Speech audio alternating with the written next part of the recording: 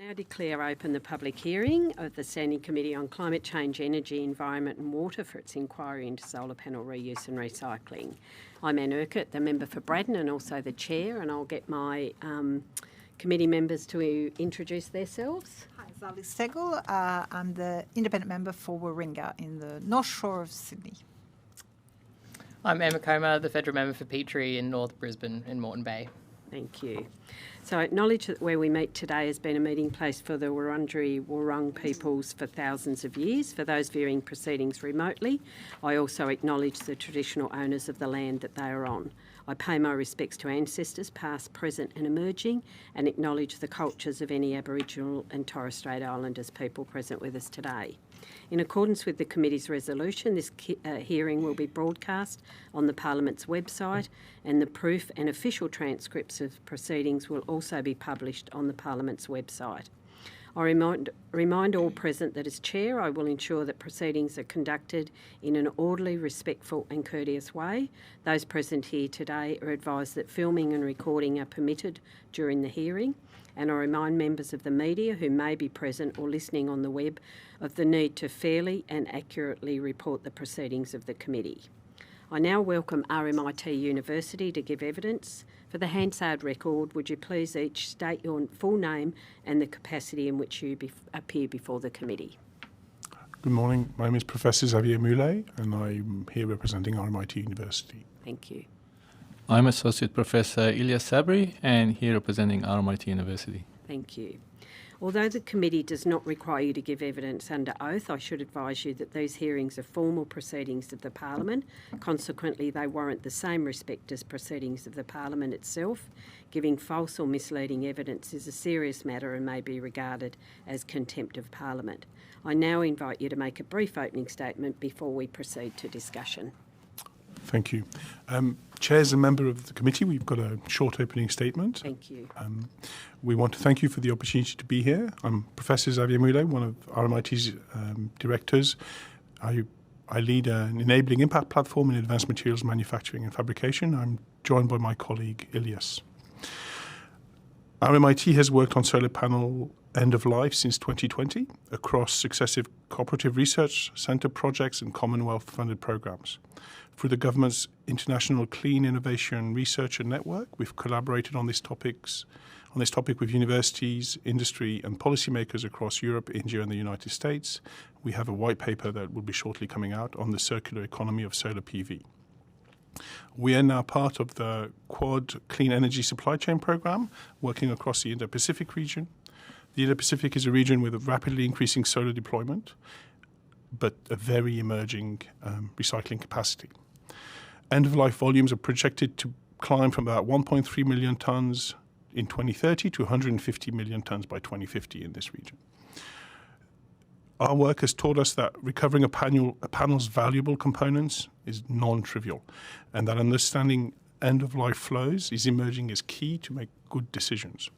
Our activities focus on understanding what's needed to move solar PV from a linear system, from acquisition through to landfill, to a circular economy model.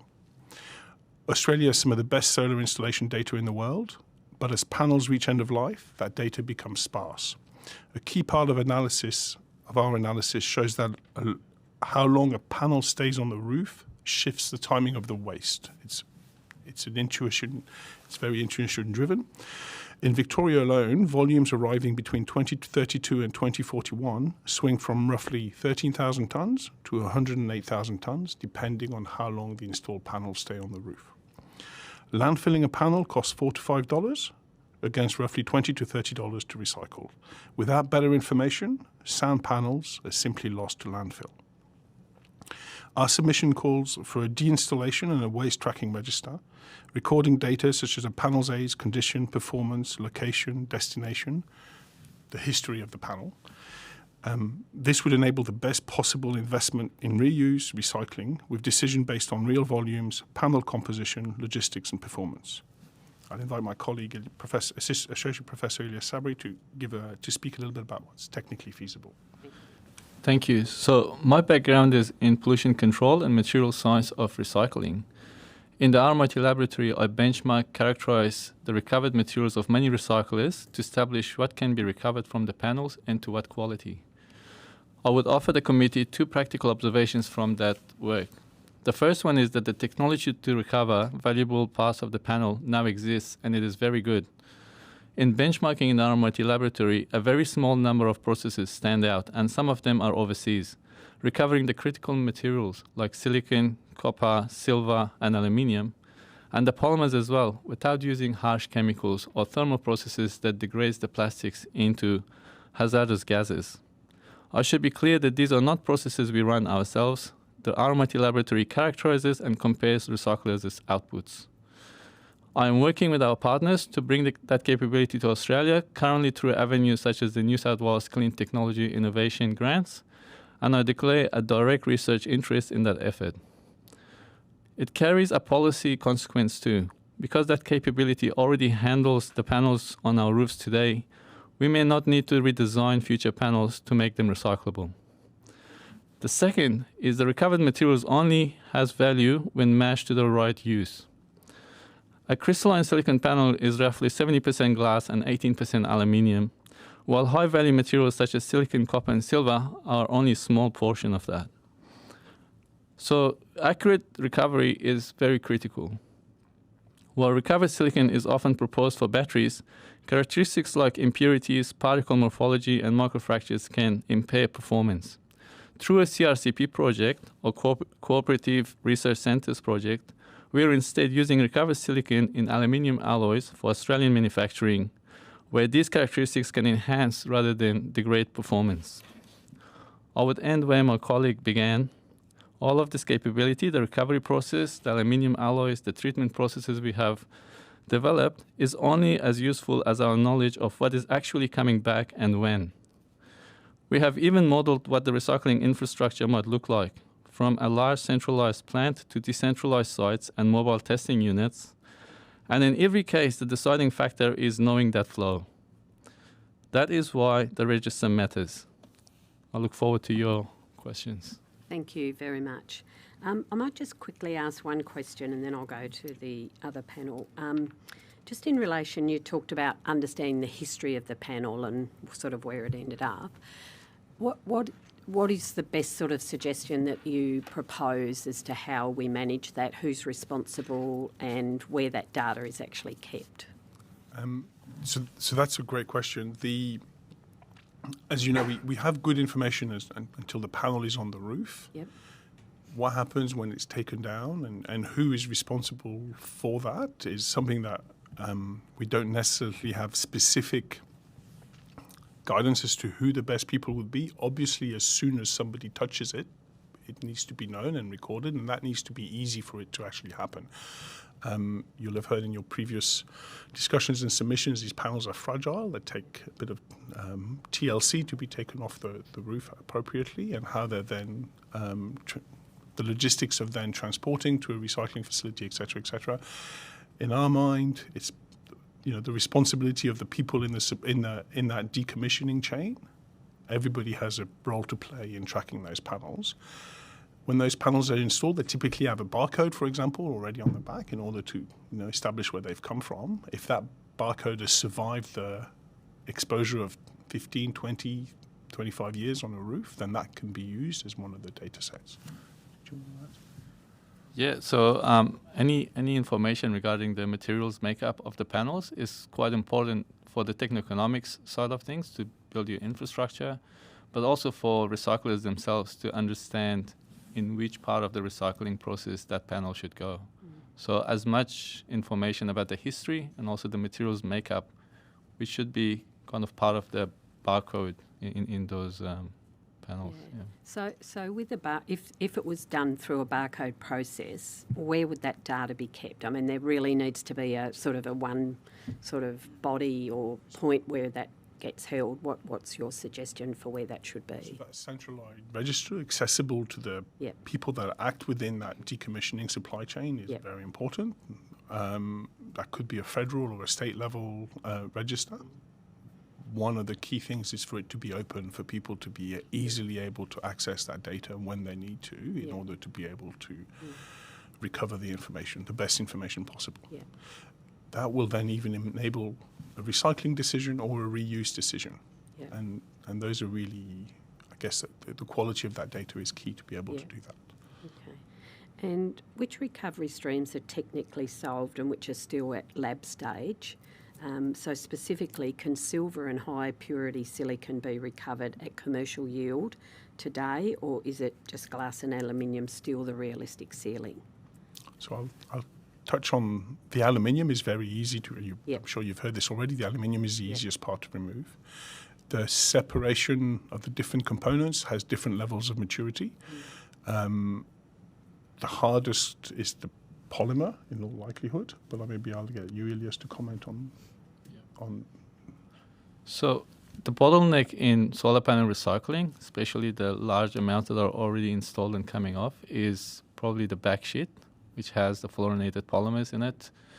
And so recovery of the silicon to get rid of that polymer and get rid of the glass is quite easy, but that polymer to remove it at the industrial scale using a physical process has been the greatest challenge, and we've been looking for it for the past 6 or 7 years. We've been working in this area on the different projects, and that's what I mentioned about some of the processes that we've come across that can now do this very cleanly. And with the know-how of RMIT University, we hope to be able to get to that silicon as pure as possible. The major hurdle with the silicon purity is when it's got things like glass mixed with it. So the application and the value of it goes down. And most of the time you see it does get downcycled. So it's very important for us to bring processes or develop processes in Australia that we can actually recover that silicon in a pure form. Once you get to the silicon, recovering the silver and all that we have found, that can be much easier than if you have mixed materials with other materials there still as well, like your glass and your backsheet polymers. And how far away do you think we are in terms of, I know it's a bit like how long's a bit of string, but how far away are we before we can actually have a really solid process about being able to deal with that silicon? So we are observing some technologies that in different parts, including our know-how and some of the technologies that exist here and overseas, and we're hoping to bring them together over the next 3 years through these projects. As the RMIT side giving the research and development aspect, and the industry to set that up and commission it. And we hope to get to a much cleaner process than what's happening or what we've observed so far from some of the processes that we've seen here. Okay, thank you. I might go to the Deputy Chair. Thank you. Thank you for being here and for your evidence. It is fascinating and very important. You touched on I had a couple of questions. So on that barcode, panels would already have to meet standards for certification when they are imported to Australia and installed. Is that your suggestion when we think of the barcode? At the moment, I assume the barcode goes back to the seller, the manufacturer. Is that a point in time? And then are you envisaging a barcode that could monitor the lifespan of the panel and, for example, monitor that it's still in good shape and performing well, or just I'm just trying to understand how much data do you anticipate such a barcode could potentially hold? So, like, is it linked to performance of the panel in its energy generation, or just its provenance, makeup, and those kind of things? Linking I guess the ID of the barcode to its performance on the day of its decommissioning, for example, so that you have that data is in what we would consider one of the optimal scenarios, right? Because then you understand exactly how that panel is performing the day that you touch it. And if you manage to keep it intact, and you can reuse it, or you can make then a good decision, right? And so I think your question is, yes, in our mind, it's very important to link the performance data to the original condition, the standard during which it was imported or manufactured. So we don't quite know how to do that, but that is exactly. I was going to say, does that technology exist? But that's something that in our mind should really be considered as when the pilot, comes forward, for those things to be really considered as really valuable information, because if you project yourself to 100,000 tonnes, you understand what each panel can do, and you don't have to do specific testing, for example, to each of those panels, but because you've tracked from the digital system that they've come off, then it's a very good way to make decisions. Maybe if I can add, so a barcode, when you get solar panels imported, those barcodes do carry a lot of information about the company that makes it, which probably tells you a bit about the materials, the type of panels that they are, and the date that it's arrived in Australia. So as it gets scanned over time when it's deinstalled, that information can carry with it as well, right? Including additional information. In terms of the efficiency, that's probably another area where people would scan it separately to see how efficient it is compared to when it was originally installed, right? And we got some industry partners that are working on testing rigs to determine the efficiency of the panel after it has come off and gone for recycling.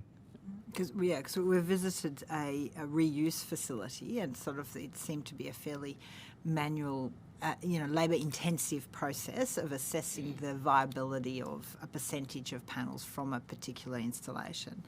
I was really curious about the scalability. You said the technology is now existing around the world and you're working on it. Do you see that as being scalable to that recovery of the critical minerals?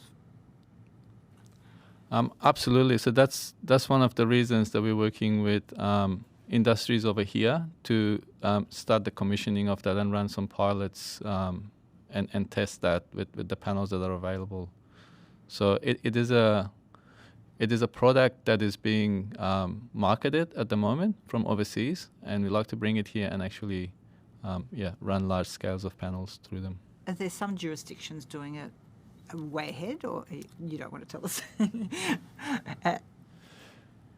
There is panels being processed through this process that we're talking about overseas, and they've sent us samples to analyze, and we have compared that, benchmarked it, and that's why we've got our eyes on that few technologies that we've looked at the material outputs from.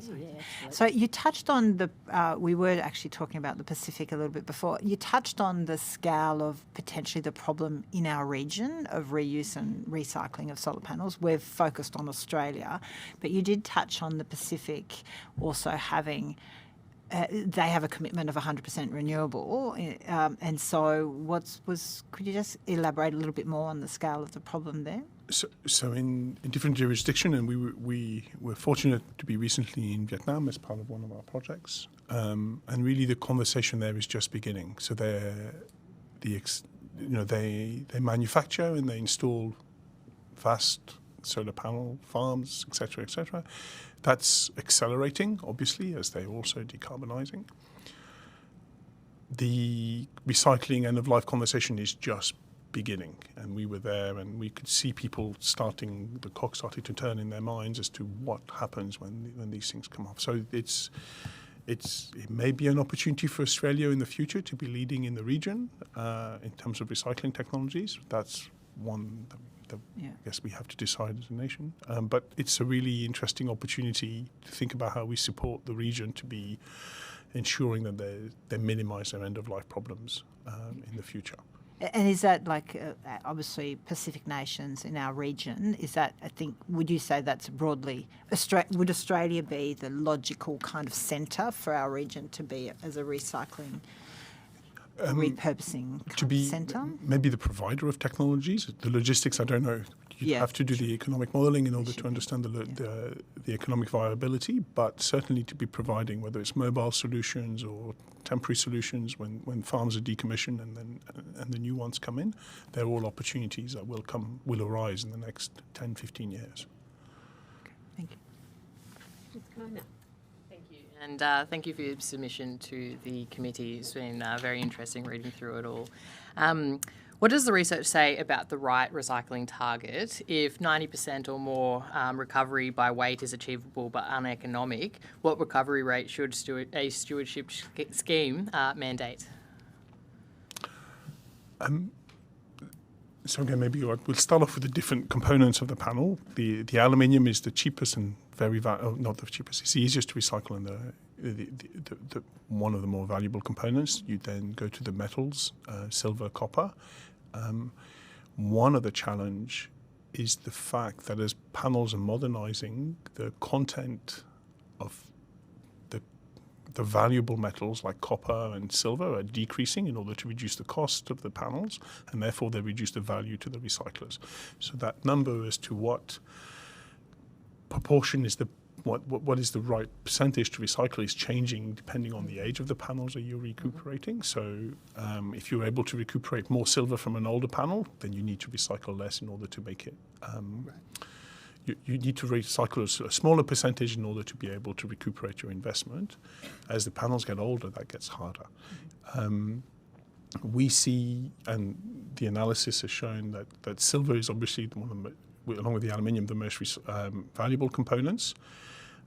Glass, if you can recycle the glass to reuse as solar glass, because that glass has got some specific properties which makes it more expensive and has a higher value.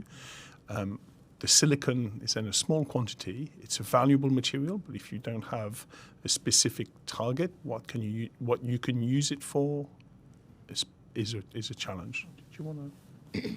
Yeah, I think one thing we got to be a bit wary of in terms of the percentage to recover is you do see a lot of processes where it's more downcycling rather than recycling itself as well. So it's important to have the right technology around to get to that high purity silicon and silver.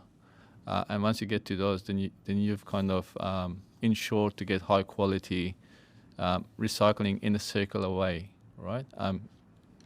Yeah, I don't want to name any applications regarding downcycling, but we have observed downcycling of high volumes and high percentage of the weight of the panels. Mm-hmm. Yeah.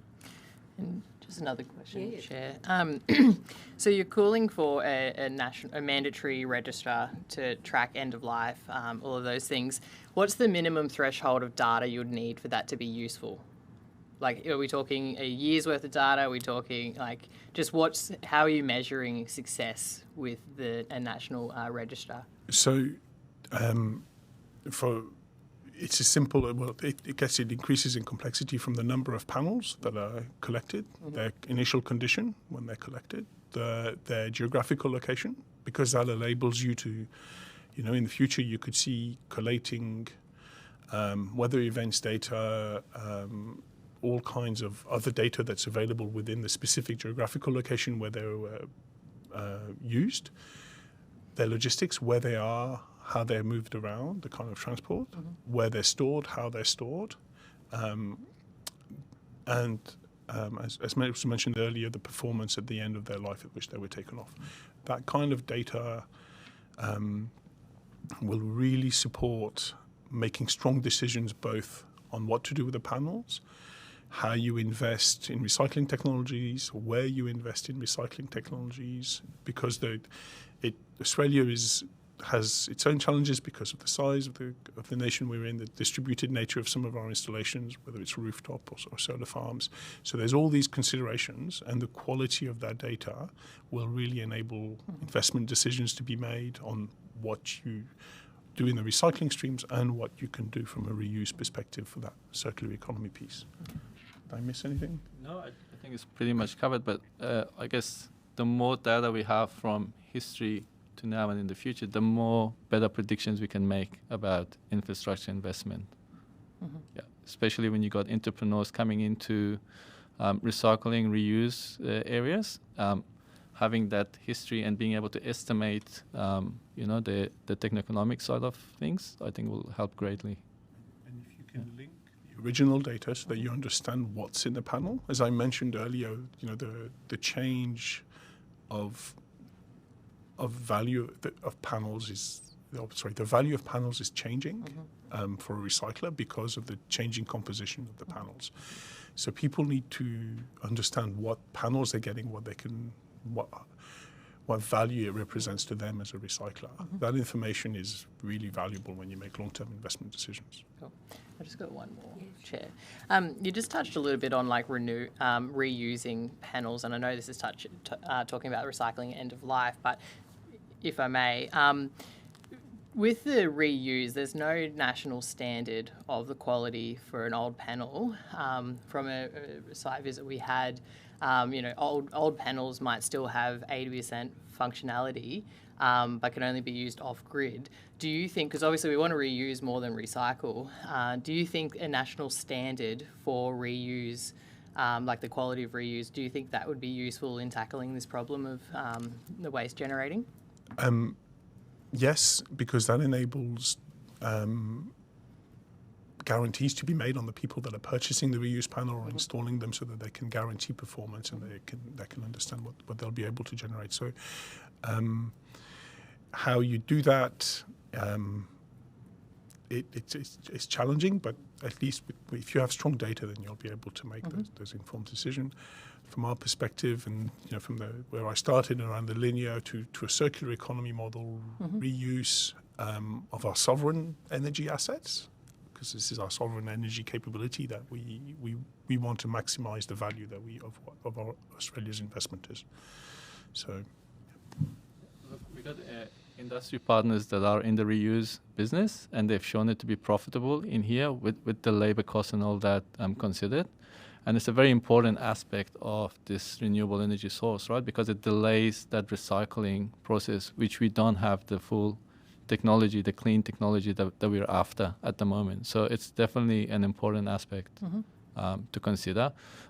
So yeah, something like in Australia, having regulations about once the panels comes out, how hazardous or non-hazardous it is, whether it's allowed to be reused again. I think that's one of the challenges that industry is facing that needs to be probably looked at a bit closer to make it, a bit more, attractive for industry to be able to get into that business and be able to come up with ways of reusing that in different industries. For example, old factories and things like that we've seen people take from households. They still operate at over 90% efficiency.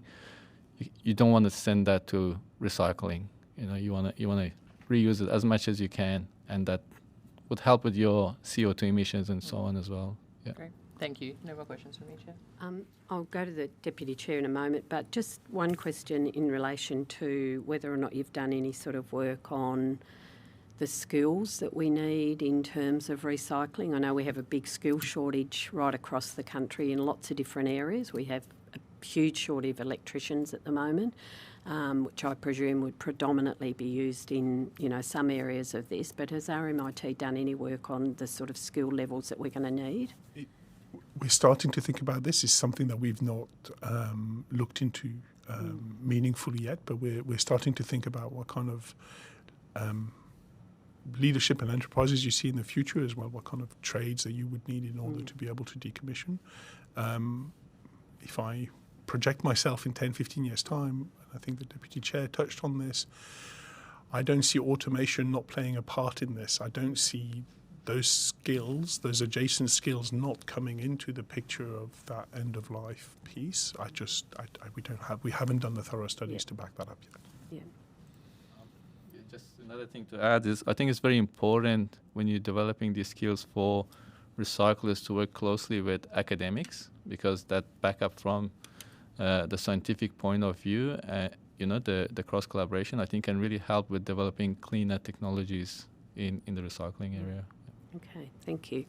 Deputy Chair. Thank you. I was just, you've mentioned a few times the variance between the lifespan of panels depending on older ones, new ones. Is that lifespan, I guess, what are the key factors government should be thinking about around, because that shifts the waste volume significantly, as you were telling us. So what assumptions should we be looking at? And is it shifting it from the quality, the weight and the manufacturing of the panel has evolved over the last 5 to 10 years to become more efficient?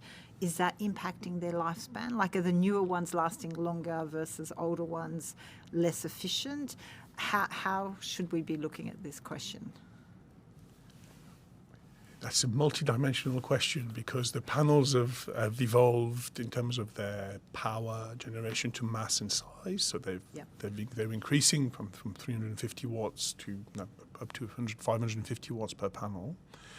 Their lifespan, I'm not sure whether that's changed. It's always been quoted that 20, 25, 30-year kind of lifespan. That's not changed. What we do anecdotally see is that panels are coming off installations quicker than their end of life predicted, if that makes sense. So instead of something coming off after 25 years, it may be coming off after 10 or 15 years, being replaced by a newer technology. For example, if the efficiency of a panel is increased for the same area, that you may be getting 500 watts instead of 350 watts, you might decide, actually, I'd like more energy for the same surface area, and I'll replace my panels. But they may still have 10 years of life in them at a decent efficiency. So that's something that we're starting to anecdotally see, but we've not done the modelling to forecast that accurately yet. Don't know if you... I think that pretty much covers it. It's the new technology and the government incentives on whether replacing one panel or multiple panels for a household, determines that lifetime of that panel, right? So if you got a newer technology and you got all the incentives from the government to replace it all, that's something. So it's not really, they're called end of life, but they're still quite efficient with some of the panels that we've seen tested. I think that's... So there's nearly unnecessary waste occurring. If it ends up in landfill or in recycling, yes. If you can reuse it and keep the capacity in the grid, for example, then no. But yes, there's a potential for ending something which still has a lot of value, right? Of course, there's environmental effects and fires and things like that could bring some of the panels to the end. Large areas of solar panels. But that's some of the views we got. About the end of life. Thank you. That's it? Yep. All good? Okay. Thank you very much for your appearance today. It's been very interesting to see the work that you're doing, and good luck with it. Thank you very much. Thank you. Thank you. Thank you. So we are a little bit early, but I think we've got our next witness here, haven't we?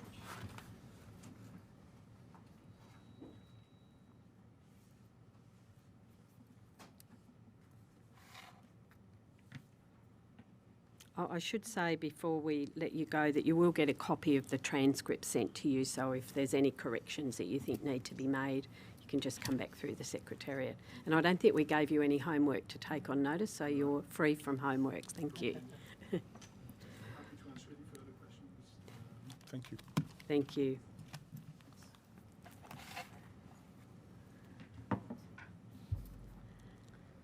Keep up the good work. Yeah, absolutely. Okay, so I now welcome representatives from Realliance to give evidence.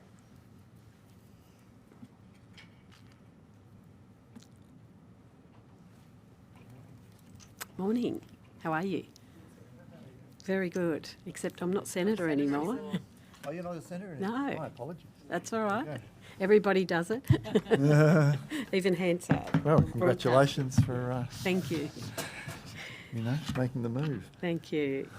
So, for the Hansard record, would you please state your full name and the capacity in which you appear?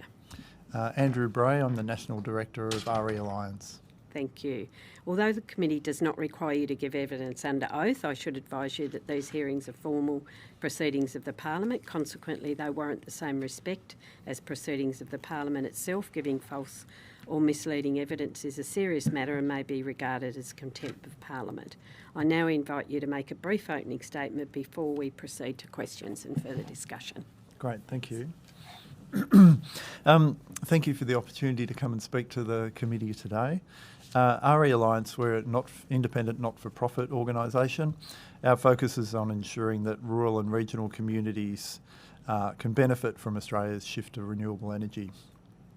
We work with landholders, local councils and regional leaders in communities who are experiencing large-scale renewable energy development.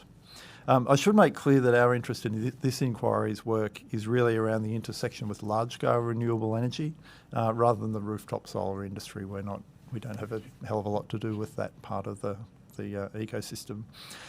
Through our work, we've seen strong community interest in what happens when solar farms and other renewable energy projects reach the end of their operating lives. Large-scale renewables have been part of Australia's energy mix for decades, and some of the earliest projects are now approaching retirement. With the rollout well underway, many more communities and landholders across the country are being asked to consider projects that may operate on their land for 20 to 40 years. Historical failures to properly decommission mines and oil and gas infrastructure have left many regional communities understandably wary. Some landholders have told us they're reconsidering whether they should be hosting renewable energy projects because they don't know who will be responsible for the infrastructure at the end of the project's life. And environmental consequences of how equipment is decommissioned figures strongly in people's thinking when they're thinking about renewable and clean energy. So this is therefore not a future issue. The decisions government and industry make now will affect community confidence in renewable energy development today. But we do have time to get this right. There are already considerable need for reuse and recycling of residential solar panels coming off rooftops. Large-scale renewable energy assets, including solar, are reaching retirement, and they're projected to increase to around 1 gigawatt by 2030. That's all renewables, so of which solar is not that large a part in 2030, but then it does start to rise sharply to around 10 gigawatts in 2045. So that gives Australia an important window in which we can establish effective systems before the volumes become too much bigger. Done well, this can also create economic opportunities in regional Australia. Councils and businesses are already exploring local processing, recycling, training and reuse initiatives. So this includes councils in Wagga, the Upper Hunter and Dubbo Regional Council. Regional communities should not simply bear the logistical burden of managing retired infrastructure. They should have a fair opportunity to benefit from the industries and jobs that these initiatives create. Last year, RE Alliance released a report we called Retirement Age Renewables, along with a toolkit to help landholders and communities understand decommissioning and negotiate agreements with project developers.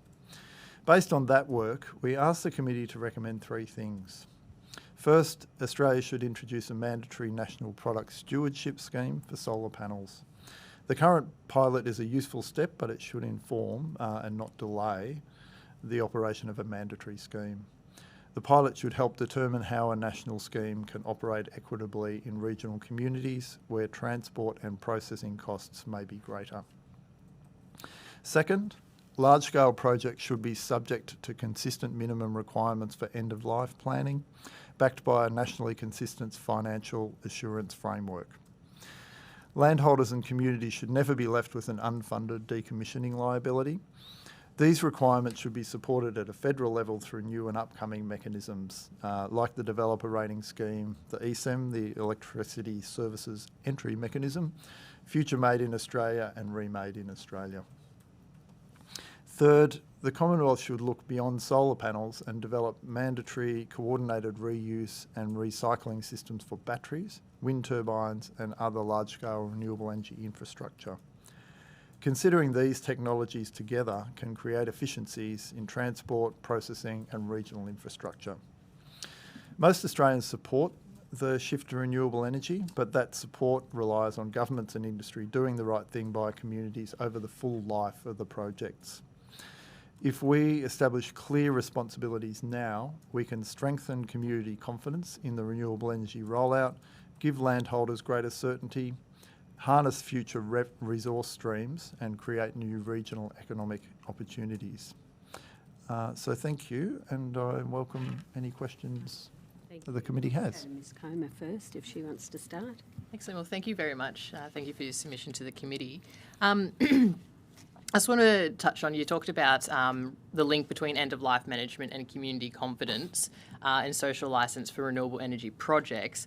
To what extent are concerns about decommissioning currently affecting community acceptance of new renewable energy developments and projects? There are a number of unknowns, I think, and I think it's fair to say a lot of regional communities are really getting their head around what it means to be hosting hosting projects, whether it's whether I'm considering hosting it on my farm, or whether I'm part of a community that's hosting it in a more general sense. Some of those questions are sort of answered through the process of, there are a lot of renewable energy projects, large-scale solar, large-scale wind, and now batteries that are going in. So, the grapevine works pretty effectively in regional communities. People understand how contracts get written, about what the construction process looks like. But then the bit that happens at the end of the projects hasn't been seen so often. So there's only a handful of plants that have been decommissioned at this stage. Mostly they're wind projects. But even those, perhaps half a dozen, quite small projects. So people haven't seen that in action yet. So it's a bit of an unknown from that point of view. So I think there are some, as I sort of alluded to in that opening statement, if people feel that they're part of a process which is cleaning up our energy system, it's better for the environment, they sort of expect that when you get to the decommissioning stage and the end of life, that both there's not a financial impact on landholders, to do it, and there's going to be money there for that decommissioning process to take place, but also that there'll be a circular economy aspect to it. This will actually be, stuff won't be picked up and taken to the tip and forgotten about, because that's not the way we should be doing it anymore. So I think it's that sense that the clean energy rollout actually is an environmental good, and that goes all the way through the project itself. It's generating clean energy. It's not burning coal and releasing emissions, but also when it gets to the end, that you are you genuinely reusing the materials and reusing the panels if it's a solar farm, and that sort of side of it is done properly, and that if it needs to be taken apart, that the materials are reused and doesn't become a waste stream. Okay, great. Thank you. And just another question. Should the decommissioning and recycling obligations be a condition of planning, like planning approvals? And if so, do you think that's more of a federal or a state matter? I mean, obviously the planning approvals are happening at the state level. I think it's appropriate that they're considered as part of the state planning regulations, but there's definitely an approach for the coordination across states to make sure the schemes are in place that can facilitate that. And in relation to solar panel reuse and recycling, that's a clear, federal coordination responsibility that we see. Cool, thank you. That's just to follow up on that, in terms of the reuse of solar panels, we visited a facility that's a reuse facility for off-grid particularly, but and that's because of the regulations around, or the lack of regulation, I suppose I should say. If there's state jurisdictional sort of responsibilities, does that then inhibit, moving across borders with sort of the facilitation of products, or because, jurisdictions sometimes have different obligations? Do you think that's something that should be taken into account? Yeah, well, obviously the whatever level, this is a federal question, isn't it? Federal state sort of question. Obviously any consistency that you can achieve at the national level that you can get buy-in from the states on is the preferred approach. So that's going to be the key part when it comes to cooperation between them. Yeah. Deputy Chair. Thank you. I guess from a local government point of view, so ALGA has also got called for that regional infrastructure to support national product stewardship scheme for recycling and reuse. And obviously at a local government level, it's always local councils that have to deal with the waste issues, and then questions of landfill, and that's a big part of our rates. And Yeah. and so what work has RE Alliance done in conjunction maybe with ALGA to look at that question around what infrastructure would be required, especially in regional Australia, to support local councils? Yeah, look, we haven't done work together with ALGA on that. ALGA would be leading that. They'd have a far better grasp on what the waste requirements for councils are. I guess our sort of interest in this is just ensuring that, I mean, waste issues are always going to be sort of top of mind for councils, and we need to make sure that new renewable energy projects in those areas are not, are not exacerbating them. But on the flip side, there's absolutely that resource recovery opportunity which a number of the councils are leaning into. Yeah. In your experience with RE Alliance, how much is misinformation as to toxicity and obviously the disposal of solar panels a problem? And in that misinformation, then that leads to kind of the push against the transition to renewable energy, especially maybe for regional communities. Yeah, it's obviously a huge problem because so much of the commentary around how it actually works, what's actually toxic and what's not, is driven by, in many cases, just sort of political ideology. Obviously, you've got to. This is not a. The transition is real. It has physical implications. There's obviously equipment that goes into onto farms and that kind of thing that wasn't there before, and so you've got to take that seriously. The work of this committee is part of that process. It's making sure that whatever equipment is going onto farms can come off and be reused properly. But it does make it very difficult for regional communities to make an informed decision when so much of the information, is not really accurate. It's not there for the purpose of informing regional communities. It's there for the purpose of, distracting and deflecting and just generally sort of fighting an ideological campaign against renewables. So it's difficult for communities to tell one from another. And therefore, the role of properly informed and reliable information is really critical. Bodies like the CSIRO should be allowed to just come out and say, this is the science, this is what we've found, and we respect the value of that body. Too often I think we're seeing people take pot shots at organisations like that really should have a much more respected role in the community discussion. And the more that those bodies are allowed to come out there and make definitive statements, the more people can have confidence in what the actual information is. And do you think, for example, national reuse and recycling standards or parameters, and if they were more prominent and obviously more widely known, would that be an element that would help? Like, I'm trying to think of comparable industries like, second-hand car industry, for example, right? We all accept that is a lively industry, that it's there, it's a market that's there. And so is it about if we had clear standards and parameters around the second-hand use of solar panels, that was more widely acknowledged and that was more promoted, do you think that would help for regional communities that you're dealing with? Yeah, absolutely. I think that's the sort of first step along the way. You've got to have some clear standards around when things will be reused, when they'll be recycled, how they're recycled, what the processes are.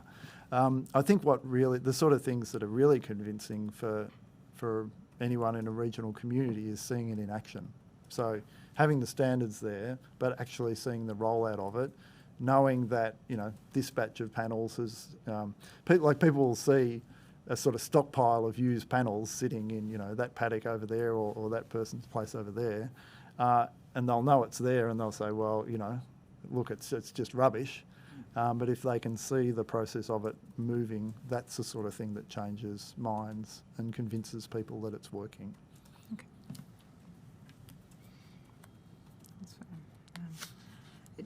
I mean, are there any other obstacles that you've observed with regional communities? I mean, any other obstacles that you see? Look, I think I think your question earlier around what regional communities want to see in this regard is quite an important one, and I think because decommissioning isn't something it's happening at a rooftop solar level. There's a lot of panels coming off rooftops now. The question of large scale will not happen. Will not happen for some time actually. Like the first major solar farms are not likely to retire until 2040 or so. But you would hope that by then you've got those processes in place. So I think even seeing recycling plans and reuse plans for rooftop solar sort of waste streams, if you like, will be important to clear that barrier of understanding around what decommissioning will look like at a large scale stage. You mean that difference between the residential stage where people versus those large scale projects where the concern is maybe amplified? Yeah, that's right. If we people will say if we can't do it at a rooftop level, how will we recycle the hundreds of thousands of panels that we're seeing in large scale ones? Okay, thanks. I think you answered this in your opening statement, but I'm going to ask it and maybe get you to elaborate a bit. In terms of the sort of large-scale sort of solar, but I suppose, landholders really, you talked about sort of a bit of a reluctance of landholders to take on the renewable energy sort of stuff. Do they currently have any visibility over where the panels from their site actually end up, whether part of it goes to landfill, maybe stockpile, or even a recycler? Is there any sort of forward sort of vision for landholders on that? And if not, is there a sort of a suggestion around how that could be done? I mean, I would have thought that when you were entering into a contract to have a large-scale solar panel farm on your property, that the contract would actually talk about the end of life and what happens. But do you want to expand a bit more on that? Yeah, so at this stage, the contracts will definitely have provisions in there around what happens at the end of life. Yeah. And generally the arrangement is the developer or the operator will make good the project. And essentially you can, put in a solar farm, run it for 25 years, take it away, and if you want to, you can go back to just, grazing or whatever the use was before. And so, typically a farmer will look at that and say, my interest is in the farm and how the land is going to be looked after, so that covers off on that. Yeah. But then that question of, okay, so what actually happens once the panels go away is a different one. So there's some sort of experience of it. I was speaking to a farmer yesterday about this. There was a truck rolled over in the installation during the installation of a thing, and the panels that were on the back of that truck basically all had to be written off. Yeah. So they get a sense of, that's an example of some panels that something needs to happen to them. And at this stage there aren't those. In this case, they're like being put aside. There's a potential for a waste recovery business to actually start in that area. So they're sort of being used that way. But it's those kind of, but that's a bit ad hoc. Yeah. And trucks don't roll over every day, do they? Yeah. Well, but also there's not. no place, there's no solar recycling business. You just take those two and then they get sorted out. That's not in place yet. Yeah. So they're the sort of things they're looking for. Do you think landholders sort of, like, obviously they want to know that their land's going to be, made good. But do you think there's many that have an interest in what happens at the end of the life of those panels, if they are going to be recycled, or do they just think, We're just we just care about our land. Yeah. But I would assume there's some that care about Oh, that's absolutely because true. they are environmentalists. Yeah, that's right. mostly. Yeah. I for the most part, people who are putting this on their land sort of take some pride in the Yeah. fact that they are helping to generate clean energy, and so environmental outcomes are important for them. And it may be something that that develops in them as they go along. Yeah. It might not have been something they thought of before, but again, it's that enabling thing. Once you're actually involved in the process, you take more interest, learn more about it, and I think this is a sort of final cherry on top of the cake, really, isn't it? Yeah. What happens at the end. That creating that interest, partway through when they get involved in it, doesn't really sort of that's not when the time of the question for them is what happens at the end. Should that sort of question happen at the beginning? I mean, I suppose I'm asking, do you think that should form part of the contractual arrangements about, yes, we'll make your land good, but we'll also make sure that we, look after the environment by doing, a recycling or a reuse or something, or is that just something that you couldn't do?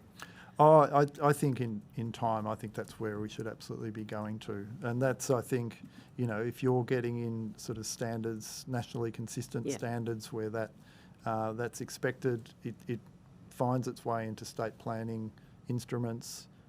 I think that's really where we should be getting to. Yeah. And your organisation supports a mandatory producer-funded product stewardship scheme. You talked about that at the start. What lessons from those large-scale renewable energy projects should inform the design of such a scheme? I think the main thing is that if you're building those regulations in at the start, and so there's expectations around the certification of the products themselves and how they can be, and part of that certification is what happens at the end of the life, so that anything that goes in, especially on a large scale, because you're talking about a batch of hundreds of thousands of units, that pathway to reuse at the end and to simple and effective recycling at the end is really critical. So I think that's the main part of it. Yeah. Okay. And you recommend assurance frameworks and decommissioning obligations for renewable energy projects. How do you think government should balance those requirements against the risk of discouraging investment in renewable developments? Because we want to try and encourage people to get involved, but we don't want to put too much of that burden on. So how do we find that balance? Yeah. Already in contracts, we're seeing that many developers are actually setting those financial assurance frameworks at just a one-on-one contractual level. So that's the sort of thing that's now starting to become more accepted across industry, and I think the Clean Energy Council has advocated for this sort of thing as well. So it's not actually. I think as the industry has gone on. They've discovered that this is something that their counterparties, the host landholders, are requiring of them, and it's not something that's onerous in that regard. It's just a general practice principle that can be established into the regulation. So it sort of becomes part of the process. Yeah. Okay. Thank you. Yep. Sure. So in your submission, you support the National Product Stewardship Scheme for solar panels with a reuse first circular hierarchy rather. Could you explain the practical impediments you see in creating the reuse first solar panel circular economy? And particularly, do you think, how do you envision reuse to be mostly used? Yeah, again, it's that certification part that there's some way of identifying how panels can be reused in this way, and that there's essentially that certification level that says you can test whether a panel is still usable in that shape or it needs to go to recycling. So that's kind of the key part there. I mean, there's several so for instance, the first sort of large solar farm that was decommissioned was at a mine site. It was 6 megawatts, I think, from memory, 30,000 odd panels. Essentially, that was the mine itself. Its situation changed. It had to close, so all of a sudden you've got 30,000 panels that have come off, and I think they were only there for 6 to 8 years. So there would have been a lot of life in those panels. A certification sort of standard that allows a simple sort of testing of whether those panels are still up to scratch, how much juice they've got left in them, so to speak, it would be the key to for you to be able to divide between, yes, we can reuse these ones. Then, of course, you have the next steps, which are, how do you identify where you're going to put those? So that's part of it too. Okay. I don't. In that particular instance, I don't know what happened to them. Okay. So. Just with the reused panels, do you think there is a pathway to have them on rooftops that are connected to the grid? Because my understanding is they're off-grid only. Correct me if I'm wrong. But do you see a pathway that they can be used more broadly across the community? I have to admit there'll be electrical standards to do with this that are a bit beyond what I could properly recommend. No, thanks. Yeah. Okay, any further questions? No? All right, good. Thank you very much for your attendance today and Thank you very your much. evidence. And again, if there's, you will be sent a copy of the transcript. If you think you need any corrections, then please forward that back through to the Secretariat. Thanks very much. Thanks. And we will now take a break and resume at 11 o'clock. Thank you.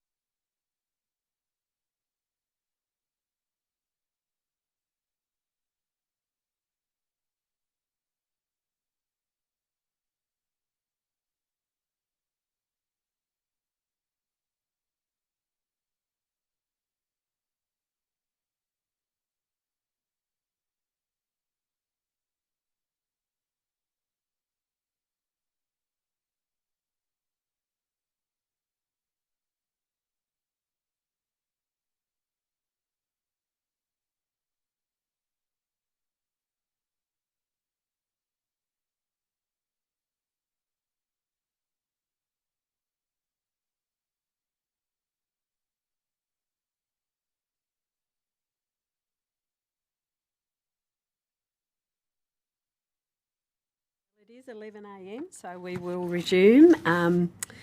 Can I now call and welcome Mr. Man Patel to give evidence? For the Hansard record, would you please state your full name and the capacity in which you appear? My full name is Man Prakashbhai Patel, and I am presenting myself as an individual capacity. Lovely, thank you. Although the committee does not require you to give evidence under oath, I should advise you that these hearings are formal proceedings of the Parliament. Consequently, they warrant the same respect as proceedings of the Parliament itself. Giving false or misleading evidence is a serious matter and may be regarded as contempt of Parliament. I now invite you to make a brief opening statement before we proceed to further questions and discussion. Thank you. Yes. Hi everyone, good morning.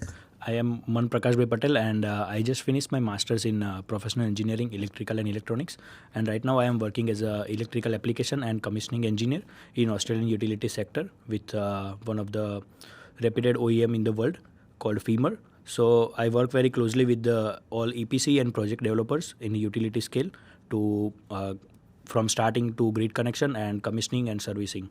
Yeah, and the reason I am interested in this particular hearing or engagement, because when I talk to developers, because we work with multiple developers very closely across Australia, so whenever I ask them a question about what's the end life planning for your farm, because there are large farms now, around 70 gigawatt is in the connection pipeline with the AMO. So when I ask them the question, they don't have the certain idea, or like they don't have any thinking, because they only focus is right now on the installing and getting the money by selling the electricity, but they don't have any concrete plan for the end of life with these giant solar farms. So that's why I'm interested in this one. Right. Yep. Thank you. And my first question was going to be what prompted you to make a submission, and what have you seen firsthand that the committee wouldn't hear from industry or government? So you're talking about the end-of-life sort of plan for large solar farms. Is there any other reason that sort of prompted you to make a submission and come along? No, that's the biggest concern. Right. Yep. Okay. Now, there's a number of recommendations in your submission. Which one would you prioritise if the government could only act on one? If someone said to me, you can just act on one of them, which would be the priority one for you? So I would like to prioritize two. Yep. But the main would be the funding from the government, Yep. and the most importantly, the feedstock Yep. for the end of life solar panels. Yep. Because that's the main challenge and concern. As you know, the seed cell, one of the biggest recycle, already gone into the voluntary administrative. Yep. So yeah, that's the biggest concern, and the first question would be addressed should be that one. Yep. Okay. So you advocate for both a national stewardship scheme and a nationally consistent landfill ban. In your view, which reform should be implemented first, and how dependent is the success of one upon the other one? Can you please which one you mentioned? The two? So you talked about in your submission a national stewardship scheme and a nationally consistent landfill ban. Yep. So which reform do you think should be implemented first Prioritised, if yeah. we were to do that? And how dependent is the success of one against the other one? Yeah.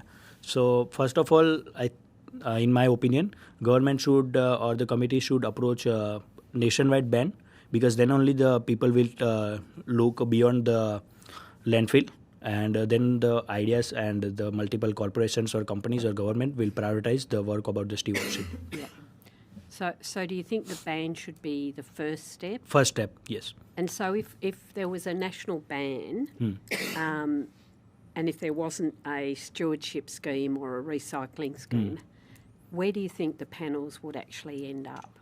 So with the large utility scales, they only just stock it at the site whenever after decommissioning, if they don't have plans to build another site in future. Yeah. And with the residential, so like people will just they need to put that at their home or maybe somewhere, because there is no landfill ban. Yeah. So people can drop it there as well. But with the large utility scale, if there is no incentive, then maybe they just stock a pile there. And I have seen on multiple sites, due to hailstorm damage, they just replace the panel and put it like in open on the site, or if there is any facility, but not most of the sites having facility like indoor facility, so they just put it on the ground as it is. Yeah, okay.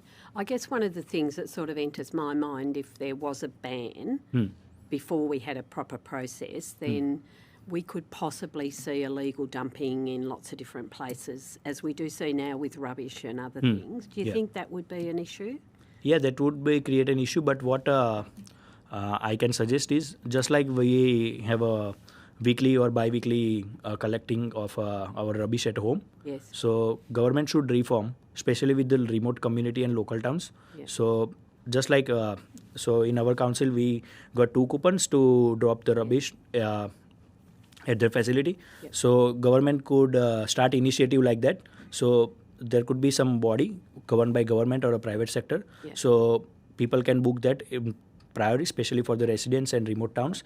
And then so in the city area, there is no issue. We can like transport it, but with the remote town, so they can pile up the stock, and once it's like a container or maybe a volume, then we can ship it at the facility. Okay, so you really need to have some sort of process in place before the landfill ban, I would assume, given that sort of comment. Yes. Yeah. Okay. Deputy Chair. Thank you for your submission and for coming today. I was interested in your emphasis on creating a circular solar investment mechanism. Obviously, and you've referred to concessional government-backed loans. Can you maybe expand a little bit more on that? Is that in relation to the recycling infrastructure? And is that also did you also consider the question of the offtake? So if there is support for recycling infrastructure through government funding or concessional loans, do you see, like, through the offtake process, that government would play a role in that aspect as well? Yeah, certainly, because once the government gives the credibility, then only the private investor or the people and the giant corporations would agree to put their money. Because if let's say somebody started the recycling facility and government didn't put a nationwide ban, or government didn't introduce a scheme, so they might out of the feedstock for the recycling, or maybe people just don't want to pay because it's around, for the full process of recycling to extract the maximum, it would be around like $40-50 Australian dollars. So people don't want to pay their money, they just put it in the landfill if the ban is not there across the Australia. Just moving past the ban, because I think there are issues with that. I'm just trying to understand in terms of that circular solar investment mechanism. So for that to work, there's the setting up the infrastructure, and you're really focusing on the concessional finance or co-investment. Did your research look at how big a part would, for example, government offtake contracts for some of the recycled content, how important would that be for commercial partners to get into such infrastructure? Because it's a problem we've had around plastics, right? The offtake is always a problem. It's one thing to set up the infrastructure to recycle, then the problem is the next market for the offtake. So if the governments provide a background, or maybe the government provide certainty about that we are going to bring this and we are pledging to invest this amount of money, and then government can invite corporations or private sector people or companies to put their money and have a like cooperation with the government and private sector to scale it up. So if, let's say, government is willing to put $50 million, then they can invite some private sector players or maybe some individual who willing to establish this recycling economy. Then they put their money, and that, like the same way the utility scale solar farm works right now. Did your research look at whether there were other jurisdictions where that's already happening and happening well? In Australia or around the world? Around the world. Around the world. So we have a few examples. So in 2017, I think USA, one of the state in USA, just 1 minute. Yeah, Washington passed a law in July 2017 for a ban, but it's delayed up to 2031. And Europe has also, some of the states in Europe. That's a long delay. Some of the states in, like some of the countries in Europe I think so 7 countries in Europe, not the there is one correction in this submission. So not all the countries in Europe, but 6 or 7 countries, including Germany, they have put the landfill ban across the entire nation to promote this recycling economy. And what about the circular solar investment mechanism? Have you got that?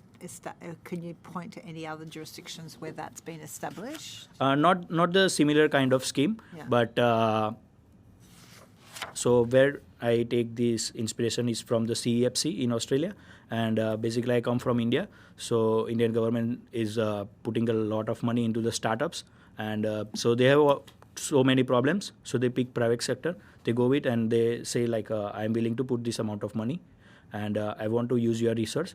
And so it is like a milestone base. So if a government is pledged $1 million, so the private sector or the company and the government, they can create a milestone, and then they will agree to leave a grant up on the milestone basis. Yeah. Can I just understand the startups you're talking about? Are they startups around the recycling? Not the recycling, but like so many like military and all. So there is inspiration from there as well to do something similar in this solar recycling. I mean, I'd imagine in India, India is electrifying and going towards renewable. Yep. The scale in India will also will create a real problem. A real for the problem, yes. government. I mean, already landfill and waste in other sectors is problematic. Yeah. So, developing that infrastructure for recycling. It's very necessary, but in terms of the deployment for the public, so we have the highest per capita solar in Australia around the world. And India is very far behind that. In fact, we are having less generation than the demand, but still this problem need to be addressed. And battery uptake is just started before a few years in India, so maybe we will see in India as well in next couple of years. Yeah, I mean, it's fascinating to think about what's happening in other nations, what they're doing. In terms of a big obstacle for Australia is once you get out of our urban centres is the cost of collection and transport. Have you done any research or thought about that? Yes, so there is the it can come into top 3 problems, maybe second or third. Transportation, because the towns are too far from the main city center, sometimes even 15-16 hours drive. So if there is a rail line nearby, so first of all, government needs to prioritize the area where they already created the renewable sector. Renewable zones. So in every state there are particular renewable zones. So we can establish the hubs there, collection, and if there is a particular railway line nearby, so we can put those containers and easily move that in the urban center. By trucks it would be much costly, but with the railway we can solve this problem. A dedicated railway line. So yeah, if there is any. I don't know if we positioned renewable energy zones near railways, to be fair. I think we put them next to demand and manufacturing opportunity, but I don't know if they were put next to railways. I mean, because our railway is not great. So I don't know. That'll be interesting to look at whether our renewable energy zones have in fact been located close to rail. Because obviously, I agree that even if it's 100 or 200 kilometers, that's very big, it reduces the time and money, saves money. Thank you. Ms. Kana. Thank you for your engagement with the committee. You recommended establishing an Australian reuse certification standard. So this is a bit more of a technical question. What testing requirements and performance threshold should be included to ensure that second-hand panels remain safe, reliable and commercially attractive? And could that play a role in using reused panels into on-grid infrastructure, particularly homes, sporting clubs, etc.? Yeah, so certainly we can look into that. Once the establishment is there, we can look into that aspect as well, because so the field is moving quite faster, and we have, before 5 years it was only like 300 watt panel, 350. Now it's around 650, 700 watt. So the capacity is already doubled from the same kind of solar panel. So people are replacing that to reduce their energy consumption bill, because the EV uptake is also quite good in Australia. So there are 2 tests from TUV Rainlane. So it's a certification body renowned around the world. TUV rain lines. So they have two. So one is the flash states, which measure the actual power output of the panel and company rated output power. So when the solar panel manufacturers, they rate the power on the solar panel, that this solar panel will provide this much amount of power. And after 10 years, we can see a major degradation in the output. Yep. So yeah, we can check that with the flash test. And there is another electromagnetic illusion test. So we can't see with the naked eyes if there is any crack in the silicon wafer inside the glass panel.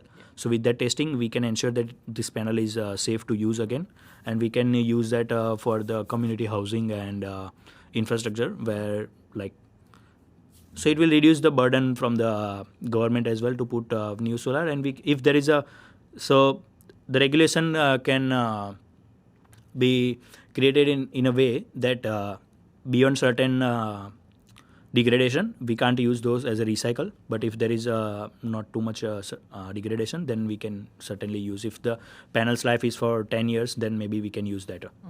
Excellent. Yeah. Thank you. And just one last question from me. Who do you think should be ultimately responsible for funding the collection and recycling of end-of-life solar panels? And secondly on that, who should be responsible for collection and the funding of it for reuse? Do you think that should be private industry or...? So first of all, government should think about so whenever an EPC or project developer comes with the AMO or different NSPs like alternate power core for the connection application, so they should ask them about the end of life planning, because there is not only solar panel, a big giant batteries as well, and transformer, everything. So they should ask them the first question, like what's your plan about the end of life, about after certain years. And so first responsible should be the developers and EPCs, because they are the one who is making money. Okay. Yep. And another one I think would be the government. And third, for the residential, maybe a little bit of contribution from the residential and C&I as well. Okay. Yeah. But the major would be between project developers and government. Okay. Thank you. Yep. That's it from me, Chair. Thank you. Do you have any more? No, I guess the question is around if we're keeping it out of landfill, then the minimum maybe quality standards and the longer product warranties that might be needed to help solar panel waste or support the reuse. Have you looked at those questions? I can't not understand the question. Can you please repeat? Okay, so looking at, what would be the quality standards or product warranties needed to ensure the reuse, and then obviously that directly relates to avoiding it going into waste. So with that, I think there should be certain standards for the reuse, because not every panel can be reused if it's damaged. So it should be, so once government done with this pilot, they will get certain data, and from that maybe we can think upon that in future. Because so whatever we are collecting, first of all we need to make sure, like, is it coming in a certain capacity to reuse it? That's the first question. So once we get the data from this pilot, maybe we can think upon that. And I guess as a so you're an engineer? Yes, Yeah, electrical. so it's your area. So one of the areas we have touched on is like what the workforce or skills requirements for this industry to be developed. We have a huge shortage of engineers and electrical engineers. Have you looked at that question? Yeah, I already looked at that question, and that question also comes in front of me when I came here as an international student. Because if you see the permanent residency data from last couple of years, so government is not promoting the engineers for the permanent residency. That's the major concern. And so if you look at the data, so I have maybe more than 12 or 15 friends who was in class with me during my masters. So they all are doing carpentry and all the trade courses to get their permanent residency done. I was also looking to go for that path, but then I choose this path. So it's like in the engineering thing, there is not certainty for the permanent residency.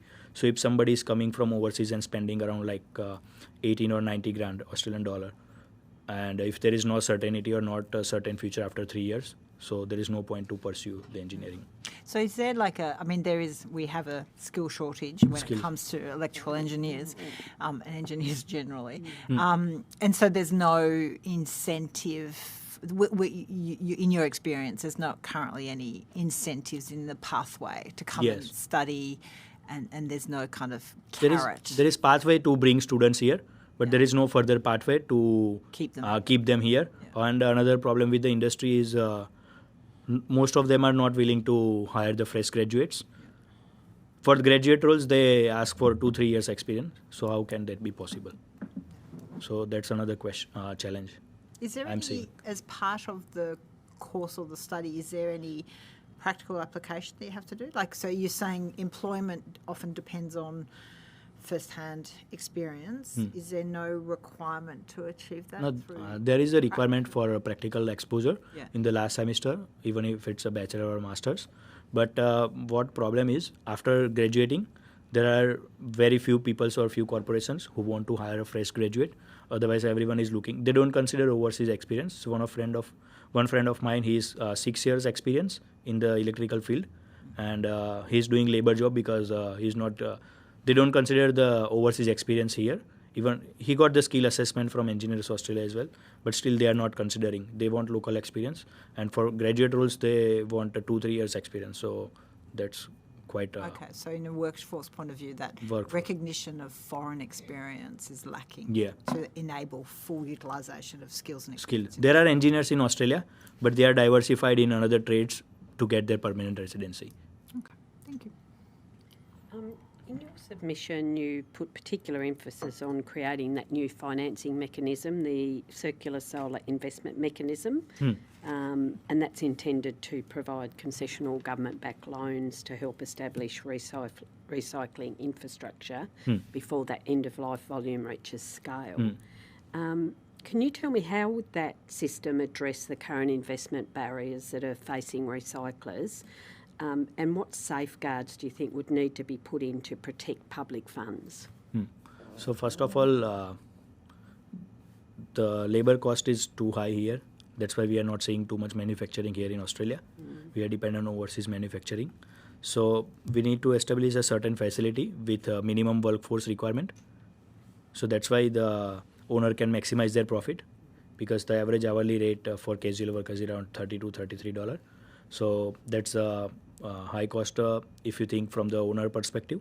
So, and to establish those kind of mechanism or facilities, anyone who is creating the facility, they will need certain kind of funds. And if there is a government backing, then the investors get confidence, and that's how it can establish the nationwide. It can address the issue what we are facing. Okay. And finally from me, we've heard a lot of positions from industry in relation to this proposal. Where does your view differ, do you think, from what we've heard from industry that the committee's already heard? Where do you sit differently from them? I've gone through a few recordings, but I have not gone through all of them. Yeah. But so your major question is how my submission is differing from all other. Yeah. Yeah. So from the starting, when I start my master's here, so I was quite interested in the renewable field, and then I got my master's project in the same field for Australian-owned battery company. So I work with the Power Plus during my master's. So they basically bring the cells from China and they manufacture their batteries here. But still, they got a lot of funding from the government.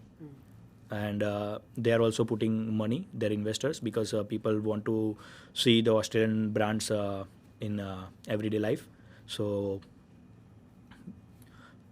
yeah, I think if the government is backing, then we will see good uptake in future. And from what I understand from your submission and going through that, you certainly have an interest in entering into the solar recycling industry. What sort of prompted that interest in that particular industry over and above many others, as I'm sure you would have the capability of? So if getting involved? we see around the world, so every nation is putting the roof solar panels and creating a giant solar farms. Yeah. And I work with OEM.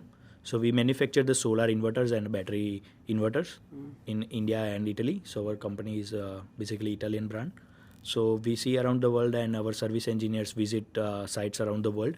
So the major problem would be this recycling and like end of life, because there are giant solar farms. So if we talk about so right now, like there are few big projects of 1 gigawatt or more than 1 gigawatt scale around Australia. There are few projects. So if you visit a site, it's not a small site, and it's going to create a huge waste after end of life. And so it's certainly showing 25 years of life, but not all the operation and maintenance guys are taking care of it properly. So maybe we should not consider 25 years of average life, maybe anywhere around 18 or 20. Especially, and there is a problem with the community solar farm as well, because we have built a few solar farms, community solar farms. So the operation and maintenance, because there are no responsible person with the community solar farms, or maybe there is lack of communication with the operation and maintenance team. So when I visit a site in New South Wales in February, so that site was it was a totally hazard actually on the site. Everything was hazardous, and the grass and weed was like around my chest on the whole solar farm. Right. So I don't think with that kind of maintenance we can operate the solar farm for 25 years. Maybe certainly 15, 70 years. And That's it. why does that make a difference? What? Because with private companies, they monitor data every day. Yeah. They check if there is any fault. But this community solar farms, like who is the responsible person? And the O&M, they take, because they have got a lot of different contracts. So they know that with the community solar farm, there are not many people who are who are taking care of that. Right. So they just neglect that one. Yeah. Okay. That's what I have seen. So is that where do you think there would be sort of responsibilities for sort of maintenance and those sorts of Yes. things written within a project contract? So the manufacturer is giving 25 years operating life based on their maintenance schedule, Yeah. but people are not following that. So I don't think so we can consider 25 years of life for all the farms. Yeah. We can consider for certain farms, but not for all the farms. Yeah. So the average number from 25 years can be dropped around 18 or 20 years of operating life. Okay. Interesting. Do you have any further? No? Ms. Comer, do you have anything further? No, I think we're all exhausted. So thank you. Yep, all good. No very worries. much. I just have one last question. Yep. So once we got the pilot project data, so how the committee or maybe the persons who are responsible for this pilot are going to make sure that this data, whatever we collected, is it's reflecting what the actual problem is going to be? Do you have any comments on that? Not really, because I think that project has still got to be finalised, and I think there'll be in the guidelines and that. I think that will be established in that. So watch this space was what I would say on that one. Yeah, sure.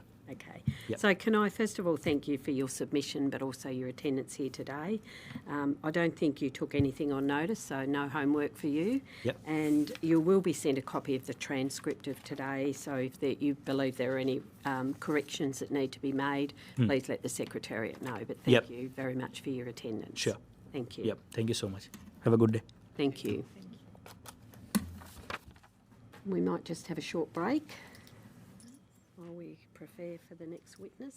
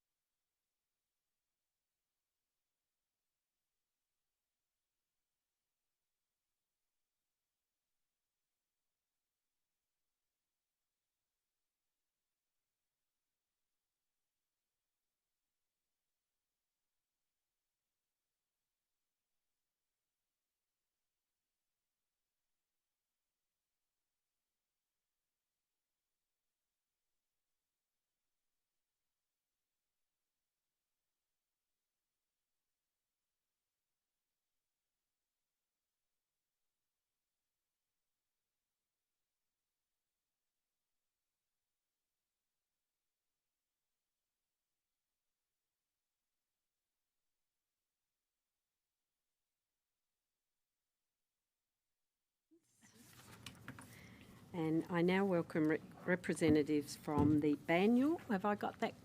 Banyule? Great. City Council to give evidence. For the Hansard record, would you please each state your full name and the capacity in which you appear? So Greg Gale, Manager of Operations at Banyule City Council. Thank you. Andrew Croft, Waste Management Coordinator, Banyule City Council. Lovely, thank you. Although the committee does not require you to give evidence under oath, I should advise you that these hearings are formal proceedings of the Parliament. Consequently, they warrant the same respect as proceedings of the Parliament itself. Given false or misleading evidence is a serious matter and may be regarded as contempt of Parliament. I now invite you to make a brief opening statement before we proceed to discussion. Great, thank you very much. Sorry, I have to put my glasses on. Yeah, that's all right. Some of us live with them on all the time. So thanks for the opportunity to address the committee this morning. We appreciate that only a small number of submitters have the opportunity to directly speak to the committee, so we'll focus on a couple of key issues for Banyule Council. Banyule operates the Banyule Waste Recovery Centre in Belfield, which is an eastern suburb of Melbourne.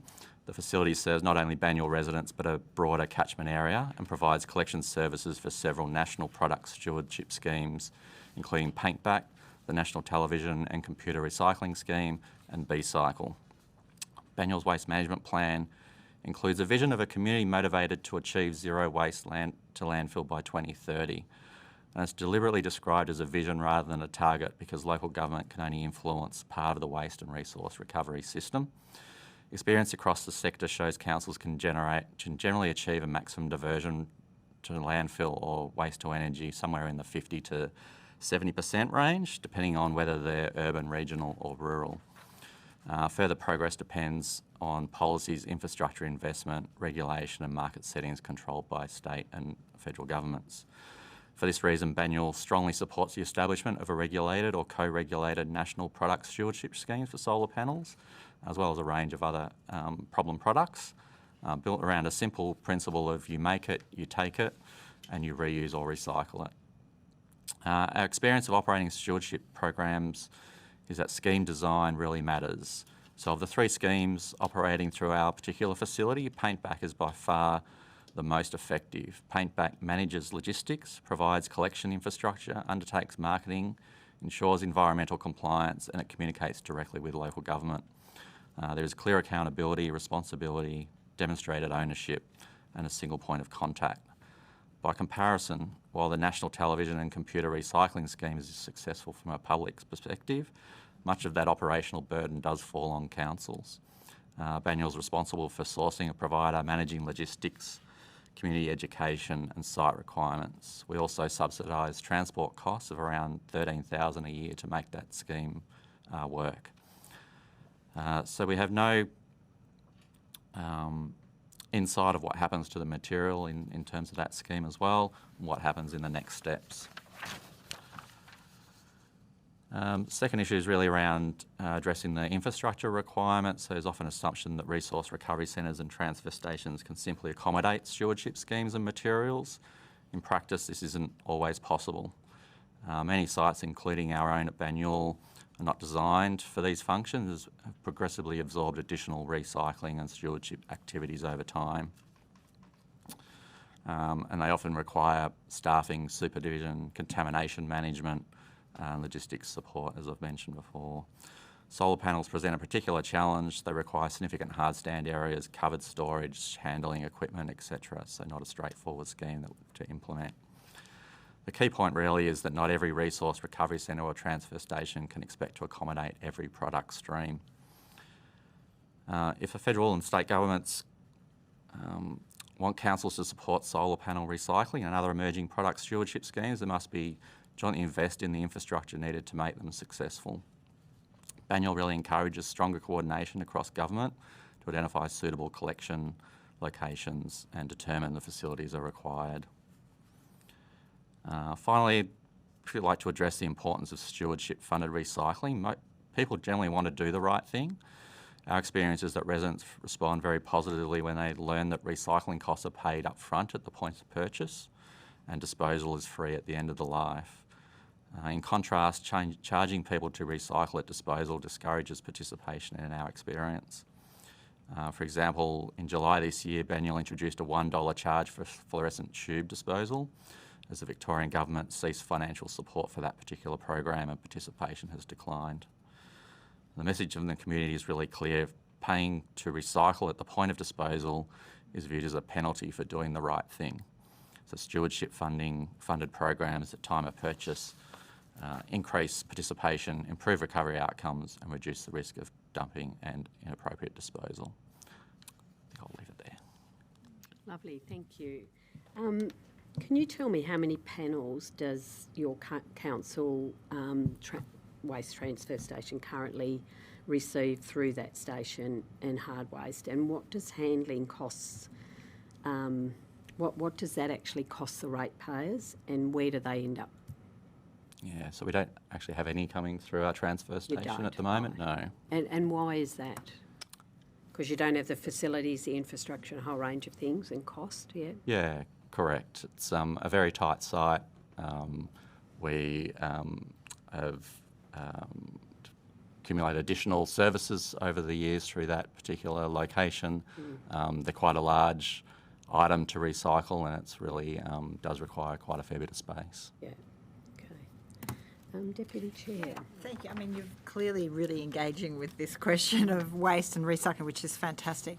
I guess when I think of local governments in this piece, you are a customer as well as I guess, a responsible from a waste point of view, because a lot of local government infrastructure is now getting electrified with solar panels as well. So from a council point of view, how do you deal with the decommissioning of panels on your own infrastructure, and then how do you deal with that with, obviously, ratepayers in the area?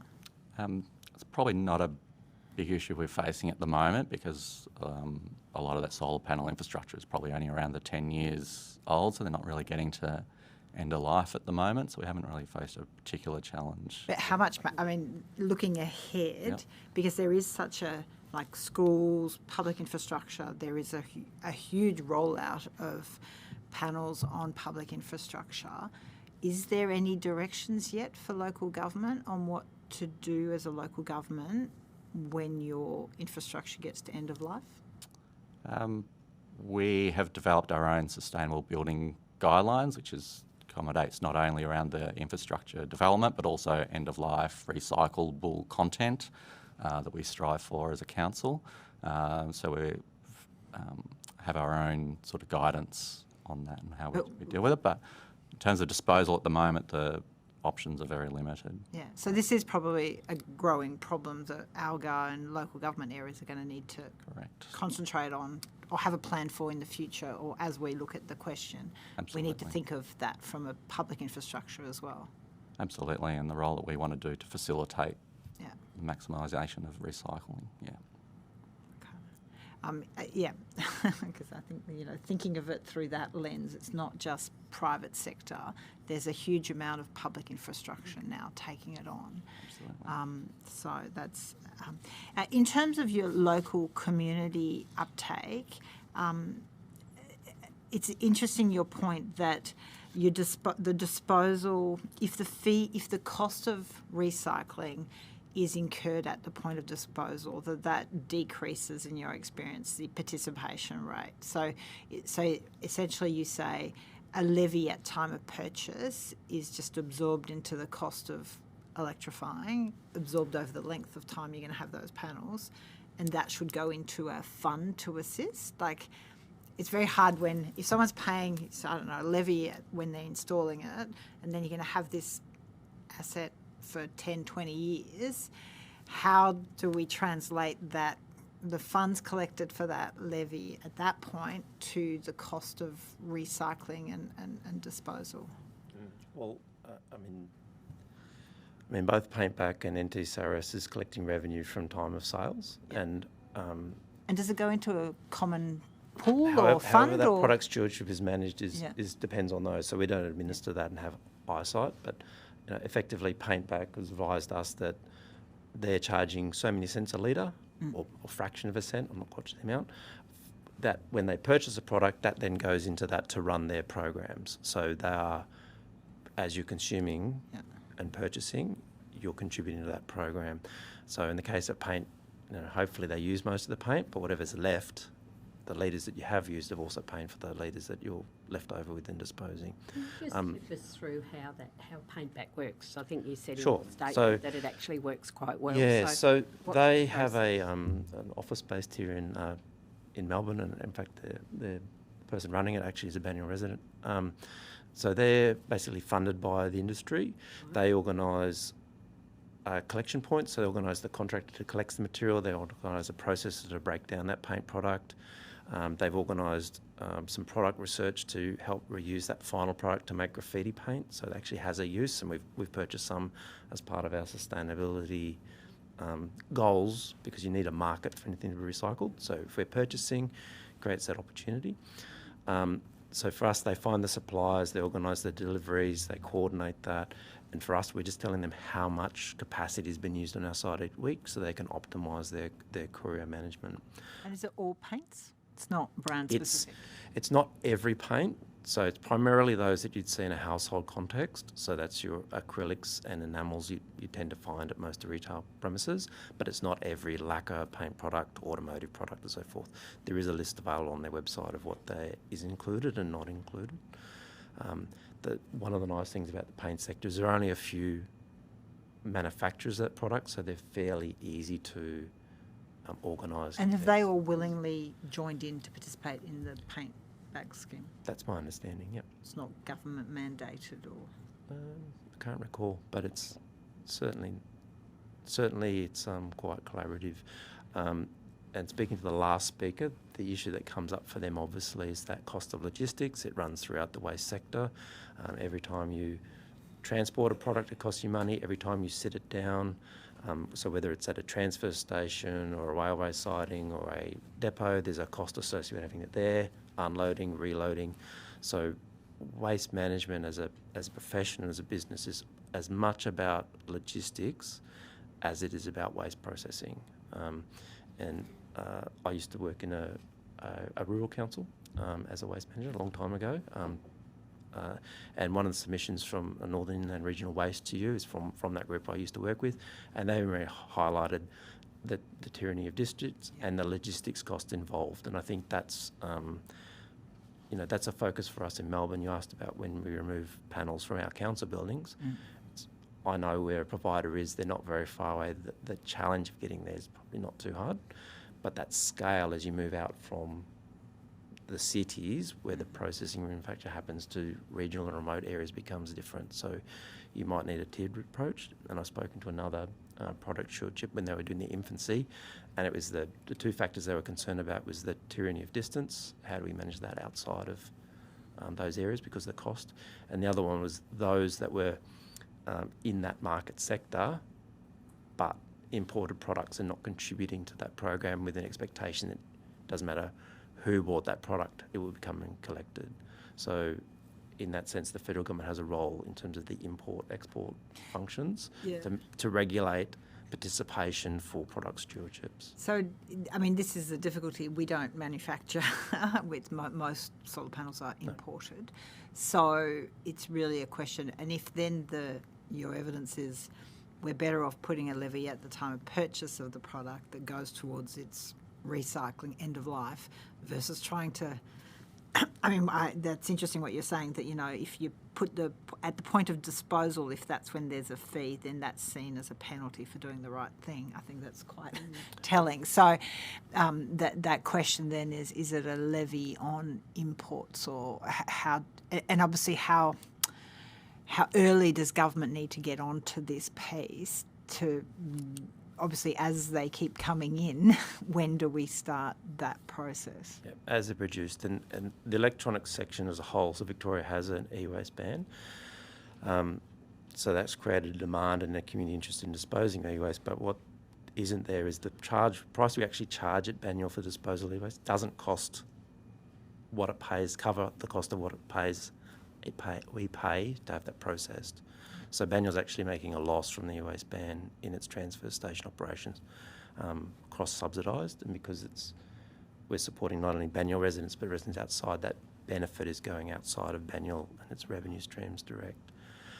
So it is complicated to try and work that out, which is why building a network of transfer stations and working out how the funding works between local, state and federal, the coordination of that revenue and administration of a scheme becomes really important for those things like efficiency, ownership,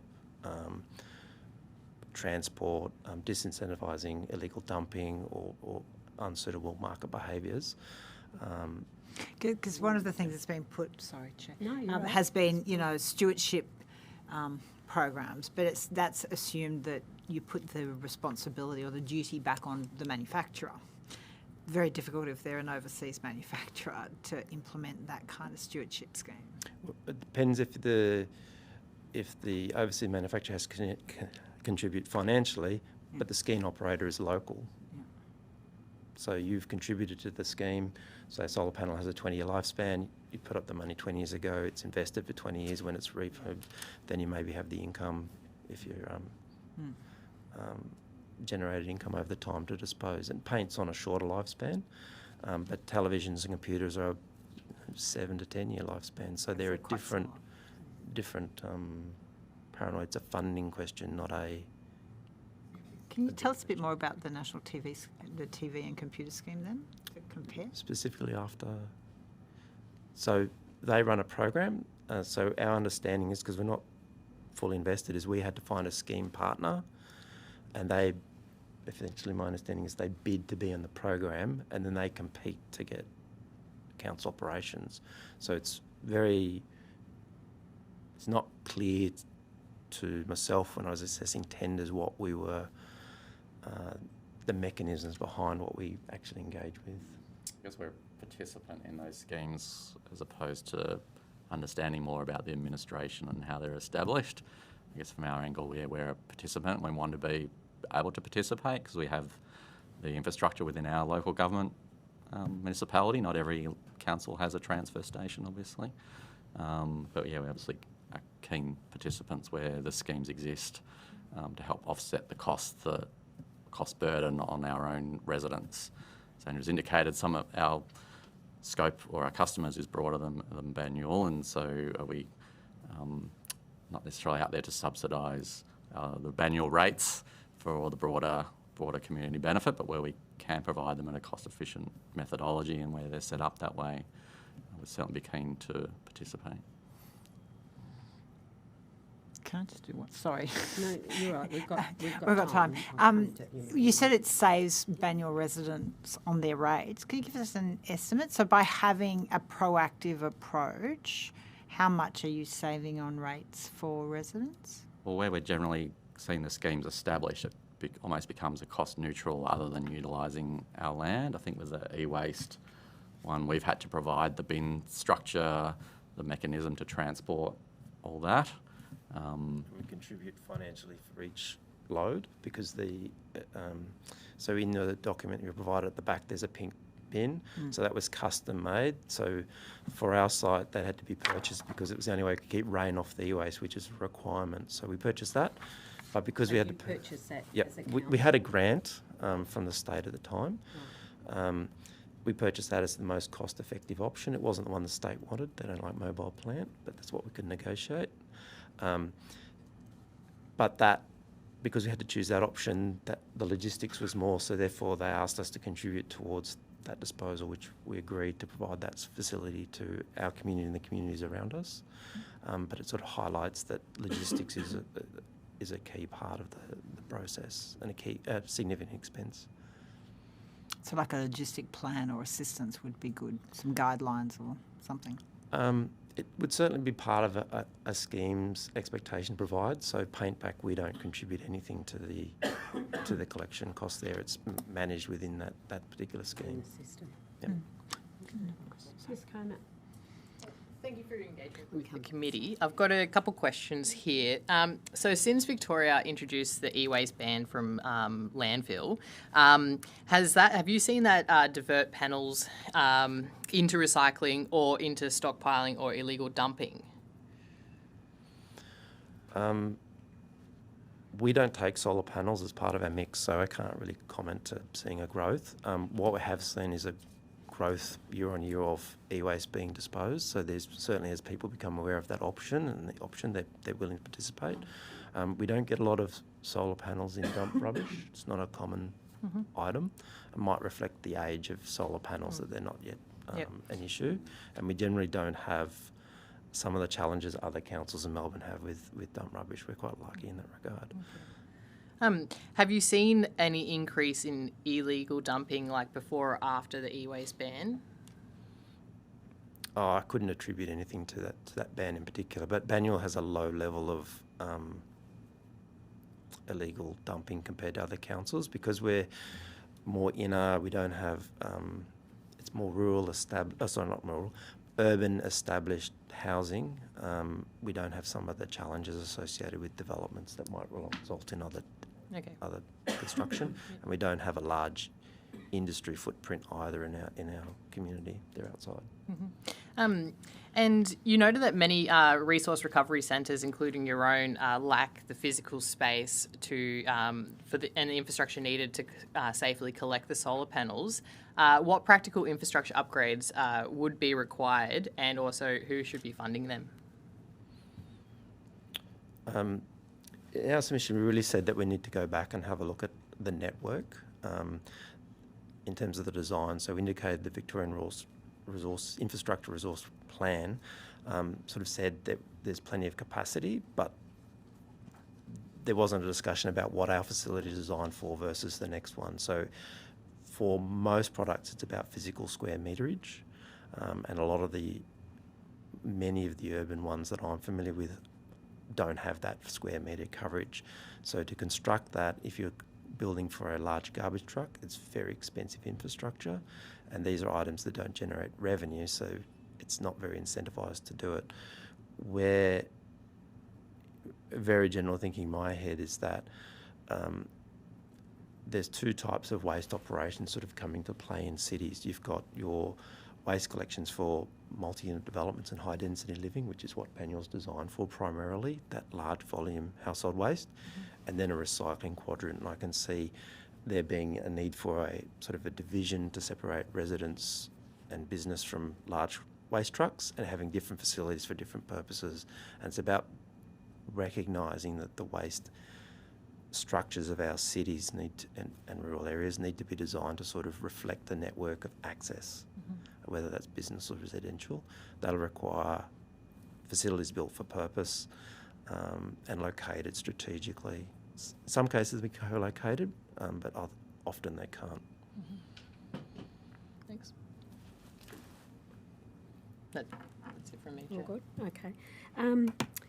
I know you said that you don't have, you don't have a facility for the collection of solar panels at the moment, but obviously as we get towards end of life, I don't know how many roofs in your municipality have solar panels, but I guess if they're like any other community, there's a growing sort of opportunities for people to do that. If a national plan sort of establishes collection sites, I suppose the most sort of prominent place that we would see those collection sites being would be local transfer stations if they have the capacity, and they would host those. Has anyone discussed and costed that with you, or have you looked at that, in your forward sort of planning to think, well, we're going to have this issue in a few years. We need to sort of look at, how do we cost that? What's it going to cost the municipality? Or is it something that you couldn't accommodate because of the size of the footprint of where you are already?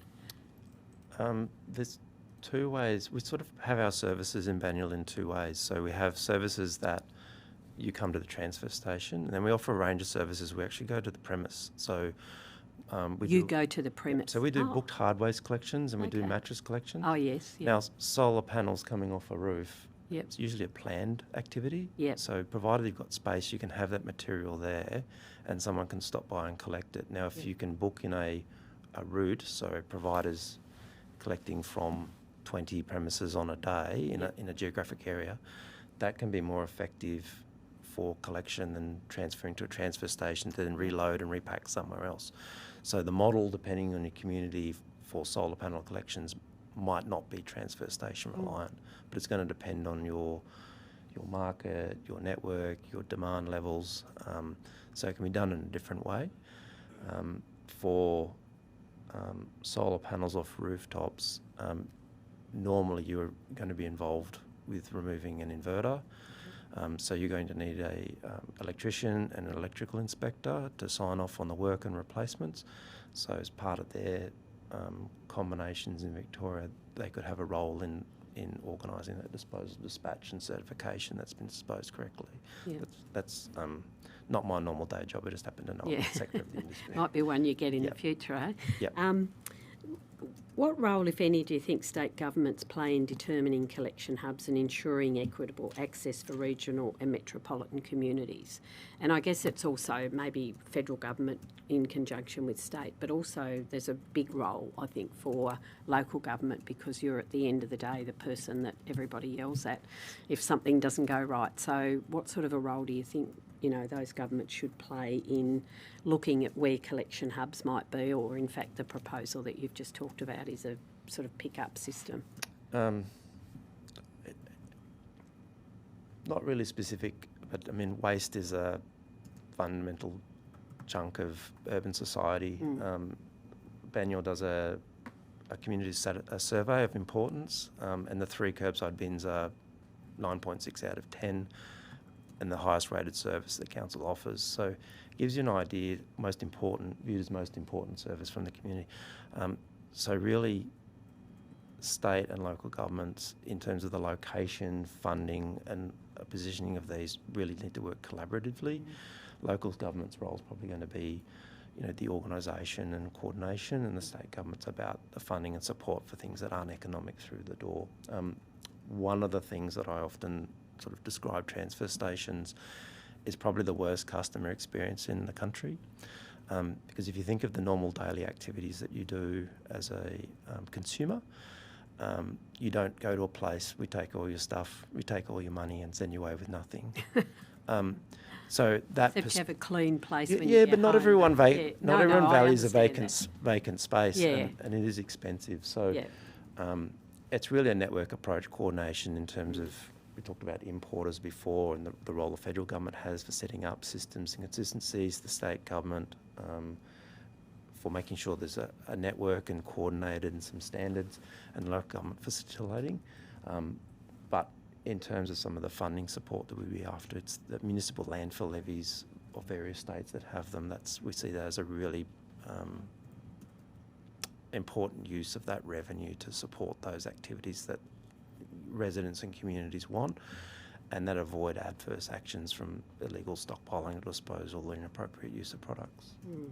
Yeah. Another important role that the state government can play is around that modelling and the planning of facilities. So I don't think every local government municipality needs to plan, particularly for recycling of solar panels or another particular scheme, but really that planning, understanding population growth, the housing market, what the quantity is likely to be over the next 20 years, 50 years, and really plan for the infrastructure needs more broadly rather than just by municipality by municipality. Yeah. Because it may be that not every municipality would end up with a collection point or whatever. It might be a shared sort of responsibility across a few local government areas, if that's possible, I presume, with something like this. Correct. We could provide the e-waste recycling, another neighbouring council could provide the solar panel recycling, etc. So it wouldn't have to provide every service at every facility. It would just be far less efficient if that was the case. I'm really interested in the paint back sort of model, so I'll look further into that, because I think that looks like, I mean, it's a different facility and different operation, but does that operate across all sort of states and territories that you're aware of, or is it just confined to Victoria? Not sure. No, it's greater than Victoria. I don't know the whole footprint, but it's marketed as a national scheme. Yeah, okay, right. I'll have to have a look at that, because I'm from Tasmania and we've got a little stretch of water that sometimes prohibits, you know, the opportunity for things to be done economically. So, but it's an interesting sort of proposal as to how that works and how things can be utilised and recycled and picked up rather than just thrown back into waste. So, yeah. Do you have anything else, Chair? No, Deputy Chair. Ms Comer, you're all good? Okay, I think we are done. So can I first of all thank you for your submission and your attendance today. It's been really interesting hearing about the different things that I've learned about paint stuff today, even though I didn't come here looking to learn about paint, I have. We will send you a copy of the transcript, and if you have any corrections that you think need to be made, please come back through the Secretariat. And you are now free to go, but thank you very much. Thank you. Thank you for your time.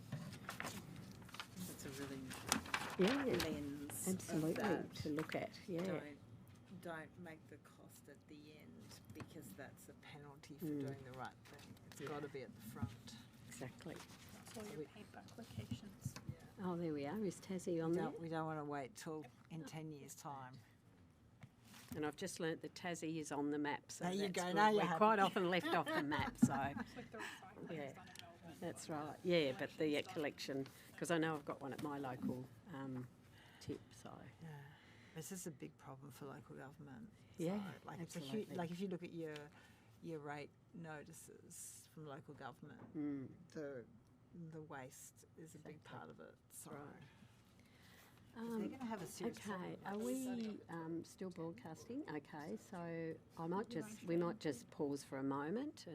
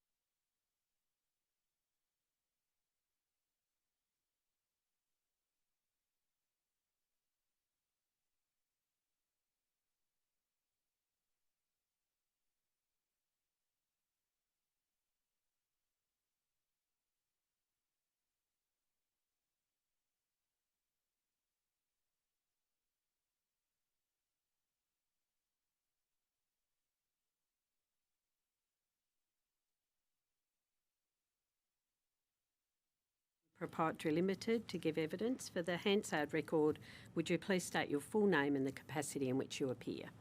Good afternoon. My name is Neeraj Das and I'm CEO of Alexam. Lovely, thank you. Although the committee does not require you to give evidence under oath, I should advise you that these hearings are formal proceedings of the Parliament. Consequently, they warrant the same respect as the proceedings of the Parliament itself.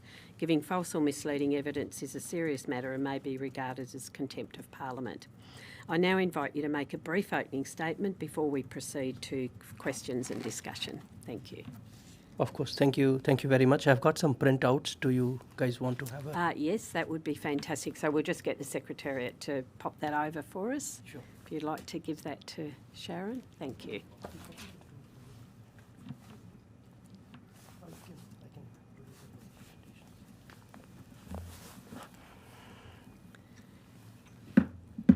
Okay, over to you. Yeah, thank you very much. I would like to begin by acknowledging the traditional owner of the land we meet and pay my respect to the elders past and present. My name is Neeraj Das. I'm CEO of Alexam. Alexam is one of the largest operational solar panel recycling facility in Australia at present. We are recycling and managing 90% of the volume waste. When I say 90%, it's aluminum, glass and copper, and we are at TRL 5 for silver and TRL 3 to 4 for silicon. So summary is that Alexam purely has been investing and operating and working in solar panel recycling area. Started in 2000, the company was registered in 2015, but main start of the solar panel recycling journey started in 2020 and supported by a CRCP where University of Melbourne and RMIT was our partner. The project successfully completed in 2024 where we were satisfied with the outcome, but the journey continued And at present, apart from the managing the operating plant, we are having the long-term agreement for the feedstock security. Some of the achievements are also that we have a 4 patent. We are the only company who has a 1 patent granted and 3 patents in full application, which means that we are building the technology locally.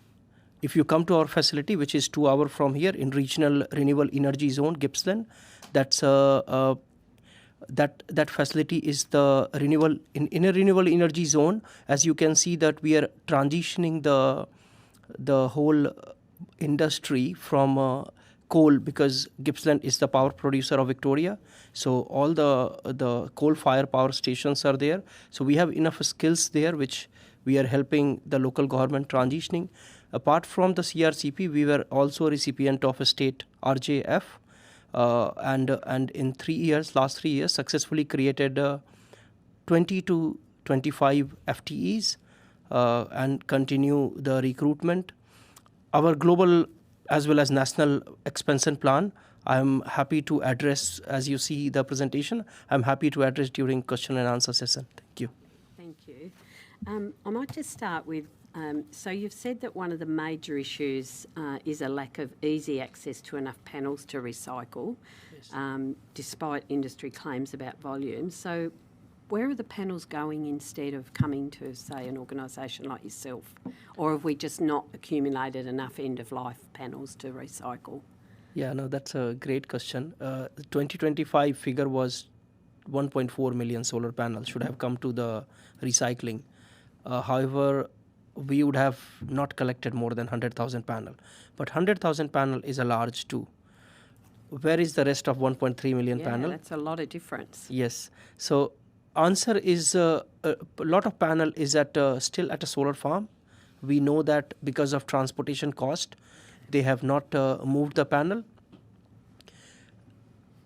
I would like to also think now the industry is going down, but overseas export, which is grey area, but I'll say that 30 to 50% of the panels, I'll not be surprised if went overseas in name of second hand or as we know that waste export is illegal, but that might have gone in name of reusability or something.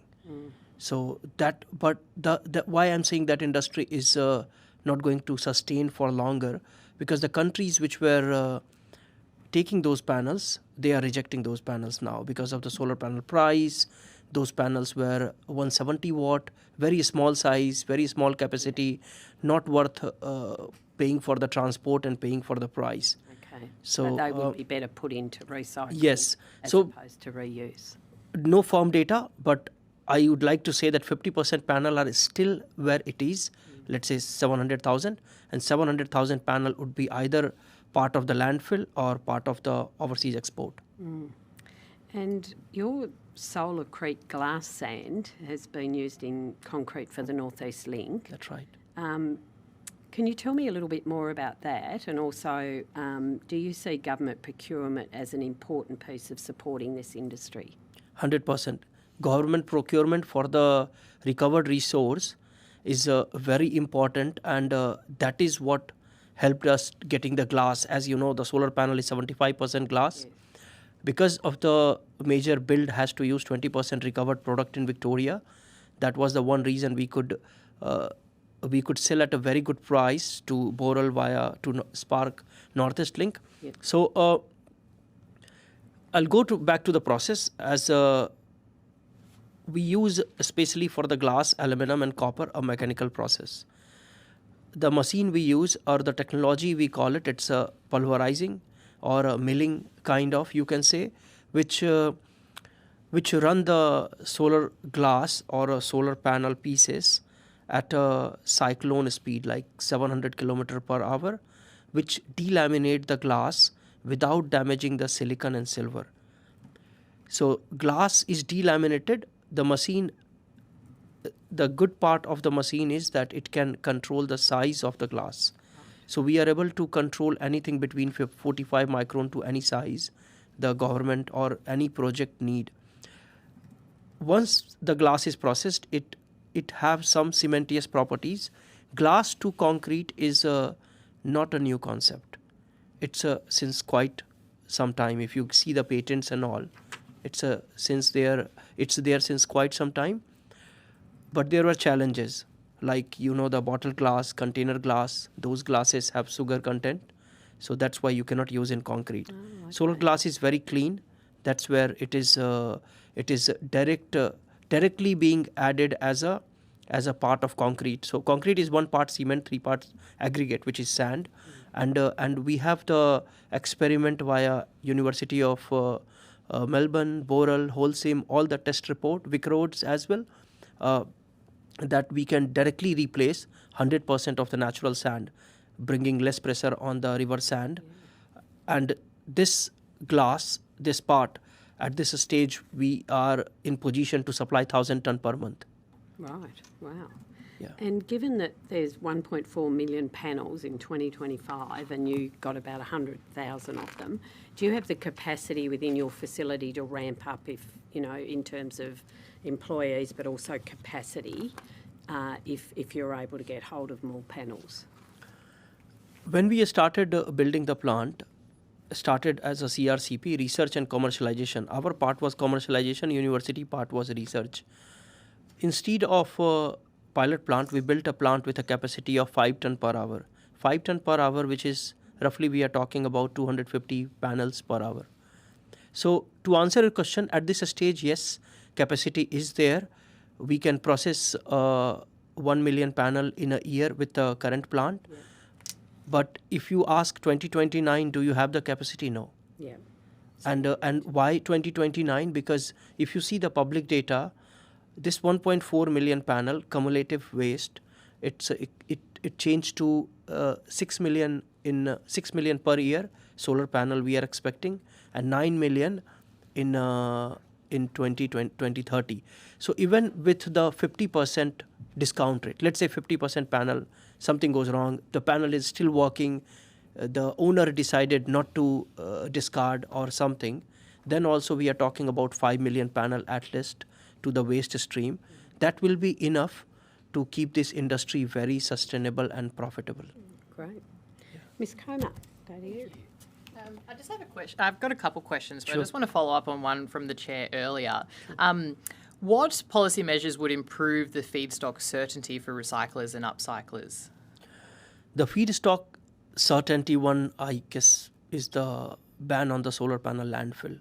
Because at least this is in our control in the country, where we can, Victoria, South Australia, ACT has already banned the landfill of the solar panel.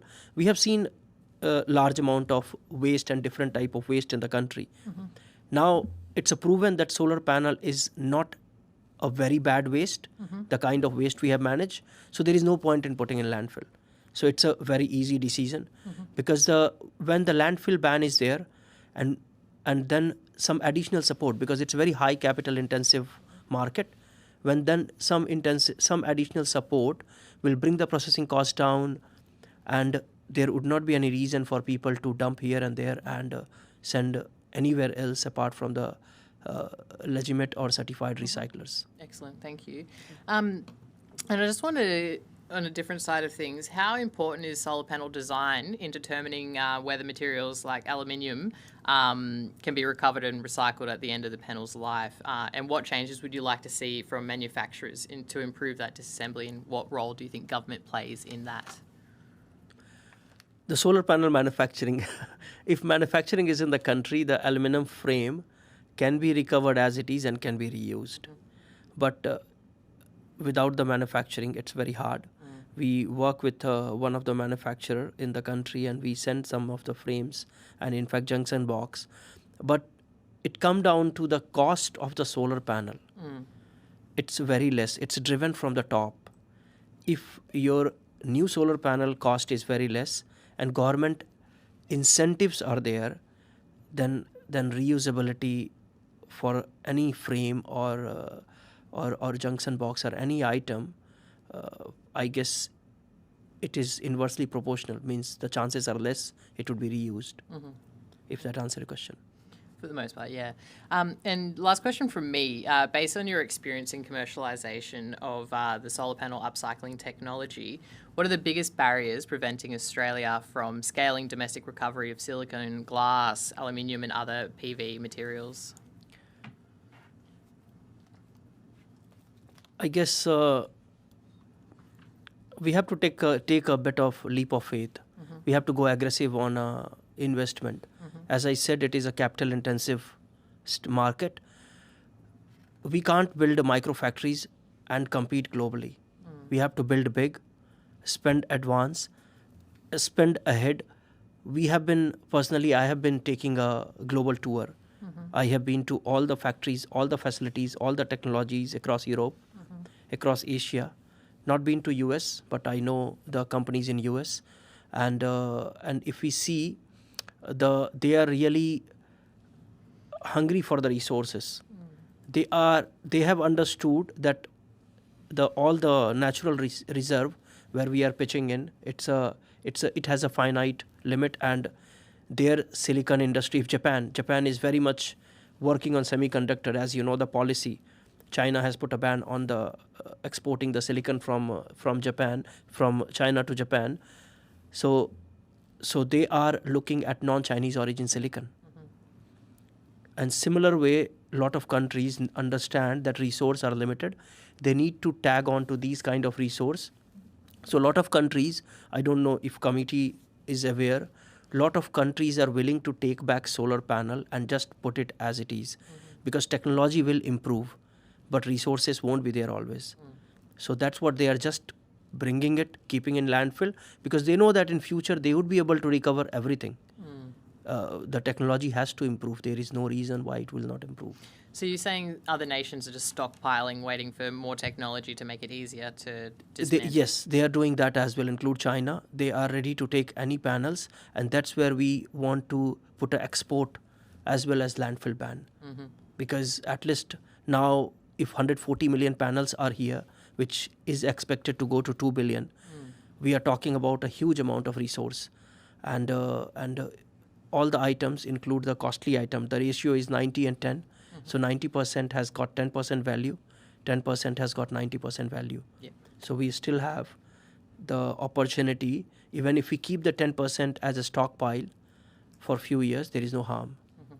So you're saying an export and a landfill ban in Australia would encourage the private sector to really take up the industry such as your own? That's right, because that will, when they see that private sector is export ban and the landfill ban, there are people in Australia and overseas who are interested in investing into this field.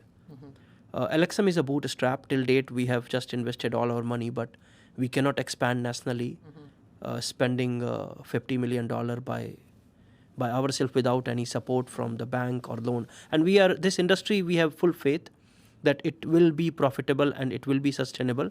So we are not asking the free money. We are saying, okay, even if the loan is fine, which we can pay back in 3 to 5 years. Great, thank you. Thank you. Can I just ask one question before I go to the Deputy Chair? So Circle entered voluntary administration weeks after they had a $10 million raise, and Reclaim PV went bankrupt in 2023. Yes. What do you think those failures had in common? And tell me about why won't the same thing happen to your organisation? That's a very interesting perspective, yes. We talk about a lot because we at LXM received a term sheet for almost $10 million. We were part of the solar panel challenge as well, and we received the term sheet from Breakthrough Victoria as well. And as soon as when a company go down, the investors' confidence break and they pull it. Yep. They are not able to understand the industry, but they think something is wrong. Yep. I guess reason for Reclaim PV, I'll start with a Reclaim PV first, is its main reason is capital intensive. And you cannot be making money up to 2029. That's what is our financial model says.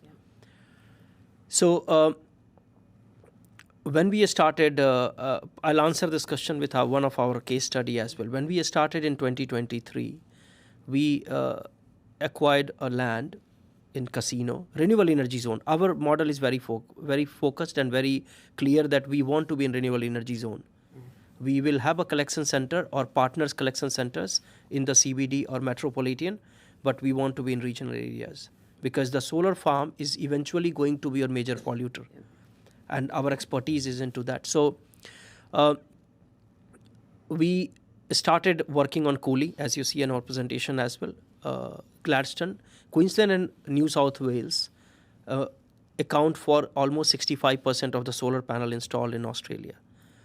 So those two locations were very important. Hunter Valley with AGL we started working on, but that location will not be live up to 2029. So the aim was that we start the collection center and then slowly build the plant stage 1.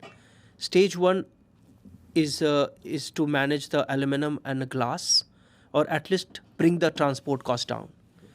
But at this stage, one of the major challenges is the transport cost, which is costing, let's say, $6 to $8 per panel from anywhere in the country. To each B double take roughly 550 panels. So that's what $6 to $8. Yeah. If you remove the aluminum frame, the transportation cost go to 1/5. If you shred it or maybe remove the glass, transportation cost you are talking about 1/30. Then it's negligible. Yeah. Then it's so. But the challenge we had in front is that do we want to run 4 plant at a 10% capacity for 6 years, or try to run 1 plant at 40% capacity? So we chose the first one. That's why we in fact pulled back from the land expansion and the region expansion, and started focusing on the silver recovery and technology. And that's where we went behind the patent, IP, secure ourselves in Australia while making Kilmany profitable or break even at least. Now coming back to Reclaim PV, so that's capital intensive project and no income. That's main thing. They couldn't keep up with the technology, I guess, because they got the furnace with these all are public data. They got the furnace, but high temperature furnace will not work, especially in case of monocrystalline solar panel because of the PVF layer. So you see one of our patent is managing the PVF layer. So PVF is the polyvinyl fluoride, which is the same element reason for the ozone layer. So that need to be managed responsibly. That is what our guess for Reclaim PV. Circle is main into e-waste. They are not purely into solar panel recycling. The solar panel recycling line, what Circle had, that had a limitation. That line was imported from Japan, and it can only process certain amount of solar panel. But because solar panel was not their focus, so that's the reason I won't say that they went into administration because of solar panel recycling. It might be the e-waste and other waste reason, which I guess they were not getting the enough feedstock. Yeah. That can be one reason, but I'm just guessing. I'm not. There is no public data to verify. So those are the two reasons why I guess those two companies could not do very well. Why we won't go that path is because we are already at a break even. Yeah. Now we have used our money. The first part, we intentionally did not take a money from the market because that bring the pressure on your head. Is financial models are funny. It's always you make it something nicer. And according to, if I see our financial model in 2023, we should have 40 million.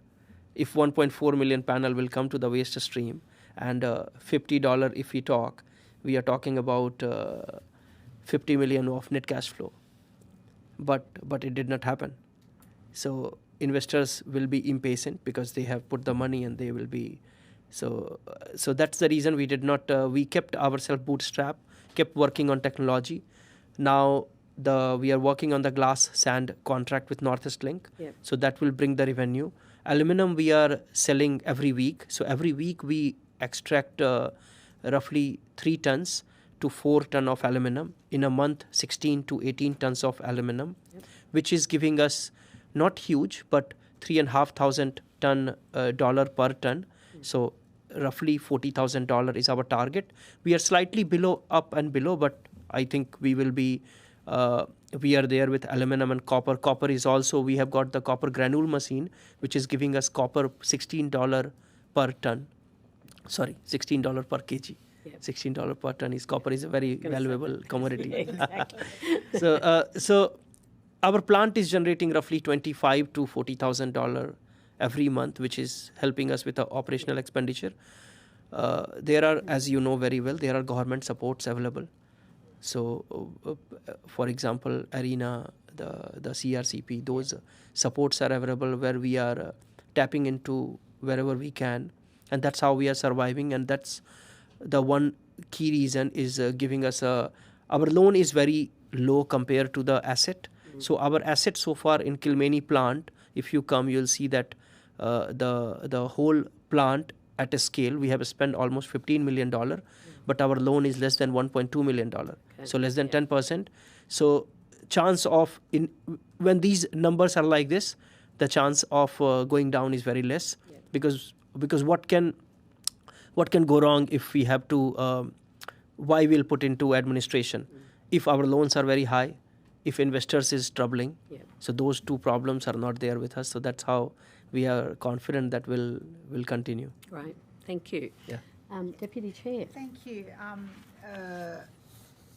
In the document you've handed, you've identified your solution being sort of EOL collection, test, reuse, recover and manufacture, upcycle glass, redeploy. So you've talked quite a bit about the glass and then the recovery process, and that's, you've got the patent. We've heard a lot though, obviously the collection is problem and the cost of that. For example, you're locating near a renewable energy zone. Are you using rail? How are you meeting the challenge of the collection cost? And am I understanding right, you're stockpiling in some areas as you're building No, technology? at this stage we bring it, if it is a one truck load, which is roughly 550 to 600 panels, we bring it to our site in Kilmeny. The trucking cost and railway cost, so how we do it, we just evaluate the transportation cost whenever inquiry come, especially if it is one truck load.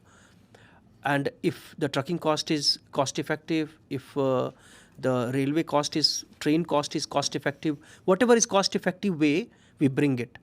And we are surprised by seeing sometime the road transportation is very cost effective from that area. Maybe because there is a lot of empty truck coming or there is a transport hub. And sometimes the train lines are very cheap.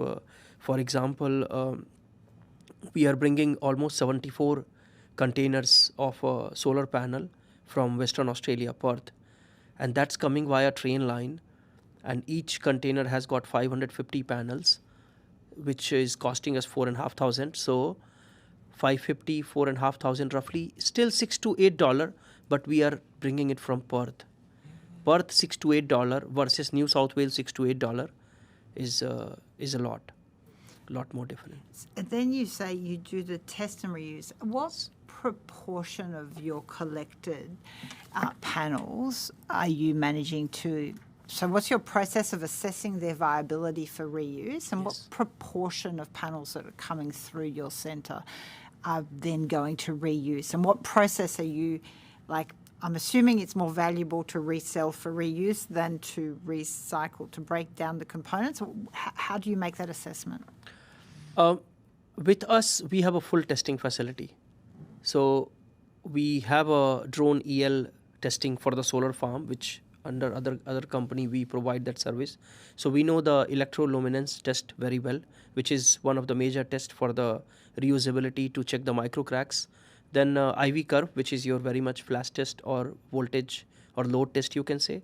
And third is the wet leakage test, where you put the solar panel into the water. So we have a full testing facility. Do we test every panel? No.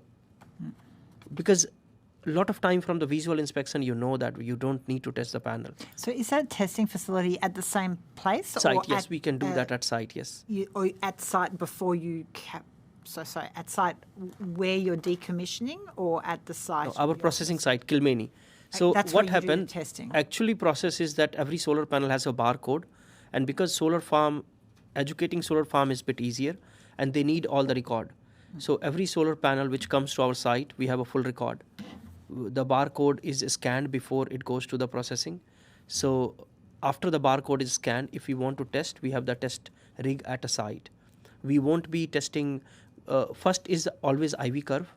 If that test is at least at a acceptable level, then you do the next test, EL testing or wet leakage. Wet leakage is bit of destructive test as well, so you don't do all the panel through wet leakage test. So you just do the sample test. But to answer your question, yes, we do these tests at a site if we want to, because the 74 containers what I was talking about, this is one of the first solar farm 9 megawatt which was built in 2015, decommissioned. You might know the name. Is that the WA one? DeGrussa, Okay, yes. yeah. DeGrussa solar farm, which was built by Neon in 2015, was decommissioned in, I guess, 2022. And last year, the asset was, after a due diligence and via tender process, asset is handed over to us for the reuse. So it is one of a unique case where 34,000 same panels are there, which we might be able to reuse. So then we don't have to go through via sample test, we are able to establish, we are able to reuse. It is transformer, inverter, everything. So it's one of the special case, although the normal reuse is different. It's difficult, it's a costly, we feel that it will not work. So what proportion do you think you would expect of everything that gets collected and brought to your facility? What proportion goes to reuse? Approximately, like the panel 10%, is 20%? decommissioned, the whole solar farm. If you see the way the Neon did as part of their ESG, they did it really well. So all the solar panels were uninstalled by a very professional team. It's packed in a very professional way. We got the first panel 6 months ago, the first container, sorry, for 6 months ago. We tested out of 550 panel. We could say that only 20% panel would be less performing, which we need to send it to the recycling, but 80% panels are good. So 34,000, our model in this case is based on the 70%. So 9 megawatt solar farm, we are building 2 solar farms. One is 1 megawatt, which will make our plant offset in Kilmeny, and one is 5 megawatt in Ararat. So 6 megawatt, 3 megawatt we are keeping as a spare or probably the recycling, if that answers your question. Okay. So at the moment, so I'm just checking I'm understanding properly. Your reuse component you're using to offset the costs of your own plant by having your own solar farm. 1 megawatt solar, yes, Okay, a small okay. microgrid, you can say solar farm, that's Okay, right, okay, yes. okay. Because our electricity bill is very high, our plant use, our machinery use almost 800 kilowatt. I mean, it's good that you also have your own Yeah. solar renewable source Yeah. of energy. We want you to have clean energy. Yeah, that's fascinating. Do you see it's easier to develop the standards in the market for when you're coming from a large scale decommissioned solar farm than residential? Than residential use solar panels, because this. I don't quite know what the proportion is between large-scale solar versus households. I mean, we have a lot of household installation, so. See, most of the large-scale solar farm, there is two things here. Most of the large-scale solar farm will go for almost their design life, or if there is a problem with the solar farm, which is initially the solar farm built between 2015 to 2030, which was not very large scale. I'll put it like 5 megawatt to maybe 30 megawatt or 50 megawatt kind of size of the plant, which was built initially. Those plants are having generation problems. If those will go to decommission, it won't come to reuse. Now, the solar farms, which is doing good, I guess they will go for the full design life because they have a full operation and maintenance team.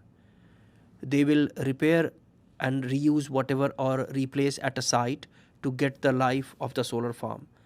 So solar farm, if we are talking about 2 million panel. Will it come to the stream, and do you want to see a reuse application, and do you want to develop something for reuse? No, I don't think so, because it will go for 20-25 year. After 20-25 year, the technology, whole thing will change. Even the testing standards will change. So who will So those panels you would see going into the recycling stream, upcycle, the recovery. upcycling, recycling street, those solar farm panel. Now coming to residential panel is if you add the cost of everything is driven by the value of the dollar. If you add the cost of bringing the panel down from the roof, transporting to the nearest facility, if all this is done in a very safe manner and there is no micro cracks and no problems with any back sheet, then testing, certifying, then sending it to the new place and reinstalling it again, and now you compare with a new solar panel price. So now coming back to the reuse application, which we are putting 1 megawatt at our site, you would know the government scheme of 1 megawatt, where government is incentivizing a commercial industry if you want to reduce your power bill up to 1 megawatt, I think. And what our installer has proposed, then with the incentives, you can get the brand new solar panel free of cost. You don't have to reuse the panels what you have, because the new 200,000 for 1 megawatt, almost 200,000 you are getting incentive, and that 200,000 cover the solar panel cost. So you don't get the incentive if you do a reuse no, panels? you don't get, because the now current plan is that for the new panel you get the incentive. For any reuse panel you don't get incentive. So summary is that after bringing the panel down from the roof to the nearest facility, to the testing, and to the new place where it has got to installed, and to the installation, and you have to see the chain of responsibility. Who will be the responsible if someone's house catch fire or someone's property catch fire? There is already the number of fires because of solar panel has increased from, if you see the number, from 23 to 25 or something. The operation and maintenance phase for the residential solar panel will come. We have installed 4.5 million solar panel along with batteries. As you know, that battery is another area which can very much cause a fire.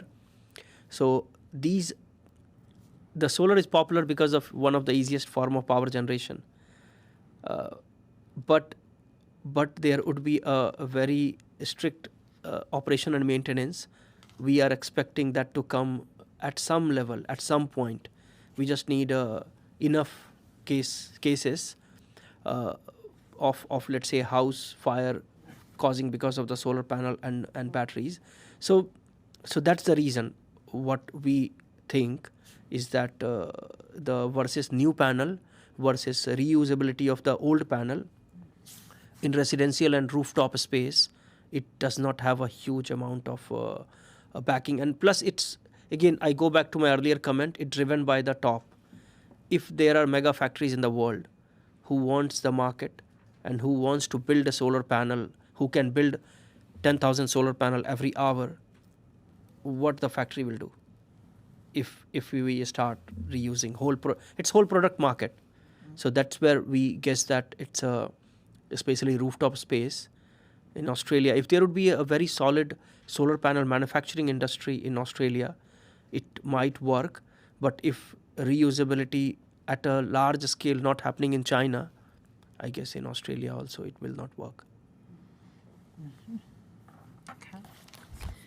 I might just ask one final one, and that is, I mean, at the moment, as I understand it, we put solar panels on our roof and then they last 20 years or whatever, but there's no intervention or no requirement, as I understand it, to have that checked after, say, 5 years or whatever. And when you talk about fires and things, Yeah. do you think that should be a sort of guideline or a regulation? Probably, I attached? guess that will come. Yeah. Because maintenance, sorry, you were asking something. I was going to say, were you saying fires was as a result of use of second reused panels and batteries or original? These are original. There is no reuse huge amount of case. We had some reuse case, but it was off grid. the current reusability of the panel, 34,000 panel, which asset we have acquired, those we are using at a ground mounting, and especially that's the reason we are using in our premises, where we can use and monitor as well. And it's a kind of R&D bed. It will also, maybe my opinion change in 5 years. It will give us a whole solid, but the price of the solar panel has to go up. If price is $100 and whole this chain costs $60, still I don't think so it will work for the second hand. So the question was, I guess, regarding the regular maintenance, 5-yearly maintenance instead of 20 years. We guess yes, because the generation, if you see the solar panel, your home solar panel, the generation will go down even as simple as dust. If there is a hailstorm, there are a lot of areas where the hailstorms, they can cause the micro cracks and they can cause the damage to the solar panel.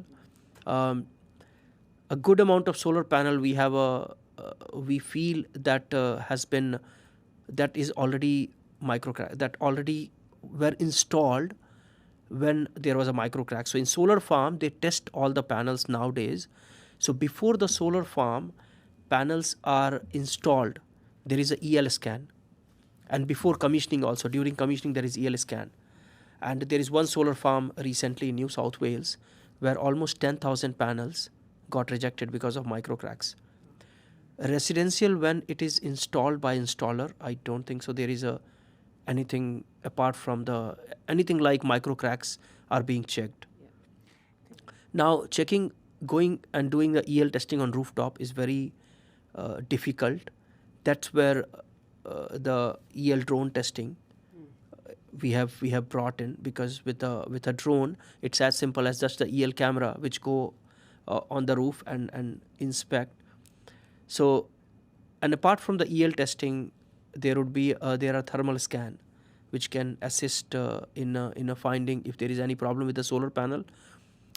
Any power generation has to be we have to be cautious with the power generation. So not immediately, but we guess by 2029, 2030, like a smoke alarms, we bring the maintenance. It will be worth bringing the maintenance of the solar panel or battery system. There is no harm in checking, and the cost will be driven by the number of. It's a 4.5 million installation. Cost can be, I guess, as simple as like $200, and $200 is manageable for inspection of the solar and battery for every household, and it's for their own safety. I don't think so household will say no. Can I just, I would probably, I don't know if it's to the Secretariat or to you, but I'd probably want a little bit of information about that kind of, I'm just nervous about hearing statements of increased house fires as a result of solar panels or batteries, because that quickly gets amplified and miscommunicated for adverse purposes. And in dealing with the Insurance Council of Australia, for example, they very much assess these questions when it comes to insurability. Is there anywhere that you could point us to kind of reinforce that, your comment about increased rates of fires? Because I just think we need to unpack that, to be very careful about that. I was just checking on the Victoria. I can share the link via the email of this news story, which it's not at the alarming level at this stage. If I remember, the numbers were still in double digit. So it was saying that 2022 to 23, the investigated fire because of the solar panels at a rooftop was maybe 50, which has gone to 78 or something. I don't remember the exact number, but I can send you the link of this one. Now, we don't work on residential and commercial, but in via other business, that's the reason we started Alexum. We work extensively on solar farms, and we see the fire on solar farms very frequently, especially in the solar panel. So, is there public reports of that? Oh yeah, you can check basically the solar farm fires. There is a lot of reasons, sparking. It's not always the solar panel. A lot of time it's an inverter, combiner box, the system. I'm going to say you need to be very mindful of what the causation is. Yes. So that people don't get alarmed. Well, it's just obviously like, for example, around electric vehicles, theories around lithium battery fires when electric vehicles are no more, no less than other vehicles. But so I think it's just if we're going to have, it's important that we understand that properly, put it into. Just a bit of a follow-up on that. Is the increase just a correlation between there's an increased amount of solar panels utilised on farms, on rooftops, and not actually through any increase issues with particular panels? It's just because there's just far more out there? From engineering perspective, if there is a crack in the solar panel, that would be how do we, when we do a thermal scan, then we check the increased heat signature in the solar panel. If there is a crack, there would be increased heat signature because the cell is broken there. Either it will be totally dull or there would be increased heat signature. Increased heat signature means that's a kind of warmer. It's any electronic. If your phone screen is cracked or something, you'll see that it's heating up higher, and slowly it heat up to the level where it can catch fire. It's having the things in place to ensure that you get proper inspections of those things. That's right. So, sorry, I just think we just need to, at the moment we've run out of time for this session, but can I first of all thank you for your attendance here today. You've been very generous with your answers and your extra information that you've provided. So I think you'll be sent a copy of the transcript to request any corrections if you think it needs to. And we will now suspend the public hearing. And I think we are now going to have a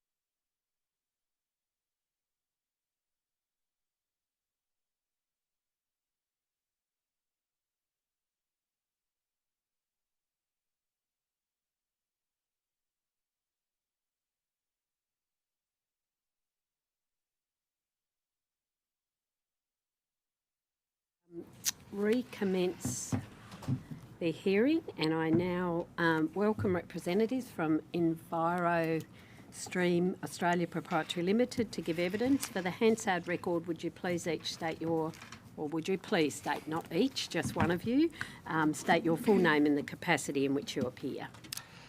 Thank you, Chair. My name is Simon Linge. I'm the Managing Director of Livium, which is the wholly owned, of which we wholly own EnviroStream Australia. Lovely, thank you. Although the committee does not require you to give evidence under oath, I should advise you that these hearings are formal proceedings of the Parliament. Consequently, they warrant the same respect as proceedings of the Parliament itself. Giving false or misleading evidence is a serious matter and may be regarded as contempt of Parliament. Sounds very harsh, that, doesn't it? But I need to say harsh, it. So, I now invite you to make a brief opening statement before we proceed to questions and further discussion. Thank you. Thank you, Chair and committee members, for the opportunity to speak today and contribute to the inquiry into solar panel reuse and recycling in Australia. Firstly, to give you some background on Livium and our subsidiary EnviroStream and our work. Livium has a range of sustainable battery value chain operating technology businesses covering mining, battery materials and recycling. Our core business, EnviroStream, is the leading recycler of lithium-ion batteries in Australia, with enterprise clients such as BYD, LG Energy Solutions, CATL, Hyundai, SIG Energy and a wide range of other clients in the energy storage sector and e-mobility, including Ferrari. In addition, encouraged by our energy storage clients, Livium is making early inroads into solar panel recycling and the recycling of permanent magnets from wind turbines to recover rare earth elements. Our EnviroStream business is the first licensed onshore company to offer lithium and mixed battery recycling in Australia. To date, we have diverted over 7 million kilograms of batteries from landfill, and this year we're expecting to process the equivalent of 2,500 EV batteries, ensuring their contents can be captured as part of Australia's sovereign resources, adding economic value to Australia, as well as improving circularity and sustainability benefits. The committee may well ask why I'm referencing batteries when we're focused on solar panels. Well, at its simplest, there is an increasingly direct linkage in respect of solar panels and batteries as part of the renewable energy transition, be that residential, commercial or grid-scale installations. We also say, based on 9 years of experience in battery recycling, there is an absolute correlation between what it takes to successfully reuse and recycle solar panels as it is to successfully reuse and recycle batteries. Like batteries, solar panels contain important critical materials that add to Australian sovereign capacity if reused and ultimately recycled in Australia. These elements include silver, silicon, antimony and copper.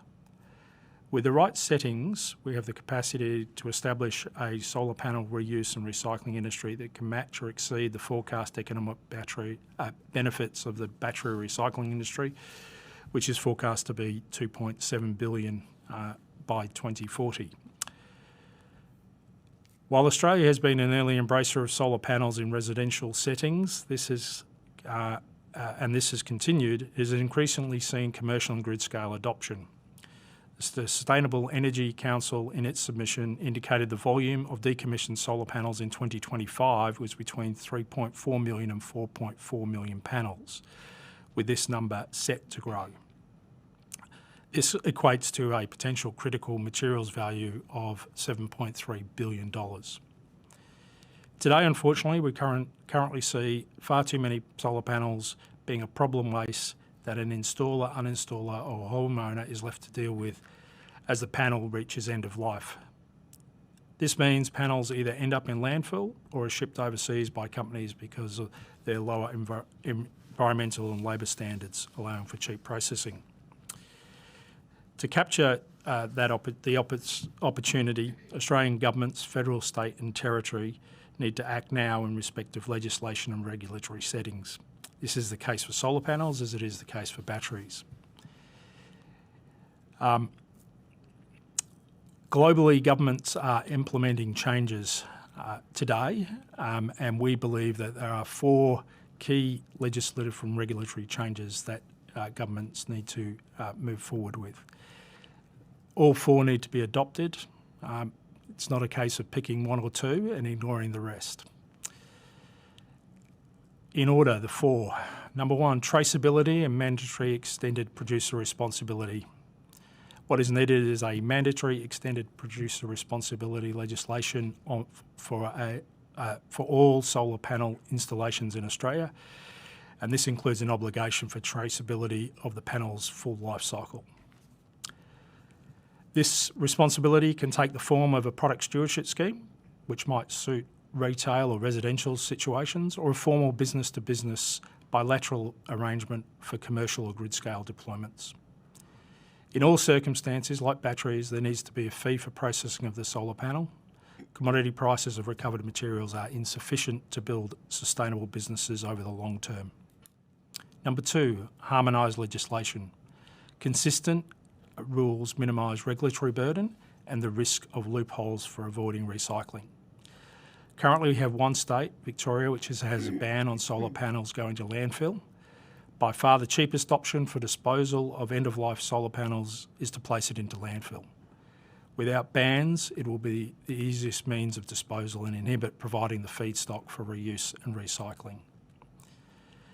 In addition, harmonising regulations and standards across the nation for reuse and recycling on issues such as metrics, traceability, labelling, handling, storage and transit is critical for success.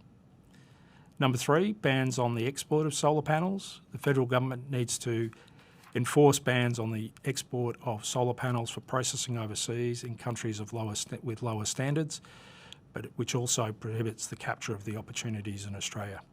And number 4, assisting in end markets. Governments requiring recycled content in suitable end uses is critical. Recycled materials can be more expensive than virgin materials, so requiring recycled content like solar panel glass as a road base or into solar panel manufacturing is an important assistance in ensuring that materials other than silver can be put to good use. Governments acting now on these 4 legislation and regulatory changes, Australia has the chance to capture the opportunity around reuse and recycling. Thank you. Lovely, thank you. Can I just ask, when you talked about landfill being the cheapest option, do you mean cheaper for the consumer, the person getting rid of them? Because I don't know that local government would agree with you that it's probably cheaper. I agree that governments shouldn't see it as cheaper in the long run, but certainly the disposal of the solar panel, it is absolutely the cheapest option. Yeah. Whether that's the installer, usually, as in a residential setting, it's not usually the person pulling they're usually the person pulling the panel off the roof. Yep. That's right. Yep. I might go to Ms. Comer and then I'll go to the Deputy Chair. Chair. So household batteries are now being installed at scale with more than 500,000 now installed across the country, and that's at the similar, it's getting up there, not at the same scale as rooftop solar.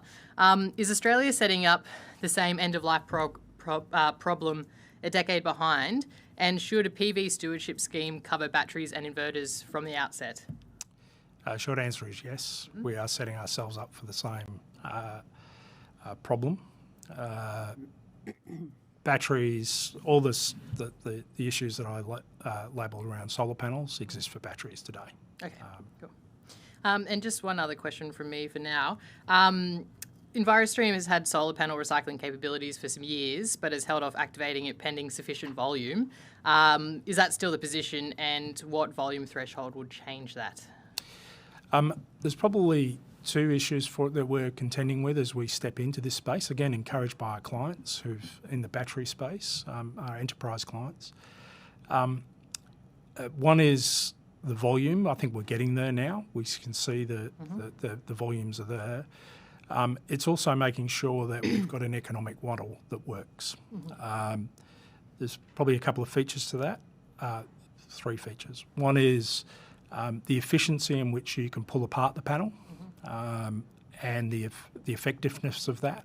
And then the second is how you recover the materials that are contained, particularly in the PV cells, the black cells in the solar panel. In terms of equipment to pull apart a panel, there are only a few producers or equipment providers now that we believe are of sufficient scale, can do it efficiently, which essentially means doing 3 panels a minute or thereabouts. So, and doing that effectively, which means particularly pulling the glass away from the panel. Silica and silicon are very hard to separate when you start to go to process. So what do a lot of people do today? They just shred the panel and look to recover silver. We believe that there's better economics by looking to recover more. And the third piece is probably just making sure that we've got a value proposition that works for our clients and that our clients are prepared to pay the gate fee for recycling that panel. And we believe that we're closing in on that now. A gate fee of somewhere between $5 and $10 per panel is what's required for a recycler to be able to efficiently get to recycle a panel. Excellent, thank you. Yes. Okay, Deputy Chair. So we've had some evidence around, obviously, the impact of if you're going to have a product stewardship scheme or anything like that, that it can't be a fee or that there can't be a fee at disposal, because if not, it's viewed as a penalty for doing the right thing.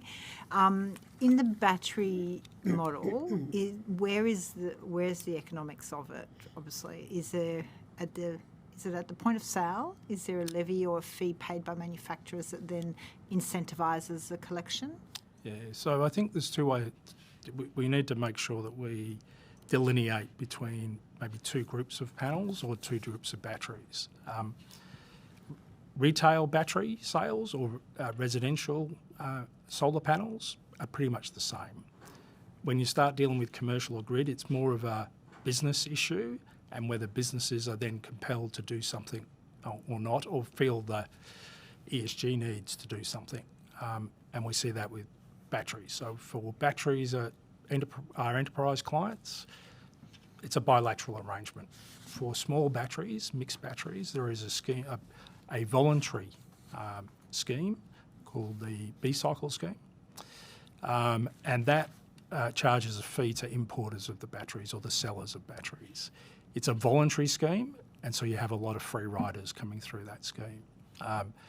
As a result of being voluntary, it really underfunds the battery recyclers in that scheme. And I think the same could happen with solar panels if you don't have a mandatory scheme, if you end up with a product stewardship scheme at the front end. So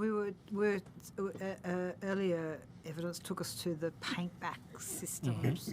Is the battery similar to paint-back?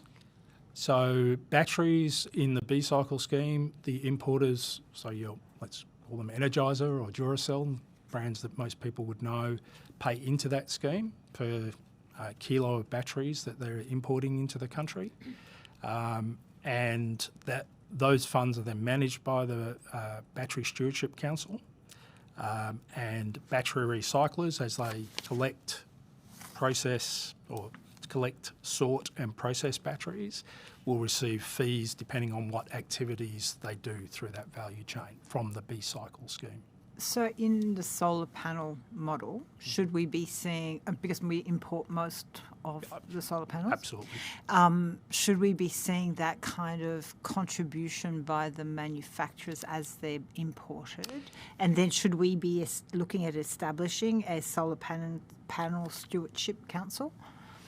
Considering the scale and the numbers of panels we're going to have. Absolutely. You'll need a product stewardship organisation, PSO, as a 3-letter acronym, to be established. If I look at what New South Wales is doing or about to do on batteries through their Extended Life Cycle Responsibility Act, and consumer batteries being the first, they're requiring a mandatory fee for any seller of batteries into New South Wales. And it would need to be that. It would need to be the seller of the panel. Most panels are manufactured in China. Trying to place a levy on someone in China is pretty impractical, but it will need to be the seller of the panel. Now, at what point in the value chain do you describe seller. That's probably a little bit to debate and finesse, but it would be the seller of the panel into the market would need to be charged a fee, and they would include that presumably into the cost of the panel as they sell the panel. And do you agree with the assessment that it's best to do it at the front end rather than the back end? Absolutely. Okay. And so you've identified like 60% of the costs of recycling come from the logistics, so that's the transport. We've again heard some evidence around locating recycling capacity close to renewable energy zones, but also looking at access to freight corridors, rail, for example. Is that part of what you look at in batteries as well, or is it not as big a problem? In batteries, it's probably an even bigger problem because particularly with lithium-ion batteries, you're actually dealing with a hazardous waste or a dangerous waste, things that explode and go on fire. Thankfully, solar panels are relatively inert, but you are moving very bulky products that from a logistics freight point of view, you don't maximise over long distances. So you do want a diversified or decentralised set of processing plants. We have explored and continue to explore potentially being able to make equipment to delaminate the panel mobile, and so in a containerised unit and doing that close to the source. Still some way away from getting to that solution, but I think that solution is possible in due course. So what would that benefit be? Is that because then you wouldn't be transporting the whole weight of the waste? Yeah, essentially. What would you do with the... Well, you've got a very bulky product. Yeah.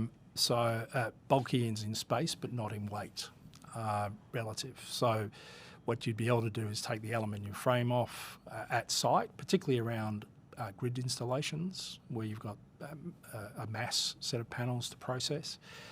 You'd be able to take the aluminium frame off and the glass, and by weight, the glass and the aluminium frame obviously add up to the maximum weight. You can then, the PV cells are relatively easy to roll up, pack up and ship more efficiently to where you would then process those PV cells. But certainly, with the current technology, many decentralised points for recycling is probably what you need, and they need to be in hubs. And we use that view with batteries today. We'll have some we've got a recycling facility here in Victoria, but we will look to establish hubs in Western Australia and northern New South Wales or southern Queensland to minimise freight movements. Just in terms of that, you've just got your one facility in Victoria at the moment. Mm-hmm. Yep. And so do you get and talking about batteries obviously because that's your experience, do you ship batteries from other states and territories into Victoria, and how does that sort of work? With a lot of complexity, Yeah. Is the short answer. Yes, we bring batteries in from all over the country. Yeah. As an example, we just brought earlier this year a grid-scale battery out of Western Australia for Synergy, energy retailer provider in Western Australia. A lot of complexity around transportation, getting the right permits, moving across state borders. And is that different permits for each state? Correct. Yeah. Yeah. So And first place we'd enter is WA Yeah. as the next facility, and we're well advanced in our thinking there. Because of the distance, Yeah. And when you talk about harmonising legislation in your four Correct. key All points, of that that's points to that. Yeah. And so do you, again, just sticking to the batteries for a moment, so do you, like I know there's lots of local governments that have collection points for different size types of batteries. Do you sort of recycle the sort of like right from the button battery up to that big sort of... Yeah, we do. So that's why we see it in two different categories. As much around the size and the complexity of what we're actually processing. But we see solar panels in a similar vein. Mainly, though, the thing that we're thinking about is a consumer. If you talk about residential, you've got a consumer who says, I don't know what to do with it, or I want the cheapest option. Can I leave it on my front nature strip and hope the council will deal with it? versus an enterprise that says, actually, there might be some value in the materials here that I want to be able to capture, or I've driven by ESG credentials and wanting to make sure that I've done the right thing. Yeah, okay. And again, just from the battery side, what does your experience tell the committee about how quickly a stewardship scheme translates into actual processing capacity? If I look at EnviroStream's position, we would say that we started to build that capacity ahead of the stewardship scheme. Right, yeah. And I think there are solar panel recyclers out there today, all of whom are probably struggling economically, partly to do with the fact that there isn't a product stewardship scheme in place, and partly because I think they haven't quite got their economic model right, but which is why we're stepping into it in a more considered way, if you like. Yeah, okay. And where does the material actually go once you've recovered it? Does it go into domestic manufacturing? Do you export it? What happens to the... Out of a solar panel or out of batteries? Predominantly batteries, which is what you do, but I suppose if you transferred that to solar as well, maybe... So in terms of batteries, there's some elements that we sell and get further processed and refined in Australia, things like copper and aluminium and steel. Other elements, which the industry on batteries calls black mass. It's an unfortunate name, but it looks that way. Okay. And what is that? That has all the good stuff, if you like, critical materials inside the battery. Okay. Yep. We currently export that to partners in Asia, particularly South Korea and Southeast Asia. And what is that then used for? They then process that into the battery salts to go back into a battery. Oh, right. Okay, so it's sort of like... Yeah, it is full circularity. Yeah. We will do that in Australia. We probably just need another decade to get to the scale to invest that capital for that equipment. Yeah, okay. In solar panels, it's probably a little bit more advanced in the sense that certainly silver is possible to extract here in Australia. Yeah.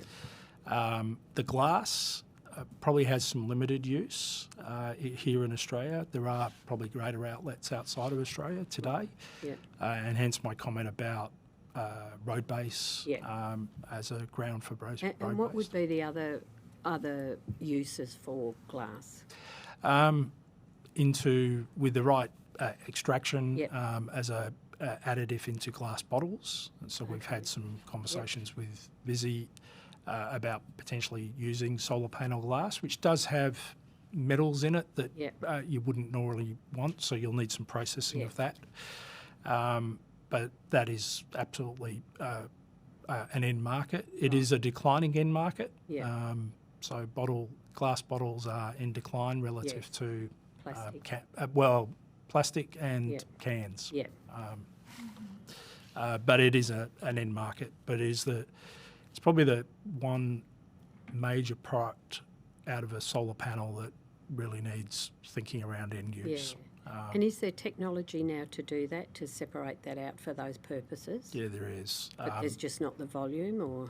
Correct, to this point, to justify the capital investment.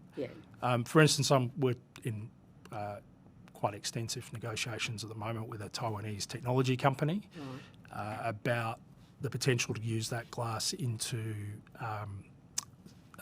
tile-based products. So as a substitute to, I guess, tiles plus bench tops. Oh, okay. But hopefully we're just trying to validate that you could use it without the silica questions that have been arised in the last few years. Yeah, so you're talking about wall tiles and things like that? Wall tiles, kitchen bench tops, those sort of applications. Yeah, okay. So there isn't the silica dust problems? We're told that is the case. We need to validate that for ourselves, and so we're going through some validation processes with various entities. You probably need to validate it with other bodies as well, I Correct. guess, given what we've been through with that industry. Exactly. Yeah. So you cited evidence that up to 62% of panels are being replaced within 7 to 10 years. What factors are driving those early replacements, and how should policy respond if technically functional panels are being removed prematurely? Main drivers are damage, either at installation, weather related like damage. hail or something. Correct. Yeah. And then just the economics. The panels, particularly from early generations, have become certainly don't have the efficiency of current solar panels. So you get more electricity or more production. Correct. And so the economics say, well, I'm better to change out. Yeah. Those early panels also contain a lot more silver than today's panels. Oh, okay. Yep. So, as the efficiency of producing panels has got better out of China, they're using a lot less silver, and that's obviously driven by cost out. Yeah. So the economics for recycling that new generation of panels becomes even more challenged, and that's why we always say there needs to be a fee up front to make the economics stand up. Okay. Ms. Comer, do you have any other questions? Yeah, just how would minimum quality standards and longer product warranties help reduce solar panel waste and support the panel reuse? I don't think it necessarily a warranty would require people wouldn't have regard for the warranty in its length of use per se. Again, people will look for what's an economic outcome, be that at any scale, residential through to grid.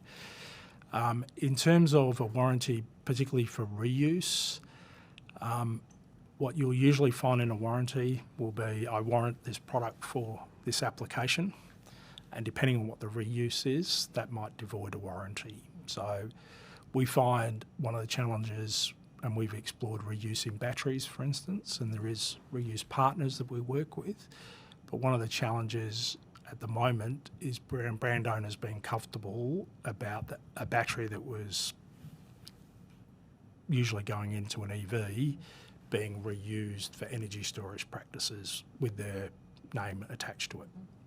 So they'd much prefer to see that battery destroyed and recycled than be reused. And solar panels, because you don't have that same hazardous goods channel, it may be that they are as comfortable, but I suspect that the warranty might become devoid once you've pulled it out of an application and tried to reinstall it somewhere else. Because we saw in a site visit that we were told that up to a panel might be at 80% functionality. It seems quite absurd to throw that in a bin or recycle it. I agree, and there will be applications. Yeah, but then it can only be used off grid and we'll get a 5-year warranty. Yep.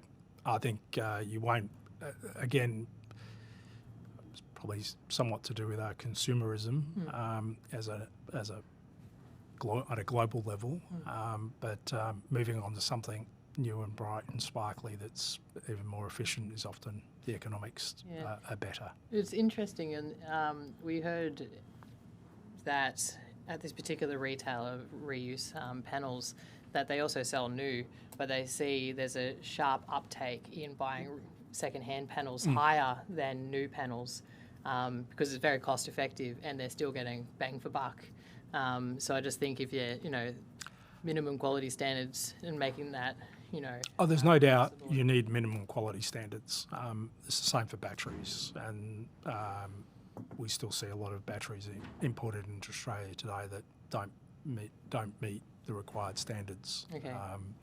So most of your e-scooter fires that you'll see are driven by a poor battery, and that usually is in manufacturing. Okay.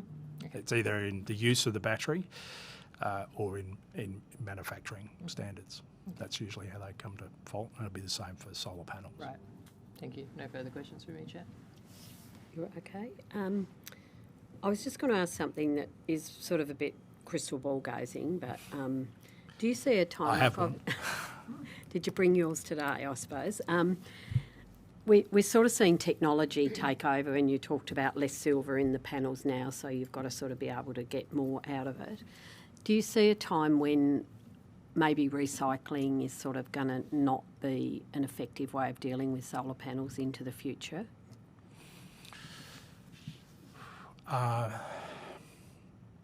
Or is there always going to be a component of them that is, going to be economically viable to Again, it will depend on end markets. Yeah. My answer would be that everything, the laws of physics prevail. Everything reaches an end of life and needs to be disposed of. Yep.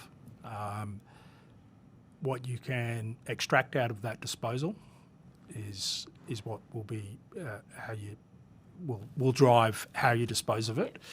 And probably based on some markets at the time too, Correct. I suppose. Correct. But the world has a finite level of resources. Yeah. Full stop. So when I look at, if I take batteries just for a moment, the forecast for the raw materials that go into batteries of different chemistries, it doesn't matter, says by 2040 at least 20% of a battery will have recycled content in it. Right. And if it doesn't, then we won't be able to supply the batteries that the world needs. Yeah, okay. It's interesting. Yeah.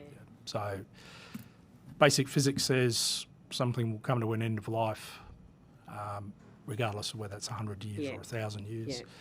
Yeah. And the world has finite resources. Yeah. So we've got to reuse, recycle and put into it what we can get out. On that question, I guess, if panels were to use less glass, for example, and move to using other materials, does that dramatically change? Because the question is, how much gets invested now into developing the recycling facilities if in the future they are no longer the components that will add value to that process? You just recycle differently. Receiving a panel, to me, it wouldn't matter whether it was glass, whether it was plastic, whether it was some other material.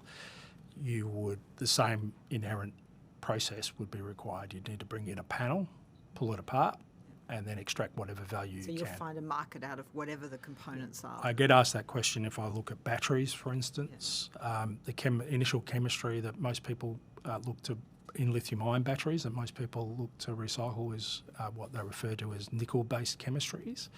We're now moving to a chemistry called LFP, which has lithium and iron and phosphorus in it. People are now talking about sodium-ion batteries, air batteries, iron flow batteries, vanadium batteries, flow batteries.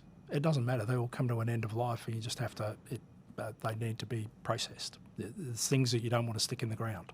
Yep. So we'll find a way to process them. There'll just be some things that are more difficult to process than others.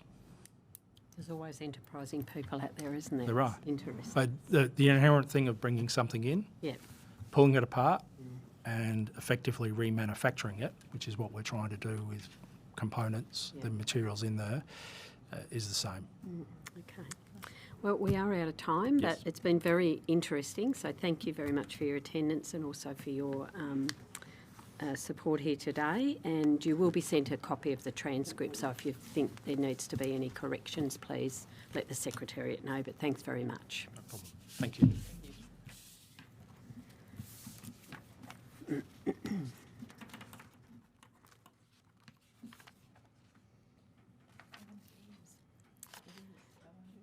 And I now welcome the Clean Energy Council to give evidence. Thank you. Have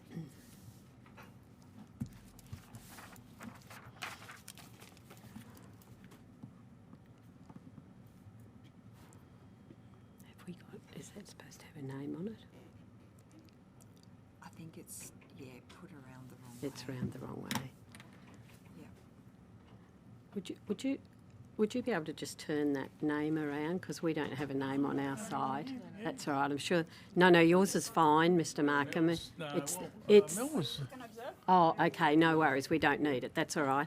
We know who, we don't know who the person is, but you do, so you don't need to look at your own name. So, can I now welcome the Clean Energy Council? For the Hansard record, would you please state your full name and the capacity in which you appear? Okay, so my name is David Markham and I'm Senior Policy Officer at the Clean Energy Council. Thank you. And although the committee does not require you to give evidence under oath, I should advise you that these hearings are formal proceedings of the Parliament. Consequently, they warrant the same respect as proceedings of the Parliament itself. Giving false or misleading evidence is a serious matter and may be regarded as a contempt of Parliament. I now invite you to make a brief opening statement before we proceed to questions and further discussion. So over to you, Mr Markham. Thank you. Well, I'm here today to talk about the solar panel recycling inquiry, but the Clean Energy Council is a peak body, a national peak body, representing many or most of the supply chain components of clean energy industries. So everything from manufacturers to sellers to installers to energy retailers to energy distributors and energy policy makers even. We have large legal firms and so on as members of our organisation as well. We have, within that organisation, there is a policy arm, there's a sort of, I suppose, an events arm, and then there's product certification and accreditation, and installer accreditation as well. So we, have a very sort of broad remit at the Clean Energy Council. Yeah. You just have to excuse me for a second because I'm now trying to find my speaker's notes. That's all right, no problem. Technology sometimes defeats us, doesn't it? It doesn't have to work very hard to defeat me. No, I'm in the same boat. That's okay, yeah.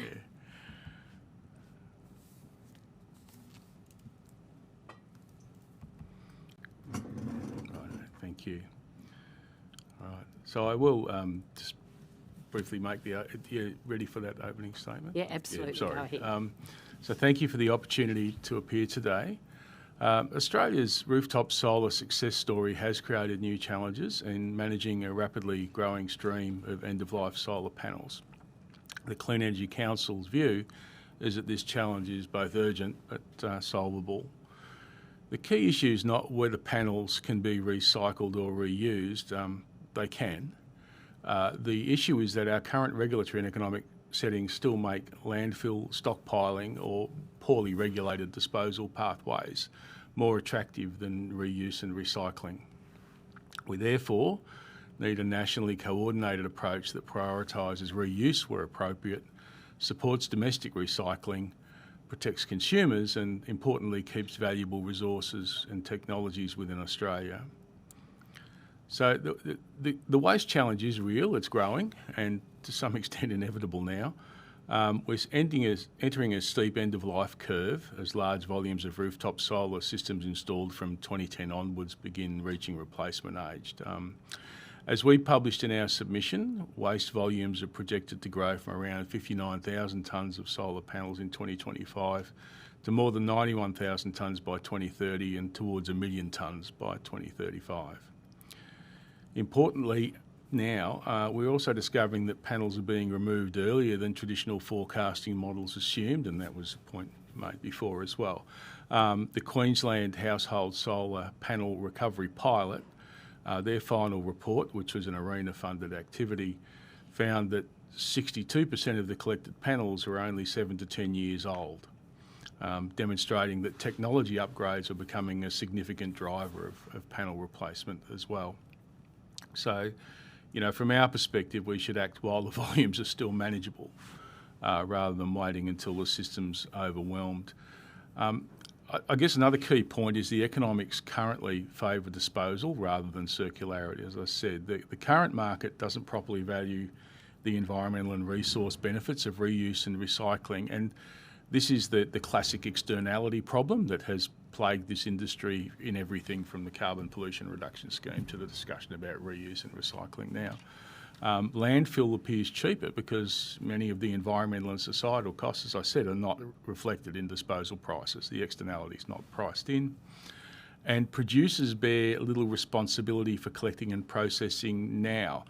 Mentioned before was the battery stewardship scheme, which I was also going to talk to a little bit. But in that, because it is voluntary, it kind of creates a trap for the participants and the free rider opportunity for others.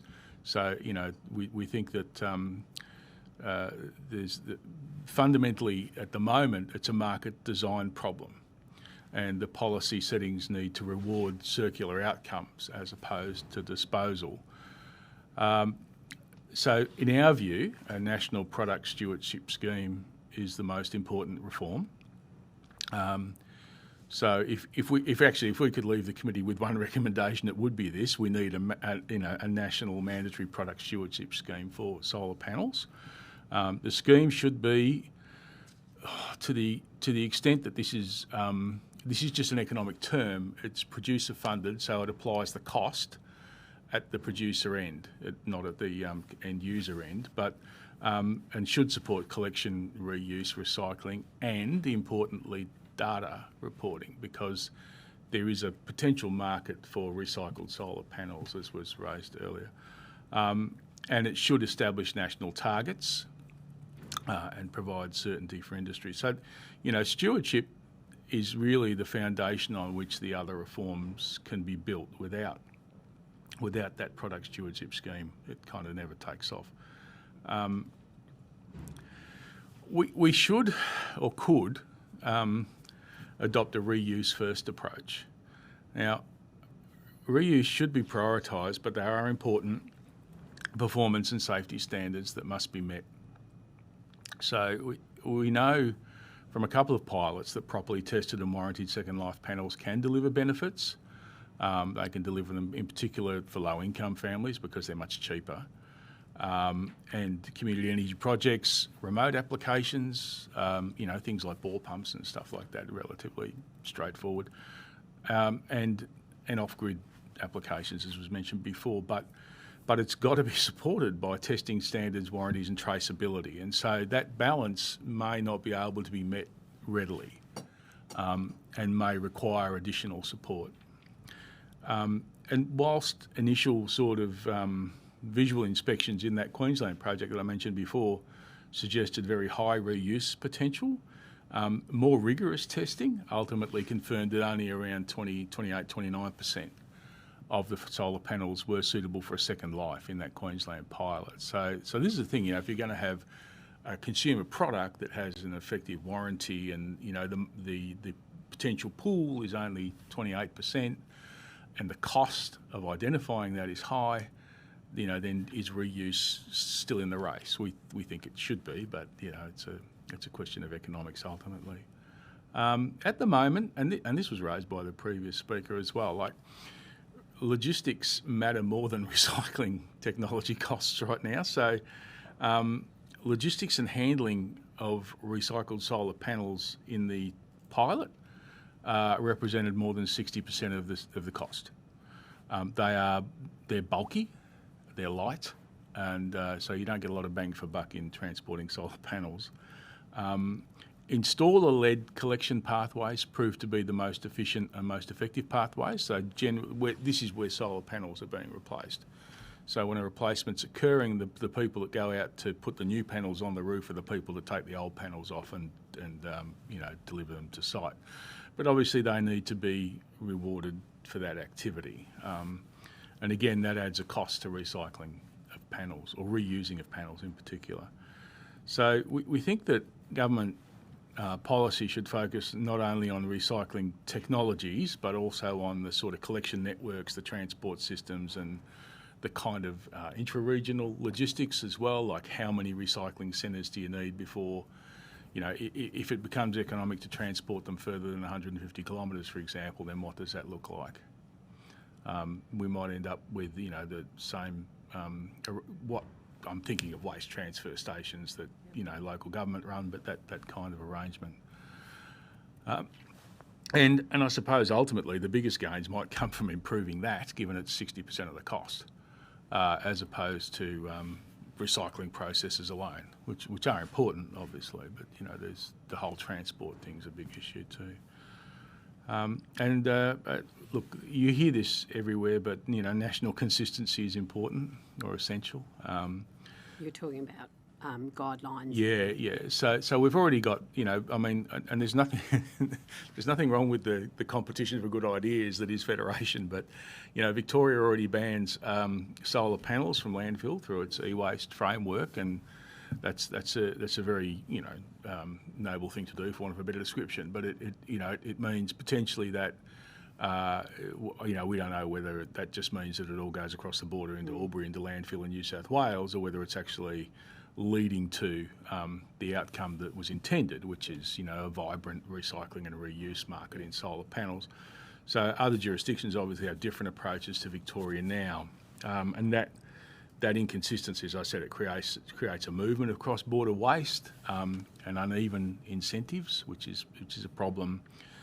Which makes they actually make investment decisions harder for industry as a general rule as well. So all needs to be coordinated, I guess, and that's the thing. So if we have nationally consistent landfill restrictions, harmonised rules, and the coordinated transport, across jurisdictions. I think that the previous speaker also spoke about the number of permits required to get a big battery from Western Australia across here. So, solar panels shouldn't be managed differently just because they cross state borders. Like there should be a single national framework for that. I think final, probably the last point would be traceability and market integrity are critical. Consumers need confidence that panels are reused or recycled or even exported responsibly. And the current system lacks most of that. So informal resale markets do exist, but poorly regulated exports do exist, but we think that might be undermining legitimate industry investment. So, we support national traceability requirements and within that unique panel identification. Which gives us, the opportunity for life cycle reporting. And once you've got that, you can have, stronger export controls and so on. So our obligations under Basel, for example, which regulates the movement of hazardous wastes internationally, are particularly important. And as a council and as an industry, we think that we shouldn't just be, loading up our trash and sending it overseas. We do have a responsibility to deal with it here. So I suppose the closing remark would be that this committee does have the opportunity to create the foundations of a national circular economy for solar panels. What's missing is that nationally consistent framework, but within that, that gives investment certainty, prioritises reuse and recycling over disposal. And so as I said, our key recommendation is a mandatory national product stewardship scheme. We'd like to see nationally consistent landfill restrictions. If it's plausible, and I think this needs further investigation, a reuse first framework with strong consumer protection. Certainly, 30% is still a high number. And that may improve as the technology improves. So solar panels that are going in now that are removed for whatever reason in 10 or 15 years' time may still be, may have better reuse statistics than the ones we have now. Stronger export controls and that traceability, and also investment in regional collection and recycling infrastructure. So we think that those reforms help ensure that the clean energy transition remains both sustainable but also circular. So that's lovely. That's great. my Thank you. statement. Thank you. Thanks, Mr. Markham. That's very useful. You've answered a couple of my questions, so Oh, good. I might go to the Deputy Chair. I guess on that question of a national product stewardship scheme, the design of it's important, especially where the bulk of the recycling cost may be slightly in the future. So do you agree, I know you've heard some of our previous, that it's important to get that at the front end at sales? So maybe not manufacturers because they're probably overseas, but at the very least at the seller point or the distribution point? Yeah, look, it could probably be best applied at the point of sale. There's no such thing, well, I'm starting to sound like Ronald Reagan if I say that, but there's no such thing as a cost that doesn't ultimately make its way through to a consumer. Sure. So where it goes in the supply chain is probably not as important as that it has to come before the consumer. Like it has to be there, so it's not a fee that the consumer pays ex post. It's like it's an upfront cost. Difficult when we've already got so much installation out there, though. I agree. And we haven't yet had one in place. So there's going to be it's either in the replacement costs or at ironically, there's a financial incentive the way the government rebates and everything works, that there's an incentive to replace panels early at the moment. And yet there's no stewardship kind of component or levy that goes towards that, dealing with the waste problem. So do you see that, because how do we, so I'm a bit garbled, obviously because of so many people have already installed solar, so when they come around to changing, is that the point at which they would contribute through the purchase of the new? It would be built into the price of the new? At a practical level, yes. And I think that this gets back to, the best time to plant a tree was 20 years ago, but the second best time is now. And, we've got, if we look at product stewardship, for want of it, or circular economy kind of arrangements internationally, for example, I know that in the UK, when you purchase a new mattress now, the cost of disposing the old mattress is built into the purchase price of the new. So you get a ticket, and there's no point in not getting that person to come and get it because you've already paid for it. Whereas in Australia we say, well, it's going to cost you $80 to dispose of this at the tip, and that's why we see a lot of mattresses on the side of the road in rural areas. So I think that it is. Yes, I understand that there's a group that have avoided potentially that cost. I mean, the same would apply to a discussion about solar feed-in tariffs and the people who originally had 60 cents versus the people now who don't. You just got to, it's a public policy, it's a public benefit, and policy implementation, can't always be right at the front end. Yeah. So essentially, time is of the essence. Oh yes, and, the sooner the recommendations and consideration of that, the better for it to be effective. In terms of that framework, reuse first with consumer protections. Yes. How would you recommend that being sort of designed, especially where plenty of sectors where we have second-hand use is very accepted.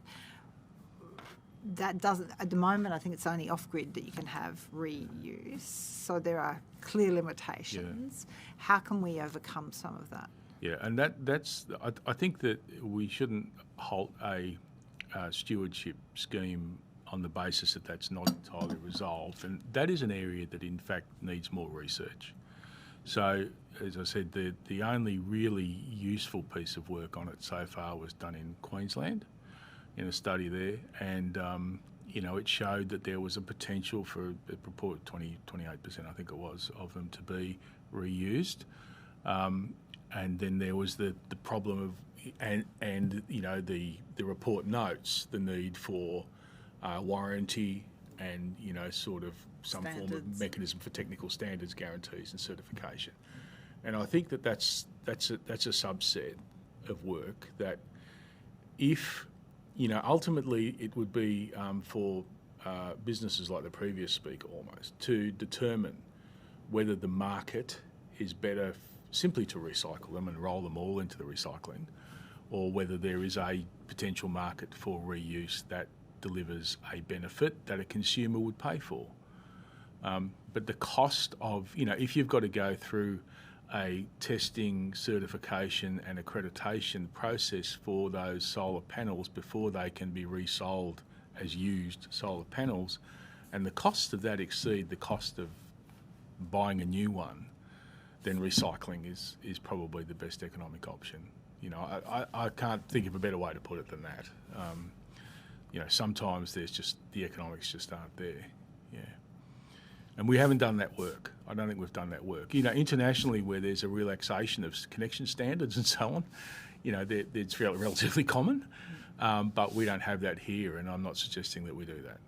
So you're saying in some jurisdictions they're I think in Southeast Asia and places like that, it's pretty common to see recycled panels. okay. So is that where maybe there's a supply shortfall, and so to meet supply shortfall, that's where they go to second hand? They've probably been inspected visually. Someone's determined that they're okay, and they've been sold in a marketplace, and people have pretty much installed them on their own roof. And we simply do not have that here. Like, it's just not how the installation of electrical equipment goes. So that's not an option for us. Our only option is to capture the costs of reuse, which is pretty rigorous testing and, the provision of warranty and so on. And the costs of doing that may exceed the costs of buying new solar panels in our state, in our case.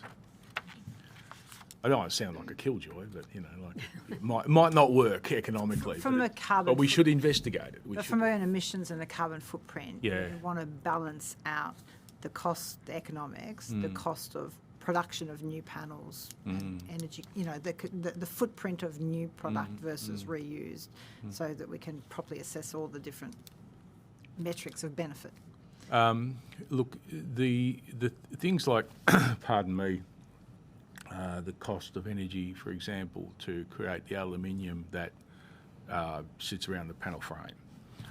I don't know that would be captured dollar for dollar in the question of when you got a recycled panel. I think you'd find that would almost come at zero cost, even though it has a value. It's not going to be a value that makes its way into the cost of a reusable panel, because the economics of a reusable panel are pretty much, it costs nothing. How much does it cost to get it back in circulation? And we actually don't know the answer to that. So, Okay, Ms. Comer. Well, I don't know the answer to that. So the Clean Energy Council argues that landfill disposal appears artificially inexpensive because disposal costs don't fully reflect the environmental impacts. So from environmental economic perspective, have the environmental and negative externalities been valued?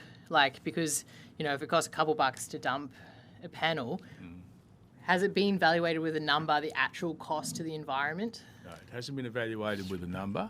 But if someone is prepared to recover the silver out of it, then I think that's telling you that the value of that exceeds the cost of it. I mean more so the cost to the environment, so through carbon, through leachate. Has any of that been factored? No, it hasn't, not to my knowledge.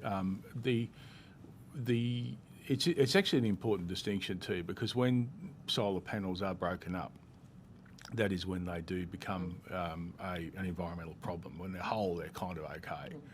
And it is that leaching of heavy metals and so on that's particularly important. But I don't have dollar figures for that, I'm sorry. Yeah, I just sort of asked that to see if there is out there a ballpark figure, because that could help with the argument against. I think all we've got really is the visibility that says it's worth recovering the elements that are available from solar panels, and that is why businesses want to set up to do it.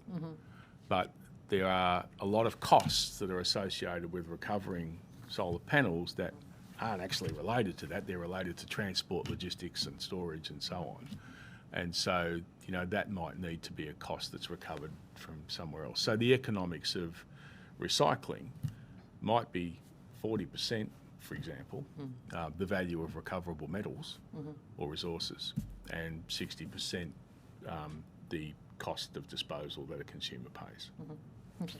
Another question from me. A recurring theme in the evidence we've had so far is panels are being removed well before the end of life. What responsibility do accredited installers and retailers have, and should the solar retailer code of conduct require documentation of the recycling of removed panels? So they would have whatever responsibilities they have under law, which at the moment don't capture much. They pretty much capture that they've got to be disposed of in a landfill facility, or in Victoria, disposed of at a recycling facility. That's kind of it. I mean, a product stewardship scheme actually puts that framework in place, and that's why we'd be calling for it. And it puts it in place uniformly. You know, the cost of it's already captured, it's already been paid for, there's no point in not complying. Yep. You know, Cool. And one last question from me, Chair. The Clean Energy Council has worked on decommissioning guidance with industry. Is that guidance enforceable or advisory only? It's advisory. Okay. Yeah. Cool. Thank you. I was going to get back to one area that got touched on earlier today was around the social licence. I think it was RE Alliance, where one of the barriers to more enthusiastic adoption in regional areas is maybe misinformation around the recyclability and maybe the long-term waste. So the more promotion and more visibility through stewardship schemes and standards would actually assist the social licence for the rollout, because it would, you know, prevent that misinformation. Is that something the Clean Energy Council engages in or has looked at? I'd say that we'd probably talked about it internally, but we certainly haven't made many public statements about it apart from our submissions. We do have a group internally made up of manufacturers and installers that looks at product stewardship, but it's fairly nascent, you know, and largely has come to the conclusions that are in the statement that I read out today. And of course, there's the, you know, solar panels have two sides. They have the part that gets the solar panel manufactured and put on a boat, for example, or distributed locally if it's manufactured here. And then there's the part that deals with the end of life. And while they're sitting on someone's roof, there's the, you know, the value that's ascribed to that as well. We've only really thought mostly about the end of life of solar panels internally. Now there is work currently underway dealing with, you know, things like the impact of modern slavery law and so on like that on the way solar panels are produced internationally, but that's kind of separate from this inquiry. I was probably touching on also, I know ALGA, the Australian Local Government Association, have put a proposal forward where they want more direction as well in terms of the collection and recycling or reuse of solar panels. So that question of if there's more of a sense, especially in regional communities, that there is a clear plan for the recycling or reuse of panels, I guess the anecdotal evidence was that there would be less objection or less what's the word?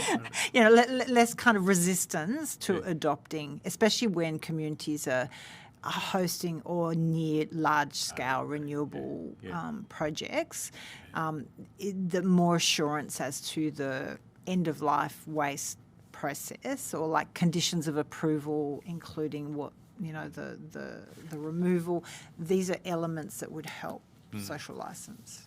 They would. At the moment, decommissioning is a contractual thing. So if you've got large-scale solar farm, the agreement with the landowner potentially would be simply a contract that examined the decommissioning of it, because there's no federal stewardship scheme or anything else that deals with how these things need to be addressed at end of life.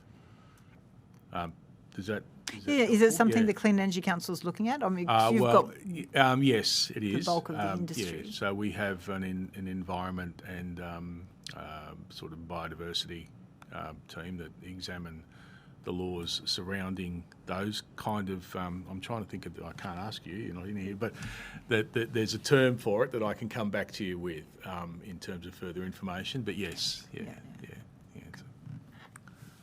All done? All done. Okay, I think we are done. We should have allowed Mel. to sit with you when you could have spoke to them, but anyway. Look, can I first of all thank you for your attendance here today. It's been very useful. So You will be sent a copy of the transcript, so if you think there's any corrections that need to be made, please do so through the Secretariat. It'll just Thanks be for your the time. staggering number of times that I say and ah. Well, that's actually not a correction, but anyway. I'm sure the Secretariat will deal with that in the transcript. Look, so. thank you so much. Thank you. Thank you.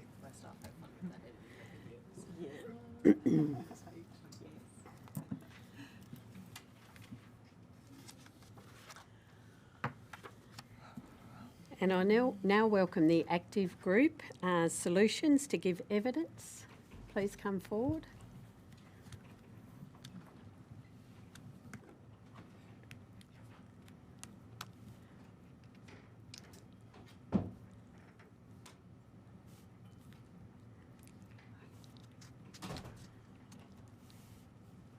Good afternoon. Yeah, sure, I'll let you get comfortable. Thank you. I'll just have an additional member of our team pop in and hand me a document potentially. Okay, no problem. If they'd like to hand it to the secretary, they've got something for you to Yes. to It's riff really off. just a printout of what's on screen. Okay, no Just worries. helpful. Yeah. Okay, so for the Hansard record, would you each please state your full name and the capacity in which you appear? My name's Tom Jamison. I'm the Chief Technology Officer at the Active Group. Thank you. And Ms. Jarman? Yes, hi. Yes, my name is Helen Jarman. I am the founder and CEO of the Active Group since 1999. Lovely, thank you. Although the committee does not require you to give evidence under oath, I should advise you that these hearings are formal proceedings of the Parliament. Consequently, they warrant the same respect as proceedings of the Parliament itself. Giving false or misleading evidence is a serious matter and may be regarded as contempt of Parliament. I now invite you to make a brief opening statement before we proceed to questions and discussion. So, over to you if you're all set up and ready. Just one moment. The printer doesn't seem to be working.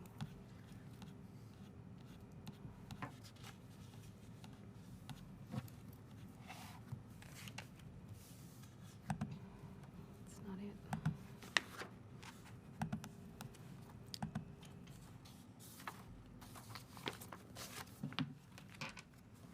Just connect to the internet one minute. No worries.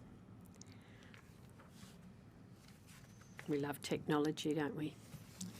It always consumes the first 2 minutes. Yeah, I think someone's come to the rescue. Oh, We can okay. get the Secretariat Just get the printout, thanks. to grab that for you if you like. Thank you very much.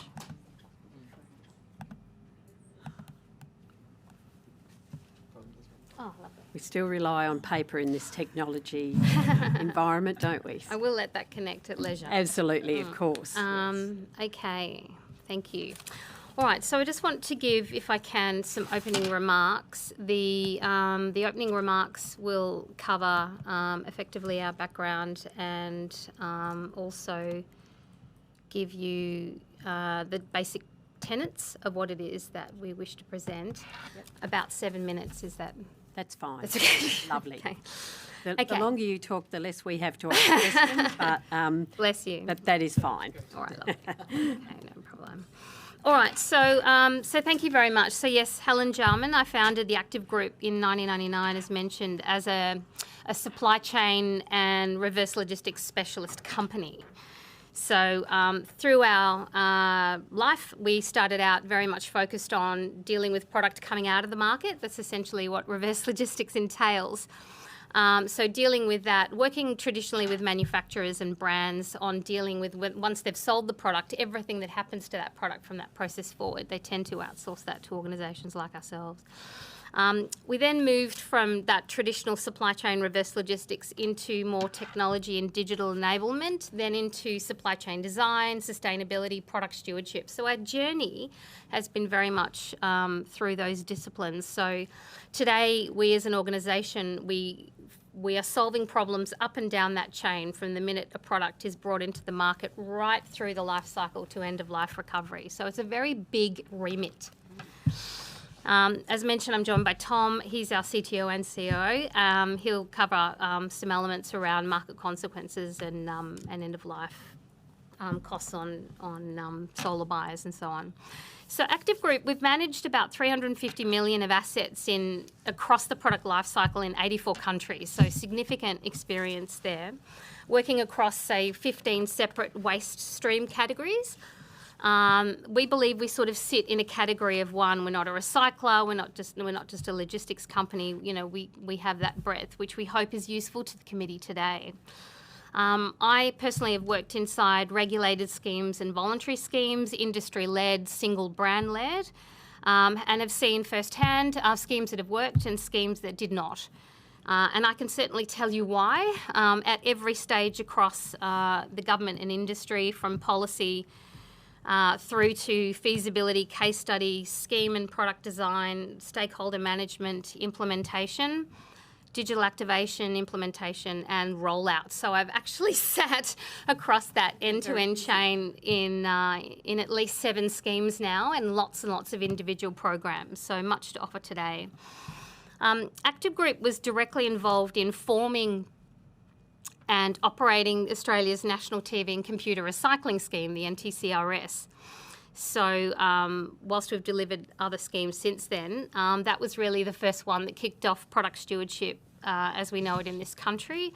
We'd made formal submissions under the regulatory impact statement that went out at the time because we had 8 years of real-world operational data across approximately 5,000 tonne of collections. And in that activity prior to the regulatory impact statement and the department's process, we'd surveyed 20,000 households on key issues like willingness to pay, waste levy timing, general awareness, and various waste disposal behaviours of consumers and householders, the community, and other key design issues. We thought that was really important. So we were able to take those insights into the process, which was great. We then were a subject matter expert on the department's stakeholder reference group. And that practical experience really helped, I think, cut out what might have been perhaps higher cost or red tape in the final model. So I think, you know, that practical walk in the prior 8 years was helpful. We also consulted on the interim industry standards, which later became the ASNZ 5377, which are the standards around e-waste recycling. Active Group then launched Tech Collect, which is the co-regulatory arrangement for the brands. And I guess we did that because we were already representing Hewlett-Packard, Apple, Canon, etc., and running programs. So we were a natural selection for them to set up the co-regulatory arrangement, the industry-led one. What we did in creating Tech Collect, because we essentially created it all, was really bringing in that decade of collections and infrastructure that we had already set up to roll out for them in the first 12 months across 176 sites. We had covered 93% of the population from a reasonable access point of view, so 93%, it's 98% now, but this is the first 12 months of that rollout. We achieved 93% coverage, connecting Australians to a service and collecting 12,000 tonnes in the first year. With Tech Collect, we handed that over after 2 years of running it to the brands to run themselves with no service disruption or member attrition. So we entered the NTCRS, the scheme, in our own right, again in July 2021, and we're approved co-regulatory arrangement today, one of 5 that are active. Okay. On the voluntary side, again, just to finish off on that experience, we have been the independent operations partner for Paintback for a good 6-7 years. We were involved with the design of farm recovery before that became big bag recovery. Worked with Mobile Muster for 11 years to restructure and make efficient their scheme, their program. We worked with APCO on pot cycle, looking at levy design, have worked with AGSA, which is the shoes. We've run multiple pilots across waste streams and hundreds of public events where we've collected from the public at the coalface. We were then involved with B-Cycle in the design of the tracking systems and the checks and balances that need to happen across the tracking of waste. And as I mentioned, we've also run, obviously, individual programs for those brands I mentioned before. Apple, Canon, Hewlett Packard, hence Tencollect, Dyson, JB Hi-Fi, Johnson & Johnson, Sony, so many different brands from different sectors all looking to do more in terms of sustainability. We've also founded 3 schemes of our own. And so those are PharmaCycle, which is blister pack recycling across the retail network. MedCycle, which is focused on single-use medical devices and plastics and other elements out of hospitals. And OptiCycle, which, like PharmaCycle, very retail-orientated with Specsavers and others. So we've also been there carrying the risk as well as advising on it. So you can appreciate we've come at it from many different angles depending on the brief. So even though we operate commercially in the market, we can step back and be quite independent depending on what the remit is to work with government, work with corporates, work with schemes, and even work with actual industry players to help them solve their own problems. So we're often now talking to recyclers about partnership, helping them with the upstream collection, being the logistics being such a complex part of solar. So they don't have to worry about it. They can just worry about it from when that feedstock hits the door. So we're happy to sort of work and cut across different areas. In solar, we do run a national reverse logistics service, and we manage an ecosystem of the downstream pathways. We do that through the EcoActive brand, but we also work with manufacturers on warranty and warranty return. In final comment on just experience, we also created the opportunity, as you may come to know, for the Queensland solar panel recovery pilot.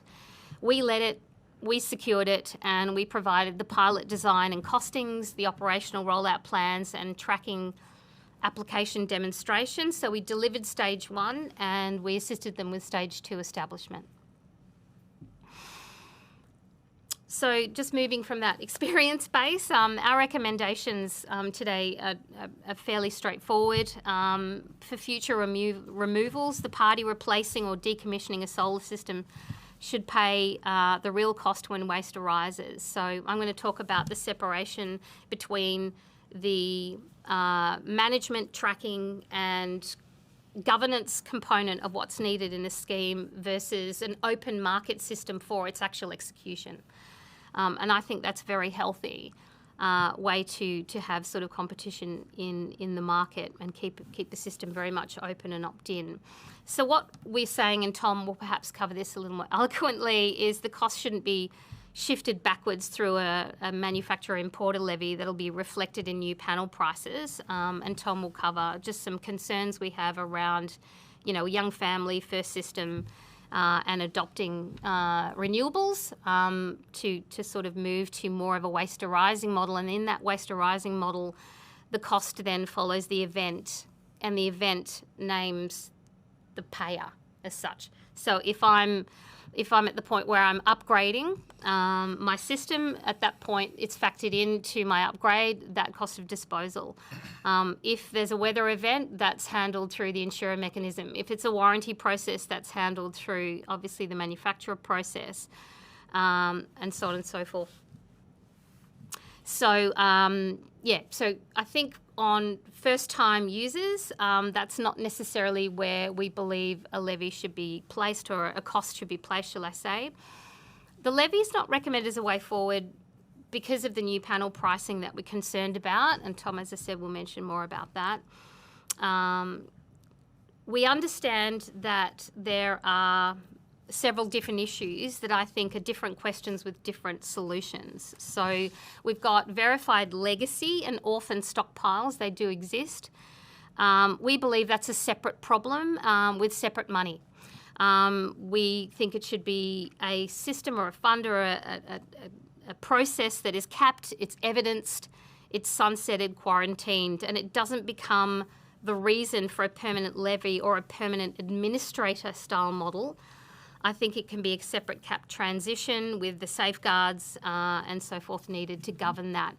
And then I think once you've set on a model that says, okay, this is the method we're going to have of tracking and reporting and making sure that end-of-life panels are diverted from landfill, that can be done through a separate independent body to handle that. But then I think the market can be free to handle that collection, particularly in logistics. I think that's the bigger problem, that collection and recycling activity. I imagine a system whereby there would be certain levers put in place that allow a stewardship scheme perhaps to be implemented faster, more cost effectively. Don't believe that we need to have to spend tens of millions of dollars necessarily running pilots to get data that we already have to set up infrastructure that already exists. I think we can cut through that by putting in enough design elements, leveraging what already happens in the market in terms of that approval to take down a panel and that reporting that's required. If you leverage that and simply add an end-of-life reporting capacity, a certificate of recycling, how that manufacturer warranty or that installer or homeowner involved in that process as well gets that certificate. That certificate is then reported right back up to the same sort of parties potentially that are handling the process end to end.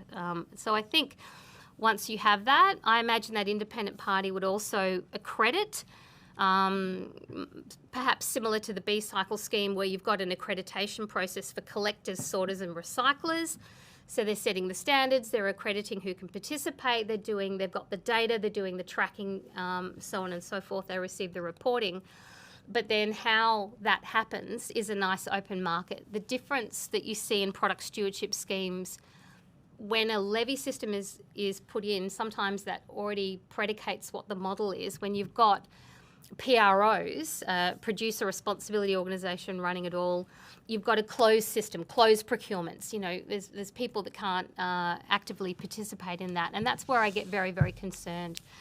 So I'm not advocating for a producer responsibility organisation. I'm advocating for a clearinghouse or a truly independent party, government body that handles those elements around reporting and approvals and accreditations that I talked about. The market conducts the services, and I think that's fantastic because you'll end up empowering a lot of collectors that sometimes get forgotten in the conversation. We always talk about the recycler, but they'll go and get the volume and help, make that sort of happen. And then the certificate, as I said, can be the closed loop element. There's other elements that are needed, and I've just got a couple of closing remarks, that I think definitely a national ban on landfill for intact panels needs to be in place, and when the enforcement of that occurs, it needs to occur when that system is set up. So the timing of that is critical.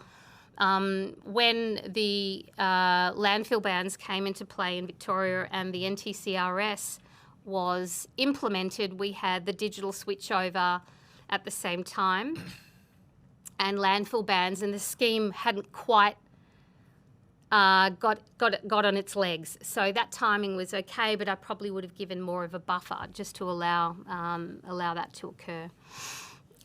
So the landfill bans are important. Meaningful penalties in education regarding solar recycling and follow-up, and I mean meaningful penalties in education. And I think that's where a lot of these funds can flow. I think the registered installers are those who are taking care of that certificate of recycling, that instrument that is now brought into the overall tracking. The accreditation process we talked about. So payment at waste arriving event allows for, the approved channels to conduct the service and have that service verified. And then I think, as I mentioned, the independent body that has the role of accreditation, has the register, has the core data, the reporting, and lets the commercial providers solve the problem. So government then sets the rules, controls accreditation, the registers and so on, and enforces non-compliance. Commercial providers are then free to build and operate competing apps, payment services and delivery systems that connects to the official register through open standards. If a fund exists, the Commonwealth body should control its rules, eligibility and verification, but doesn't need to build and operate payment technology and execution models on how that's done. So we asked the committee to put future cost of where waste arises, dealing separately with stockpiles, closing the landfill route, recording each transfer, keeping participation open, avoiding closed procurements, avoiding the PRO model, single PRO model if possible, and as I said, resolve the legacy issue and focus on the governance and the data. So where we see schemes fail or falter, perhaps fail is a bit harsh, but falter, tends to be on architecture, the actual architecture and design of it. You know, sometimes the money arrives before the rules do. I would say that probably occurred in the B-cycle example, where they'd already got the approvals and so forth in place, looked at membership, etc., and then were trying to figure out what it is that they were going to do and what standards they were going to have. And at that time, there was only sort of one major recycler, so there was influence there in terms of what those rules in fact became. Where we also see them falling on architecture, as I mentioned, is the one organisation holding the accreditation, the data, the money and the market access at the same time, problematic. And introducing pilots now set that in motion. It starts to crystallise what eventually becomes the design, and you start to put in place things that you can't unravel or may not be able to unravel. So I think we can shortcut that process through the model we're proposing today.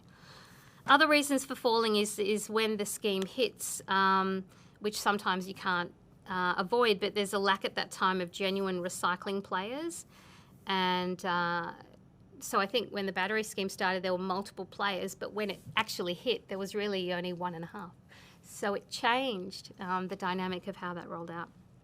Can I just ask how much longer you've got, Ms. Jarman, just so we've That's got it. some opportunity for questions? No, that's it. Okay, it's fantastic what you've put forward, but I want to give the... Please. All ready to go. That was it. Mr. Jamieson, did you have anything to add, or are you happy to I'm keep happy going to on sort of and answer maybe questions. answer some questions? Yeah, sure. Yeah. If you've got something you really want to get through to us, please do. I guess if, as I look at the industry, I think that the government should determine the environmental outcome for Australia, and to the extent possible, competitive markets should determine the best way of achieving that. Yeah. I think a couple of things sort of follow with regard to solar, and one is that by introducing a levy that's not really very carefully crafted, you could end up having new families who want solar panels paying for the consumption of people 2 decades ago. And I think that's inequitable. The people who've had that consumption enjoyed sort of very healthy subsidies, and to burden new families with paying for the cost of recycling that past consumption, I think that's problematic. Secondly, I think that without carefully crafting a levy, we're asking people to pay now for a disposal cost that might happen in 2 decades, which is about the length of life of a solar installation. And we don't know how much that will cost. And it may be with technology that it costs a lot less, with automation and what we're seeing with robotics. It may be that costs more, we just don't know. So by burdening a solar installation now with a cost that we're not sure of, that lands a couple of decades away, I think is also difficult. So a market, if people paid for the disposal of panels when they were disposed of, it means that the person who'd received the consumption and the benefits from them would bear the cost of it. Not, we wouldn't be sort of, there wouldn't be this intergenerational shifting of cost.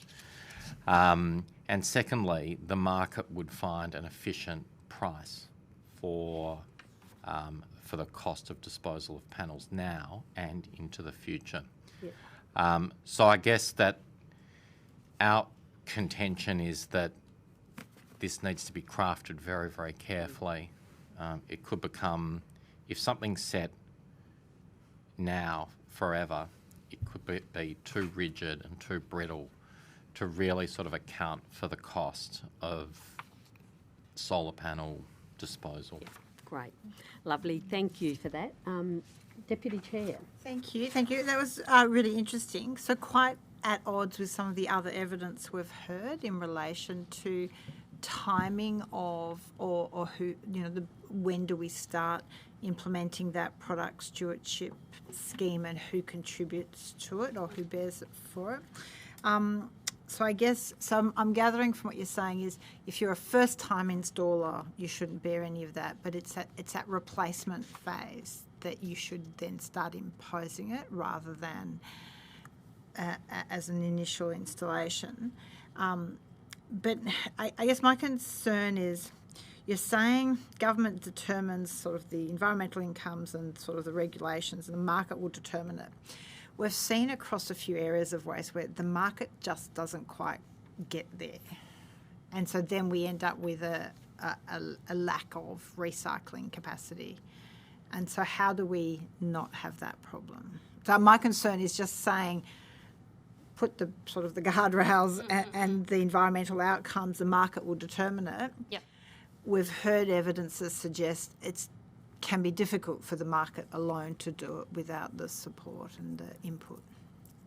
The supporting mechanisms will be those design elements we've mentioned, in the sense that there is the existing approvals and reporting processes have now an end-of-life requirement that you must, if you're taking panels off anything, this certificate is required. There'd be two elements of capture, 2 proof points, shall I say, in terms of the authority that goes out and then the certificate of recycling that comes through. That combined with the landfill bans and setting the standards and so forth, and an accreditation process of who will participate, collections can really start occurring straight away.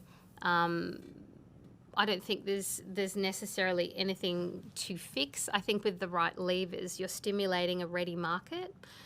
Certainly from a collection logistics perspective, yes, recyclers need the volume, which is why we need the collectors, activated with services now.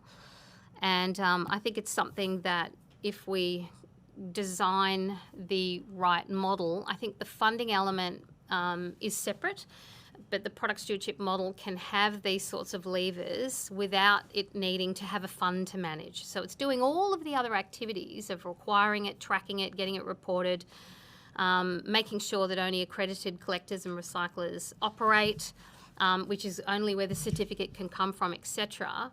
And landfill bans, good education, strong penalty follow-up, so on and so forth, then you're activating those services straight away, because that ecosystem already exists and has existed for some time across multiple schemes. So I think that's enough to give permission to all of the actors in the market to start the process, because you've taken care of who's coming into this scheme and how that gets reported at the very end. And then obviously letting the market decide. And as Tom says, that pricing will agitate. It will come down. It will get efficient. It'll get optimised. You've got good competition. So I certainly think those resources are there. I've seen, pilots come out being very prescriptive as more of a PRO model, talking about setting up collection points. Like I said, they exist already in the network for anyone dealing with panels, whether it's, councils dealing with panels, council sites and transfer stations, or you've got the installer who goes back to the distributor, you've got the householder who's requiring a service liaising with the installer. They're all, what the market will do is provide them with both pick-up and drop-off options, paid and free, varying for people to take advantage of. And I think that is what you'll find the market solves. So I don't think you need to be prescriptive necessarily about that. I think the freedom of that being solved by the market is probably the healthiest one. So I've seen pilots that are saying we need to set up infrastructure, it's there. We need to gather data, we have it.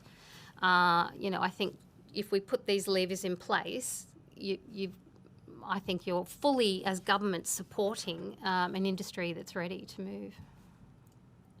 Just I'll go, Ms. Comer. Thank We you. are running out of And time. thank you for your engagement with the committee. As your business model relies heavily on collection, reverse logistics, and connecting customers with recycling pathways, could you share with us, in your experience, what infrastructure investments and policy reforms would be most effective in reducing the collection and transport costs, particularly in rural and remote Australia?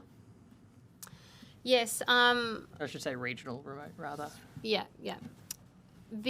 I'll definitely come back, I think, with a more considered response for you that articulates that at every level at which you've asked it. So I'd like to come back on advisement if I can on that one. Sure. But the collection infrastructure, the logistics required to pick up panels from a site, whatever that site may be, the ability to consolidate in regional areas before shipping into a recycler, plenty of transport resources that exist nationally. I mean, we've got our own vehicle fleet, for example, but we use a whole host of agents. So it's actually an already well-worn reverse logistics network in operation now. The providers of those collection services will set up the drop points. They'll make their own areas available. Council will end up potentially opting in as collection points, etc. The logistics agents that are already servicing those areas will be called on to perform the service. So I think those organisations will feed that up into the installers wanting to get rid of it, into the householder who doesn't know what to do, etc. So I don't think it's a set-up situation. I believe it to be there, only because we've been conducting it for years. Collecting panels of all types and all sizes, broken panels, intact panels, panels that are neatly stacked, panels that need more coordination from residents in metro, regional, remote areas, all very doable. I don't necessarily believe you need to consolidate. There's plenty of reverse logistics, backloading capacity that exists in the network that's welcome. I think that shipping from those areas direct to the recycler is a well-worn path. I don't think we need to overthink that necessarily, but I will come back to the point where I'd like to take that question. And because we've got the data to do it, I can give you something because you had a few layers in there. Yep. I do have two more. I'll just ask one. Yeah, that's fine. We've got more time. We've got 5, 6 minutes. I just wanted to know, hopefully just like a simple answer on this one. Please elaborate if you feel inclined. What's the single biggest barrier? Capital, feedstocks, logistics, or regulation?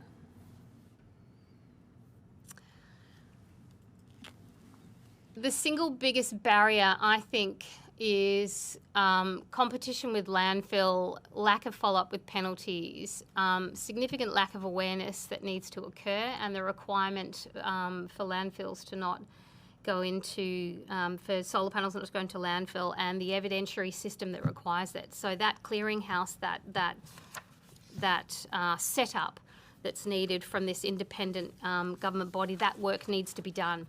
So I think we need to solve the model, we need to solve the reporting systems, the capability, etc., define that, commit to putting in place those levers. I think that everything will flow from that. So I think they're significant barriers while we're competing with landfill, while awareness isn't there, penalties are a little light. There's no reporting requirement. We haven't taken the existing processes and required it. Really, that's all you need. Wonderful. And I think installer certificates.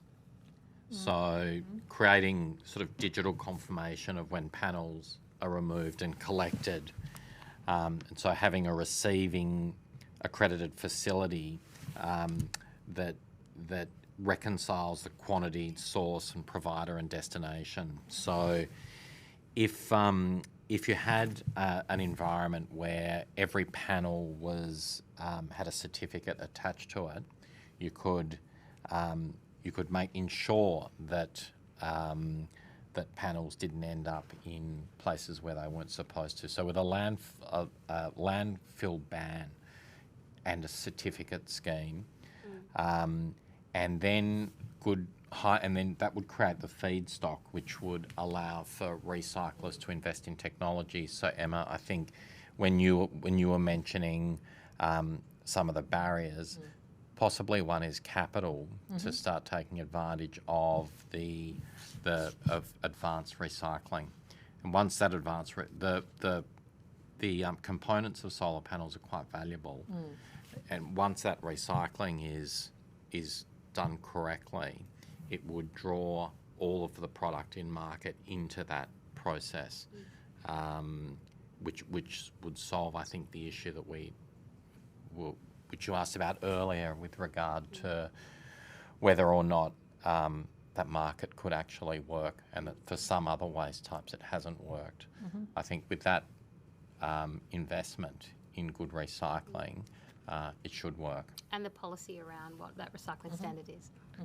Can I just very quickly ask you, because we are almost out of time, you talked about in your opening statement about a national ban on intact panels into landfill. Can you just sort of outline to me what comprises of an intact panel? I mean, if it's broken, I get that. But I mean, there are lots of components within maybe still a broken panel. So could you just elaborate a little bit? Yeah, no, more it wasn't on an intention to just classify it as just Okay. intact panels. It really is just the accessories, you know, the additional elements that go with it, equally treated the same. Yeah. Broken panels are only a problem, obviously, in the collection and handling process, not so much in the recyclers. Yeah, Although if they've got simple, you know, glass separation technologies, that's not going to work in the machine. Yeah. You know, recyclers need to be processing panels, 1 panel a minute, for it to be viable if the gate fee is down. Yeah. Yeah. Okay. Very quickly, you So can very have quickly- one more. So Yes. no, did you have another one? Sorry. No, I don't. I'll give Okay, it to you. you mentioned that you'd obviously been part of the design or ran the National TV and Computer Scheme and Paint Back, and we did hear from a council who participate in those schemes. But they did identify that as soon as there's a fee at disposal stage, the participation in those schemes drops. So how do I reconcile that? Yeah, I understand. So I believe that's more a function of the fact that we haven't set up the policy and the structure and the reporting mechanisms, as I mentioned on that left-hand side clearinghouse. That needs to be in place, and then the education and awareness. We certainly don't find this. So we're collecting solar panels all the time. We get constant queries from residents on how to do it, manufacturers the same, etc. So we don't tend to find that. People are resisting paying a fee? I don't find that. I don't find that people are resisting paying a fee. I think it would be, when you're talking about putting a levy on someone, you know, first-time home buyer and they're putting solar on their roof, and they talk about $10, it's only $10, it's $5, it's $25 a panel. It isn't. Depending on which model that you adopt, if there's a traditional, what I call product stewardship 1.0, which is there's a PRO, a single PRO in place, I don't advocate this, that cost inflates up to, you know, sort of $80, $90 a panel. That's material. And that can affect adoption, but which is why I think in the model that we're proposing, the right pricing comes in at the right angle, at the right level, at the right time. So we certainly don't find that. I think when we look at the landfill bans, when we look at the setup of the authority, we require the reporting, we require the certification, the tracking, etc. We've set standards on recycling, educate and monitor, and penalties and so forth is enough. In our experience, we will have perhaps, you know, 70% of our inquiries where we're obviously levying for the service proceed without any of that in place. So that's certainly what our experience, it doesn't say that. It's not linked to the money. That's not the problem. Sometimes it's lack of awareness, lack of education, don't know where to find the services, which is why when you've got an accredited register, that's super helpful because everyone knows where to go for what. So I would argue against that, and I would have the data that supports plenty of payments every day, every week.